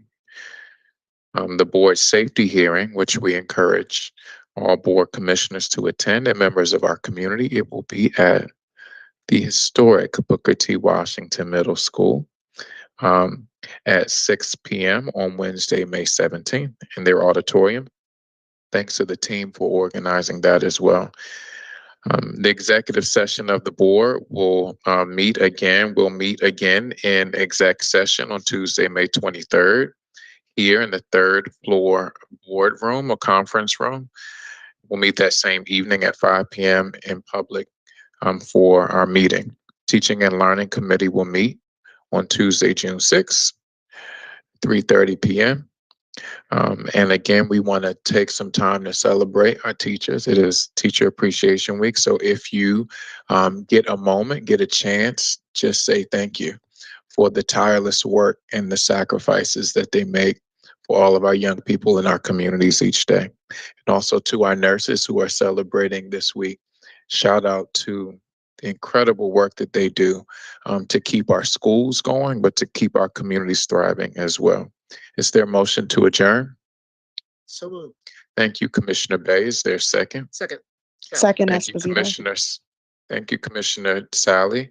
All in favor, please answer by saying yes. Yes. Yes. Any opposed? Hearing none, we are adjourned. Thank you, everyone. Have a great evening.